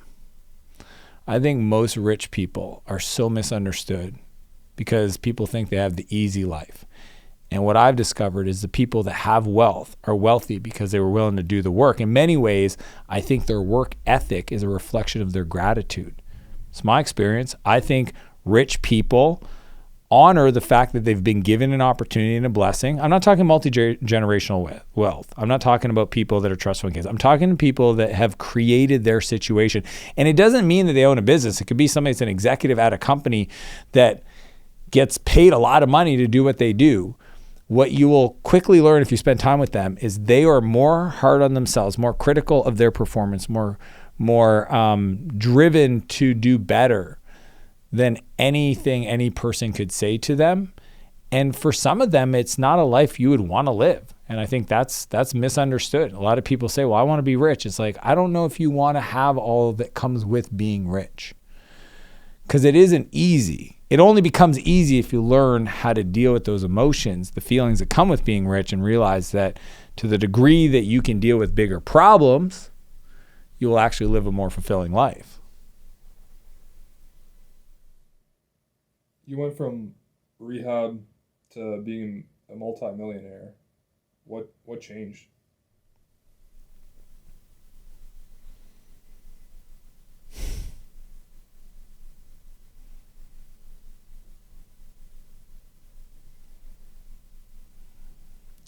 What changed? Rehab to multimillionaire. Kind of everything. Like everything had to change. My whole worldview. When I go back 25 years coming out of this place Portage that literally saved my life after spending 11 months there trying to learn about myself and what made me tick.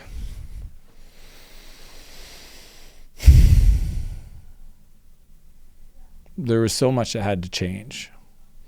I would say the thing that is universal though, for me, for sure, is that I believed I could do it, but that belief came from other people.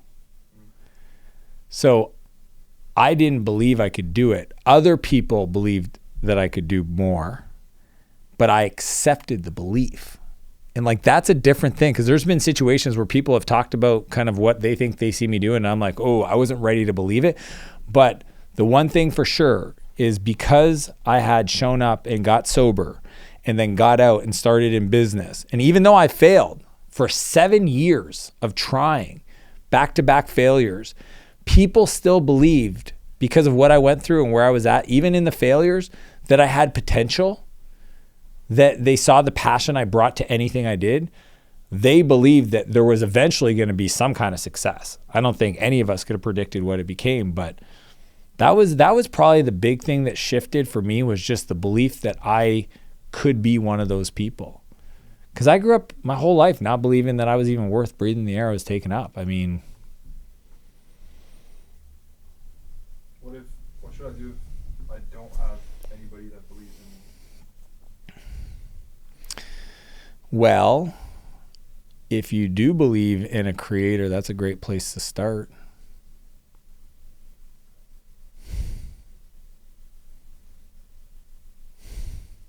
That's just the truth, man. Can you expand on that? I've just got so much gratitude. When I look at like what I went through and what life I get to live today, and just like, there's no other way any of this happened without him.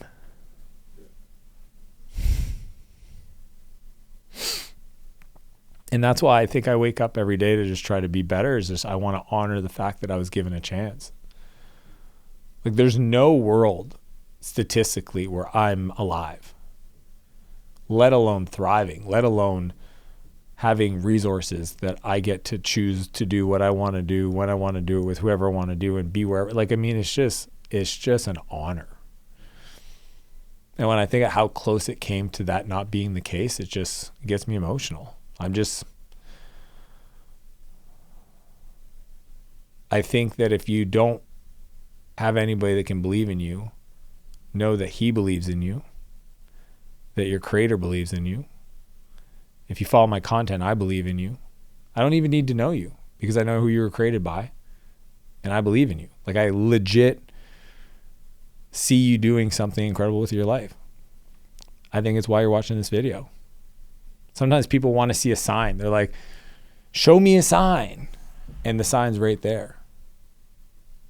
The sign could be this conversation. It literally is not, it doesn't have to be a big grand gesture. It can be a moment with a person, a video, an audio, something you hear or see or you read, and you're like, oh, I've been asking for this, and it's right there. I think I've had hundreds of those show up in my life. Sometimes I wasn't paying attention. Sometimes I was.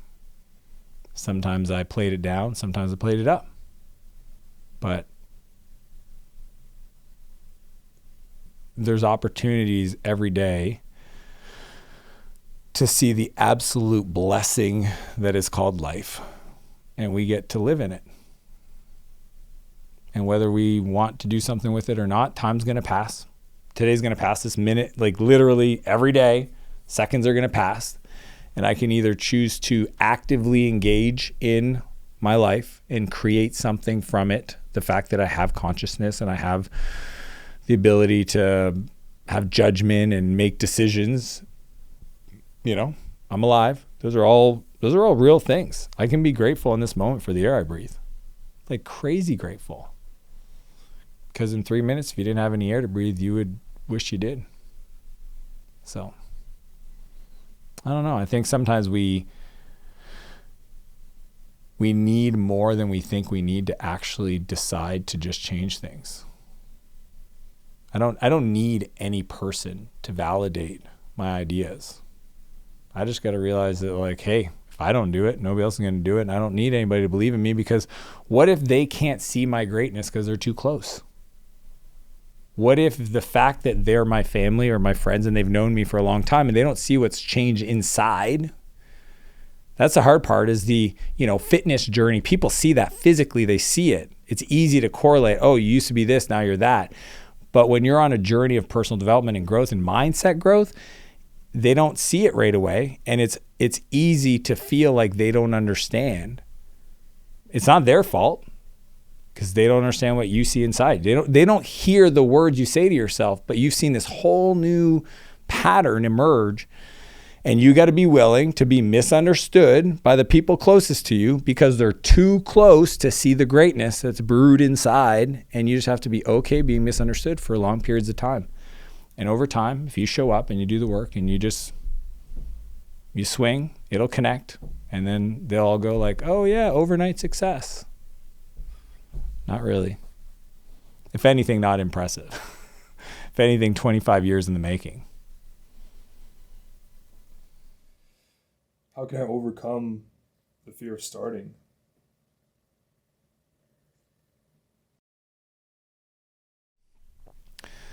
For me, the way I always overcome the fear of starting anything is realize, one, the people that I care about their opinion are more worried about their own life than my life, right? Everybody's living in this movie called Me Movie or Me Inc. And they're like worrying about what everybody else thinks of them.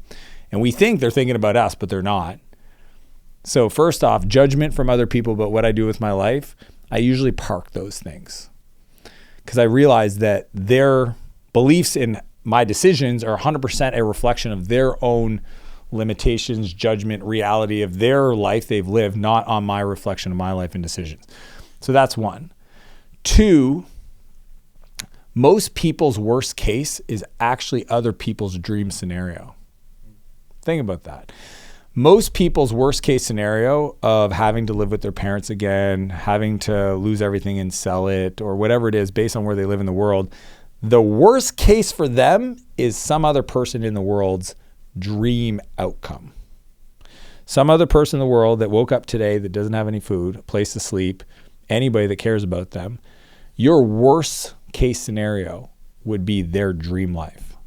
Put that into perspective. So like starting or trying is kind of silly if you take that into consideration. And then the other thing is, tomorrow is definitely not guaranteed. But I don't even look at it that way. I think about it in 5-year increments. Like if I only had 5 years to live, 5 years to breathe, 5 years to expand and grow and create and spend time with people, what would I want to do over those next 5 years? People should get really familiar with the concept that their life is very impermanent. It's here and gone. 5 years is enough time to do something meaningful without being wasteful, right? Like I don't think people should pretend like, I only got a week to live and go stay on a beach. No. 5 years is like, hey, I want to leave an impact. I want to serve. I want to create. I want to help other people. How could I do that? And I just think that getting comfortable with the fact that you're going to die is a beautiful way to prioritize decisions. And if you have any inclination, here's the crazy part. I don't believe God puts ideas on your heart that he doesn't think you can pull off.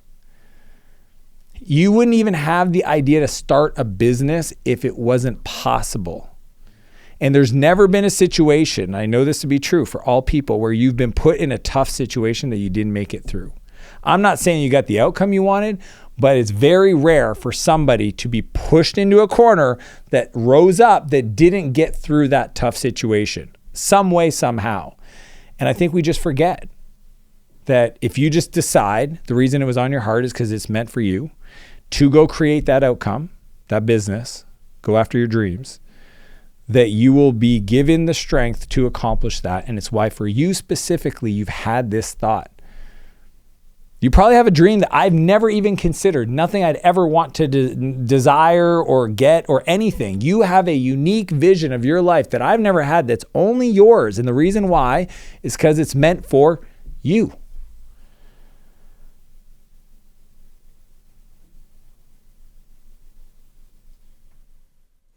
I'm setting goals and dreams, but I'm not achieving any of them. What should I do?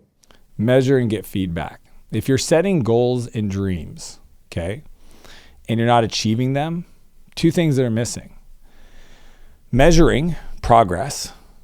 Where are you at now? Where do you want to be?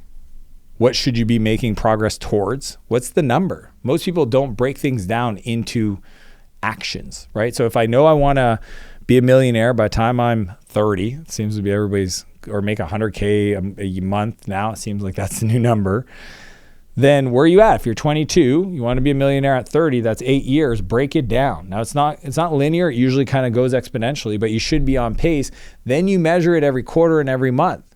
So now we have a measurement timeline, but then we got to back it up by like what kind of activities or decisions would create the scenario for that to be true. Obviously, if you want to start a business or you want to get into a structure in your current company where you can get paid based on performance, those are all things that could, you could save your way to that. You can invest your way to that. Definitely invest over save. But then you have a measurement.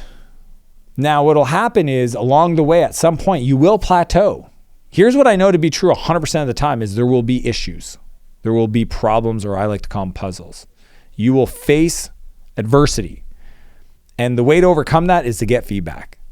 It's to find people that have built the $1 million a year business or more and ask them for feedback to analyze your strategy. And those people typically will come in, look at it, and within seconds go, oh, change this, tweak that, start this, stop that. And all of a sudden, the momentum builds back up. There's no person I know that if they're honest with themselves, measured their progress along the way, and if at any point they felt like they hit a wall, went and sought advice or feedback from people that have been there before, and took that feedback and changed and tweaked their strategy, I don't know anybody who hasn't been successful. But a lot of people just lie to themselves along that journey. And they'll say, oh, it's not for me, or it's hard, or it's not working. Well, it's not working because you don't want it to work, because you're not giving feedback. You're not seeking out, well, this is uncomfortable. Yeah, I know. That's the work that has to be done. Anything that's easy, that's immediately that's not the right thing. It's supposed to be hard. You're supposed to deal with adversity. That will make you better. Steel sharpens steel. And through that journey is how you actually become successful. What's the number one trait in successful people that you've observed through the years? Number one trait?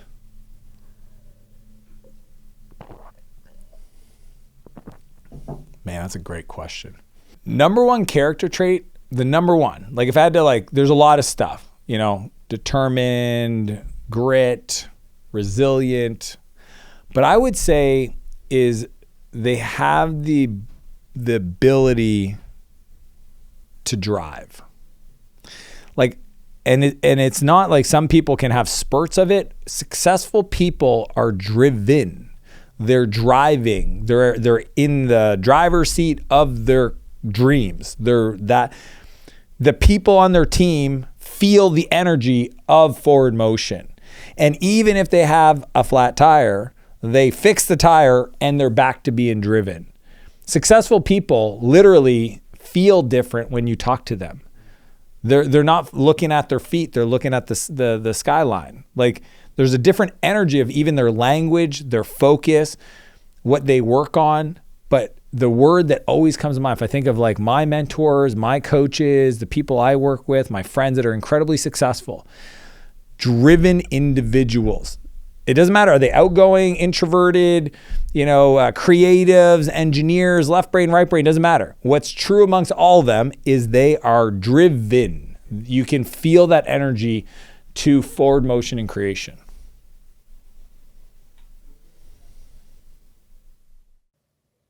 What makes someone successful, in your opinion?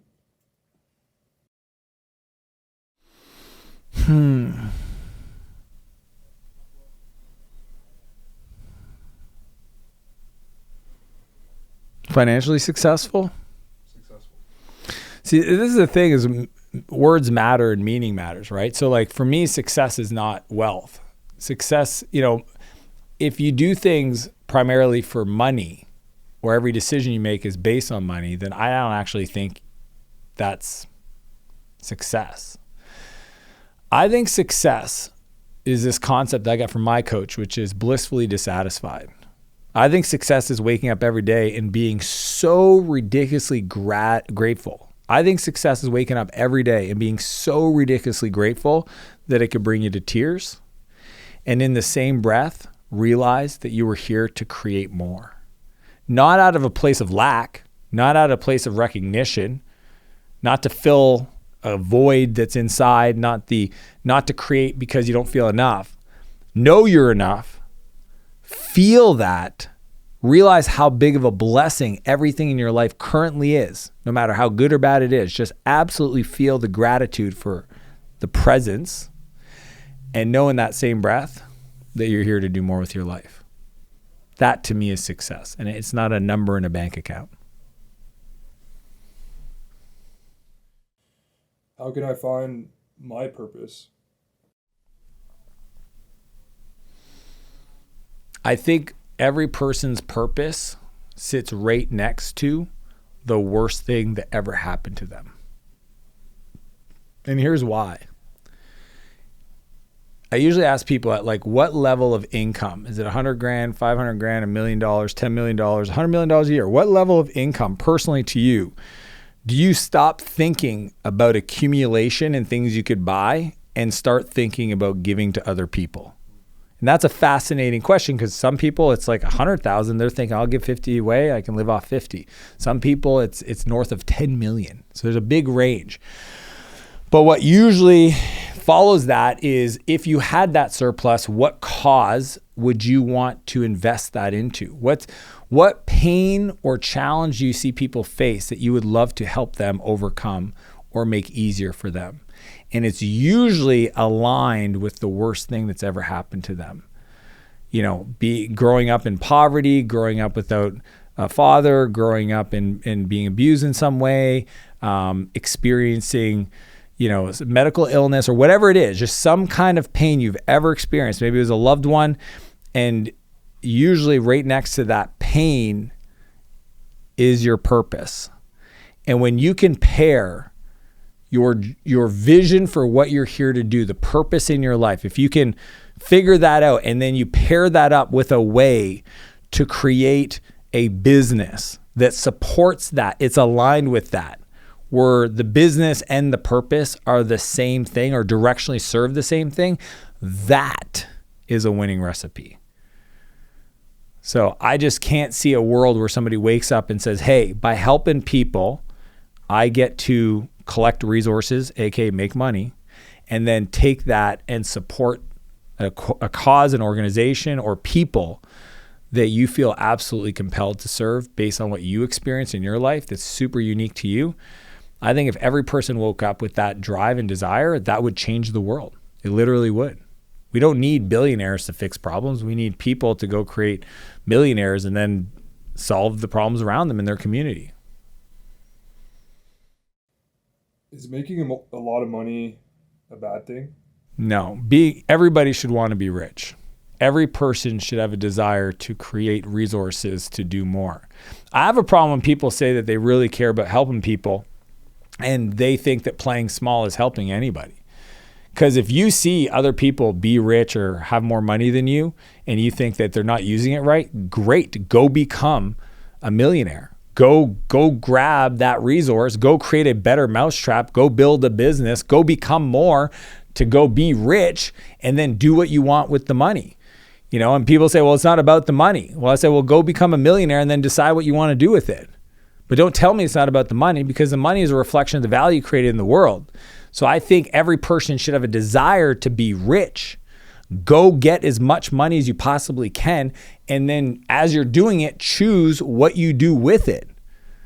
And I think that is just a beautiful way to wake up every day. It's not about, saying, well, rich is bad. There's nothing wrong with creating resources.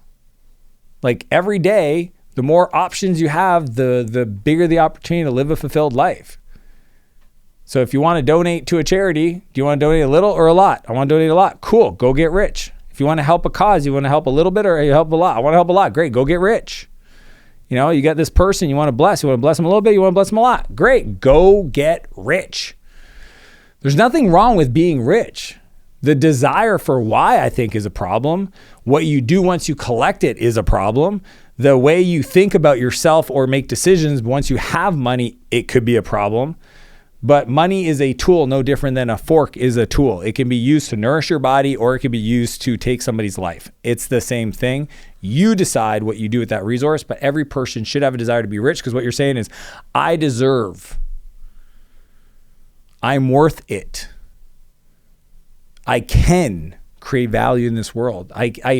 I'm capable of growing my skills, growing my beliefs, growing my character traits to become the person that I was created to become. Your 10.0 version, your best version. If you took all the best moments in your life where you stepped up powerfully and you're creative and you're resourceful and you're kind and you're gracious, all those things, if you took the best moments of your life, put them all together, if you actually live like that, all 18 hours you're awake or whatever amount of time you're awake, can you imagine that person? That's it. So when I say rich, I just say best version of yourself. You should want that.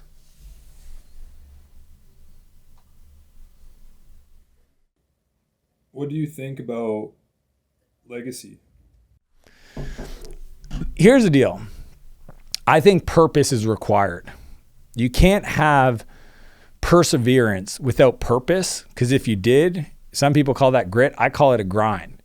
If you want to see somebody's soul just get deteriorated, have them work on something and not know why. And I think that's what happens with a lot of people. They feel fatigued. They feel like burnt out. And it's like, I've never been burnt out doing something I love for a purpose that's way bigger than me. What was the question again? What do you think about legacy? So the challenge is that I believe that focusing on other people is a good thing. I think using language around legacy can sometimes be another part of the ego playing tricks on you to do things for long term so you don't enjoy the short term. So a lot of people make sacrifices for legacy, for their family, for multi-generational wealth, whatever it is. They sacrifice in the short term, and I find that as a cop-out instead of just saying, hey, can I be present now?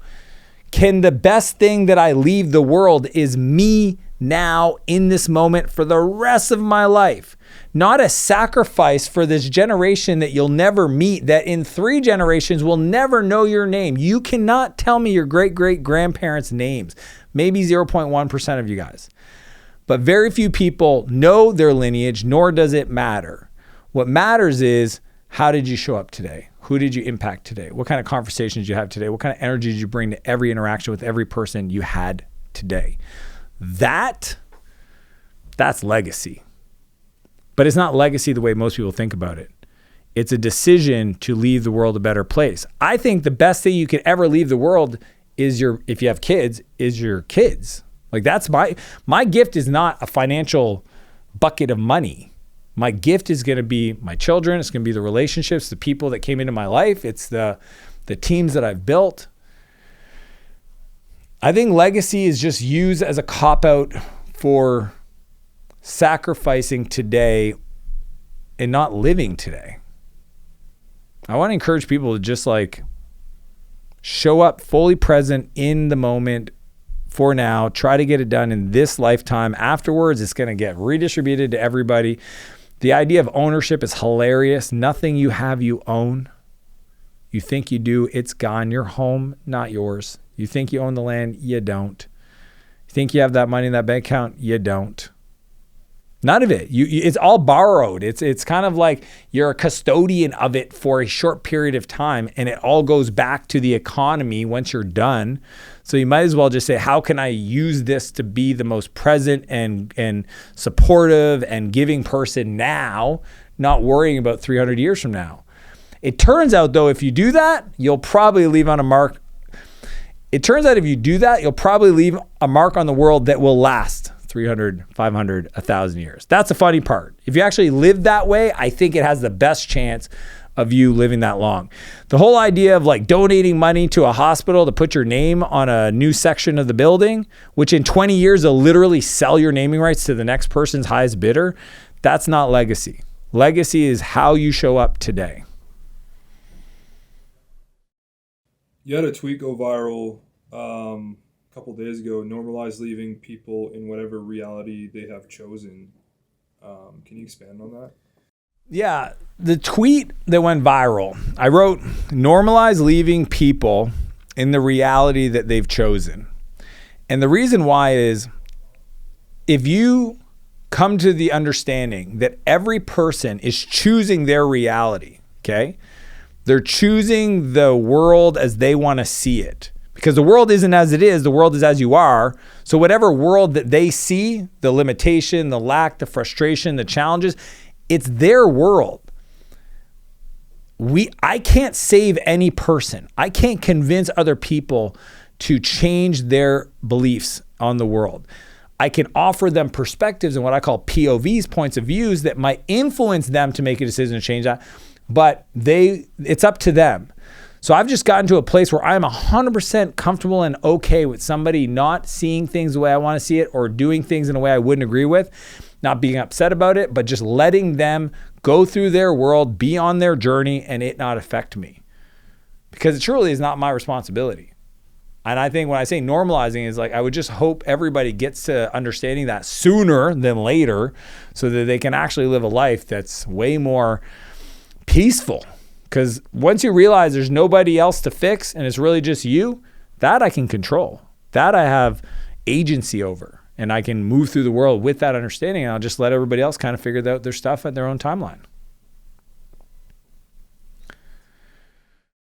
Is imposter syndrome a good or bad thing? I think imposter syndrome's cool because imposter syndrome tells you where you're at your upper limits of your comfort. Like my favorite thing is to get in a room where I know that if anybody figured out that I was in it, they'd probably kick me out of it. Okay. At the same time, the nerves means I care. So the fact that you have imposter syndrome is actually a beautiful thing because it tells you that you're honoring the opportunity you've been given.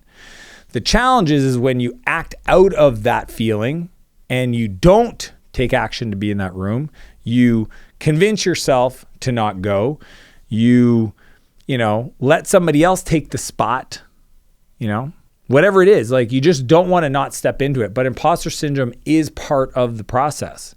Anytime that you're trying to do something for the first time, it's going to require you to show up in a way that from the outside seems confident, but inside it's kind of like the duck on the top of the water. It's just moving around the water really calm and collected. And underneath it's got its 2 feet just moving, frantically. That's like your internal emotions. I remember one time I got invited to an event and I had to go for a walk because I was so nervous because every person I looked up to was in that room.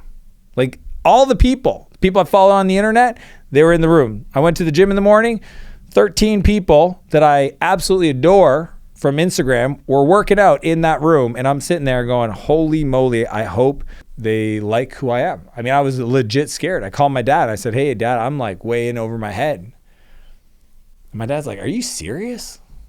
Like, do you remember where you came from? Did you forget what you've accomplished? And I was like, yeah, but these people are way more accomplished. He goes, Dan, they'd be lucky to have a conversation with you. Like, I know you, and it blows my mind. What you've done, what you're doing, where you've come from, I don't even understand it. And I don't know, anybody that's ever done that, I would love to have a conversation with them. And I think that's a big idea for people to consider is that inspiration doesn't come from the size of the thing you've accomplished. It comes from the place you started and how much people believe that was hard for you. And in many ways, imposter syndrome is just acknowledgement that, hey, this is really tough, but I showed up anyway. In spite of my fear of being discovered, not liked, rejected, kicked out, my fear, I showed up. I could have stayed in my hotel room. Nobody would have known I didn't show up except for me. So I hope you have a dad like I have that every once in a while he knows the exact words to say. But I think imposter syndrome is just part of the journey. How do wealthy people look at money?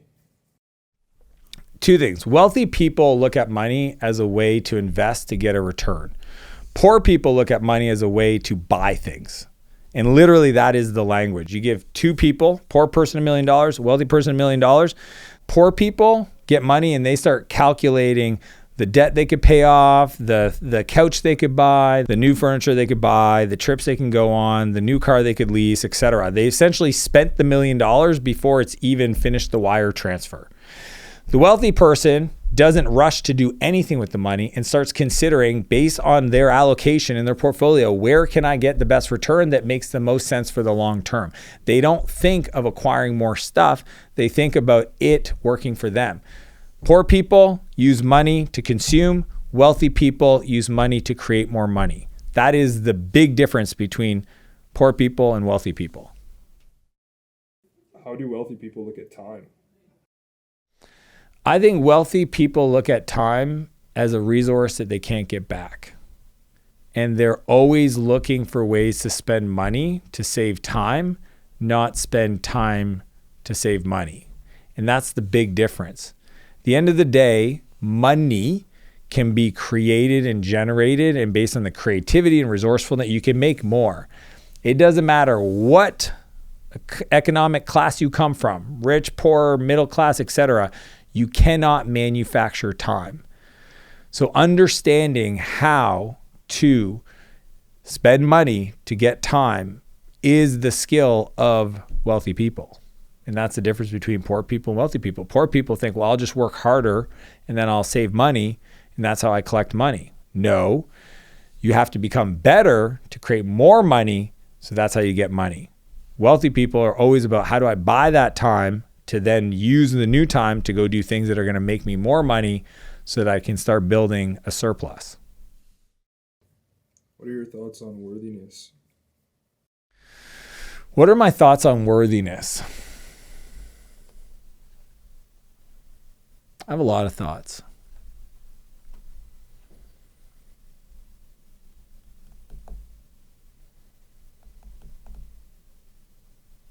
I don't know where to start. It's kind of like worthiness has different like kind of angles to it.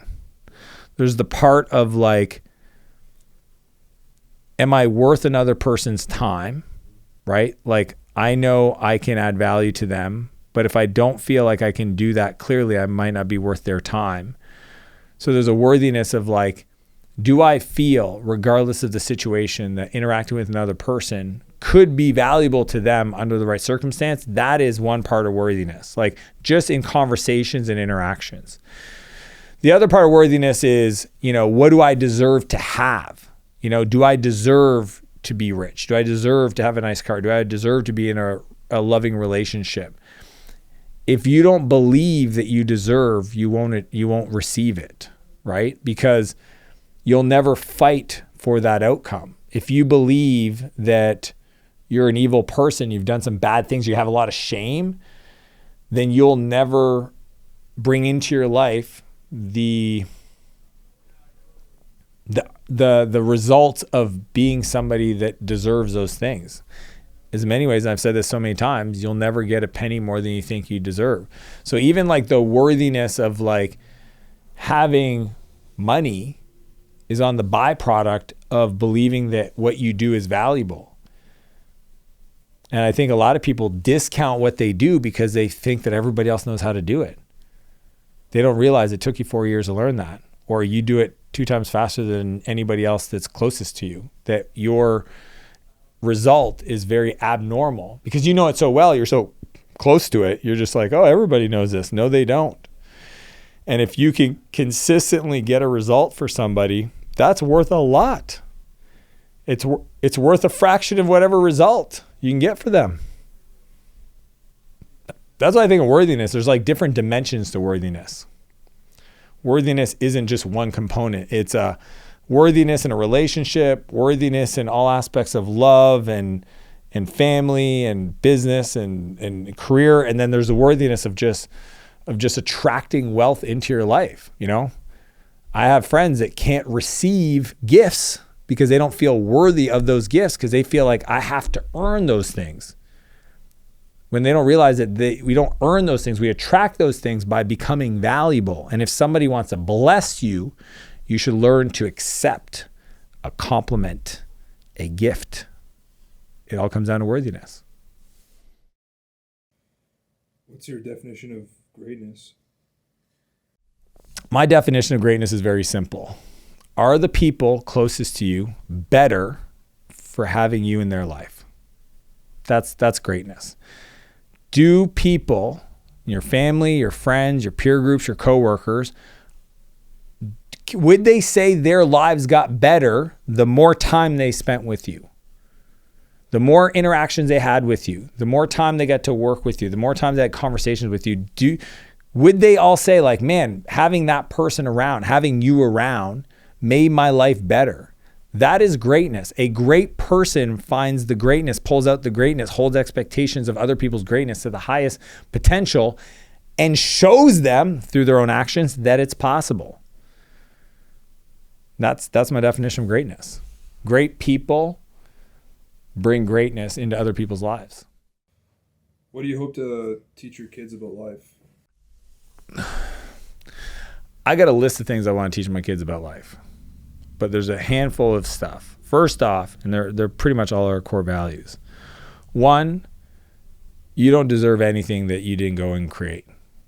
No country, no family, no situation will ever get you what you think you deserve. You don't deserve anything unless you've created an environment or you've created the scenario where you've helped other people and you've collected a piece of that. So I think right off the bat, it's like, just because it's a certain time of day or a certain day of the week, you don't deserve anything right off the bat. Number two, you are incredible. I do this cool thing where I tell my kids about them. I tell them about their greatness. I tell them about their giftedness. I tell them about the Jesus I see inside of them. I tell them about their giftedness. Like, you are really good at this. You are awesome at this. So I'm a big fan of teaching them that. I love teaching my kids to communicate with other people, especially adults. When you meet an adult, walk up to them, look them in the eye, introduce yourself, say your name clearly with confidence, ask them what their name is, smile. Simple will change the game for them in life. I teach them about collaboration, that if you want to go fast, sometimes you go alone, but if you want to go far, you got to go with people, right? And just showing them how to collaborate with other people, how to play nicely with other people, how to partner, how to set agreements, how to manage expectations, how to repair arguments. Huge area I teach my kids. Grit. I always celebrate the progress, not the outcome. Whenever my kid accomplishes in something, I say, tell me about how much effort you put into that. How many times did you want to quit? Tell me about those moments. I'm really proud of what you created, but I'm really impressed with the never-ending drive to get to that outcome. Because some kids, stuff comes easy, other ones it comes hard. What I've discovered is people that are willing to do hard for long periods of time typically do really great in life. I teach them about compassion, about caring about the things the people they care about. And if people in your life care about helping the community, helping other kids, helping other families, then caring about those things is empathy. It's compassion. And I think, I always tell them that like that person could be your brother, could be your dad, could be me, could be your cousin. Just because they're not, they could be. So if you had a stranger come across your cousin, how would you want them to treat that person? If somebody, my son Noah, one time we saw a person struggling and I said, what if that was Max, your brother? What if your brother, you didn't know where he was and he was walking around in a city and a stranger went up to him? How would you want that stranger to interact with them? That's how you should interact with that person, assuming that that is some person's brother, son, father. You don't know. What else do I teach them? I teach them about physical fitness. Health is wealth.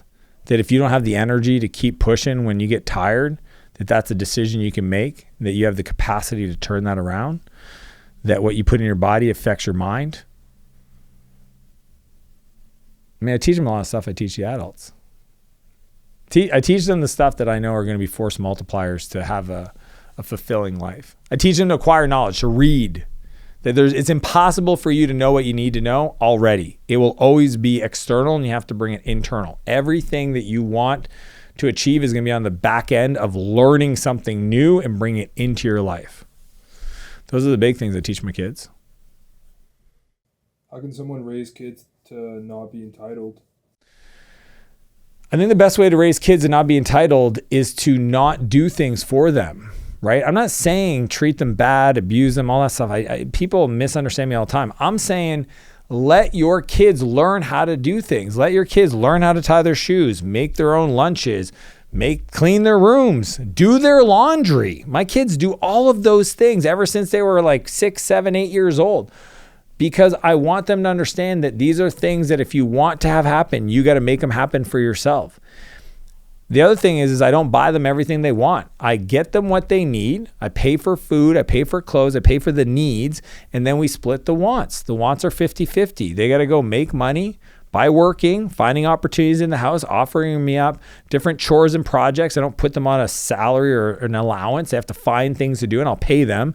And if they can come up with half the money, then they can get what they want. But I only pay for the things they need and I go 50-50 on the wants. The final thing I'll say on this is set the context for your kids. Like my kids know when they're 18, they have to leave the house. Now, whether I do that or not doesn't matter. But the fact that I've been telling them since they were little kids has gotten them prepared for leaving. The affluent environment that they are growing up in, okay? Flying around on jets, living in big homes, flying around, driving around in supercars. That is not their reality. That's my reality. That's their parents' reality, okay? I say often, I'm rich, you're not. These people don't work for you. I'm here to love you. I will do that. I don't need to be your best friend. I can care about you, but I will support you in you creating and achieving value in the world independently yourself. That's how I avoid raising entitled children. What's the best piece of parenting advice you ever heard? The best piece of parenting advice I ever heard.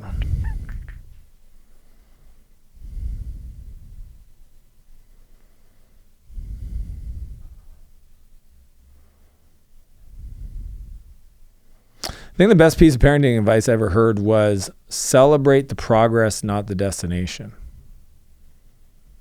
If a kid's climbing a mountain and they're struggling, stop, point down to the bottom, show them how small the parking lot was. Look how far you've come. Point to the mountaintop, celebrate the progress. Once they get to the top, talk about the moments they wanted to give up. Celebrate those moments. What's the secret to a successful relationship? A successful relationship? I can only speak from my side of the table, like a male's opinion. Don't try to fix things. Like, unless you're being asked to fix something, just listen. But actually listen and want to listen. The cool part is you don't have to remember anything for the most part, and you don't have to fix anything. So just listen attentively and care and have empathy. That's like 80% of the challenge.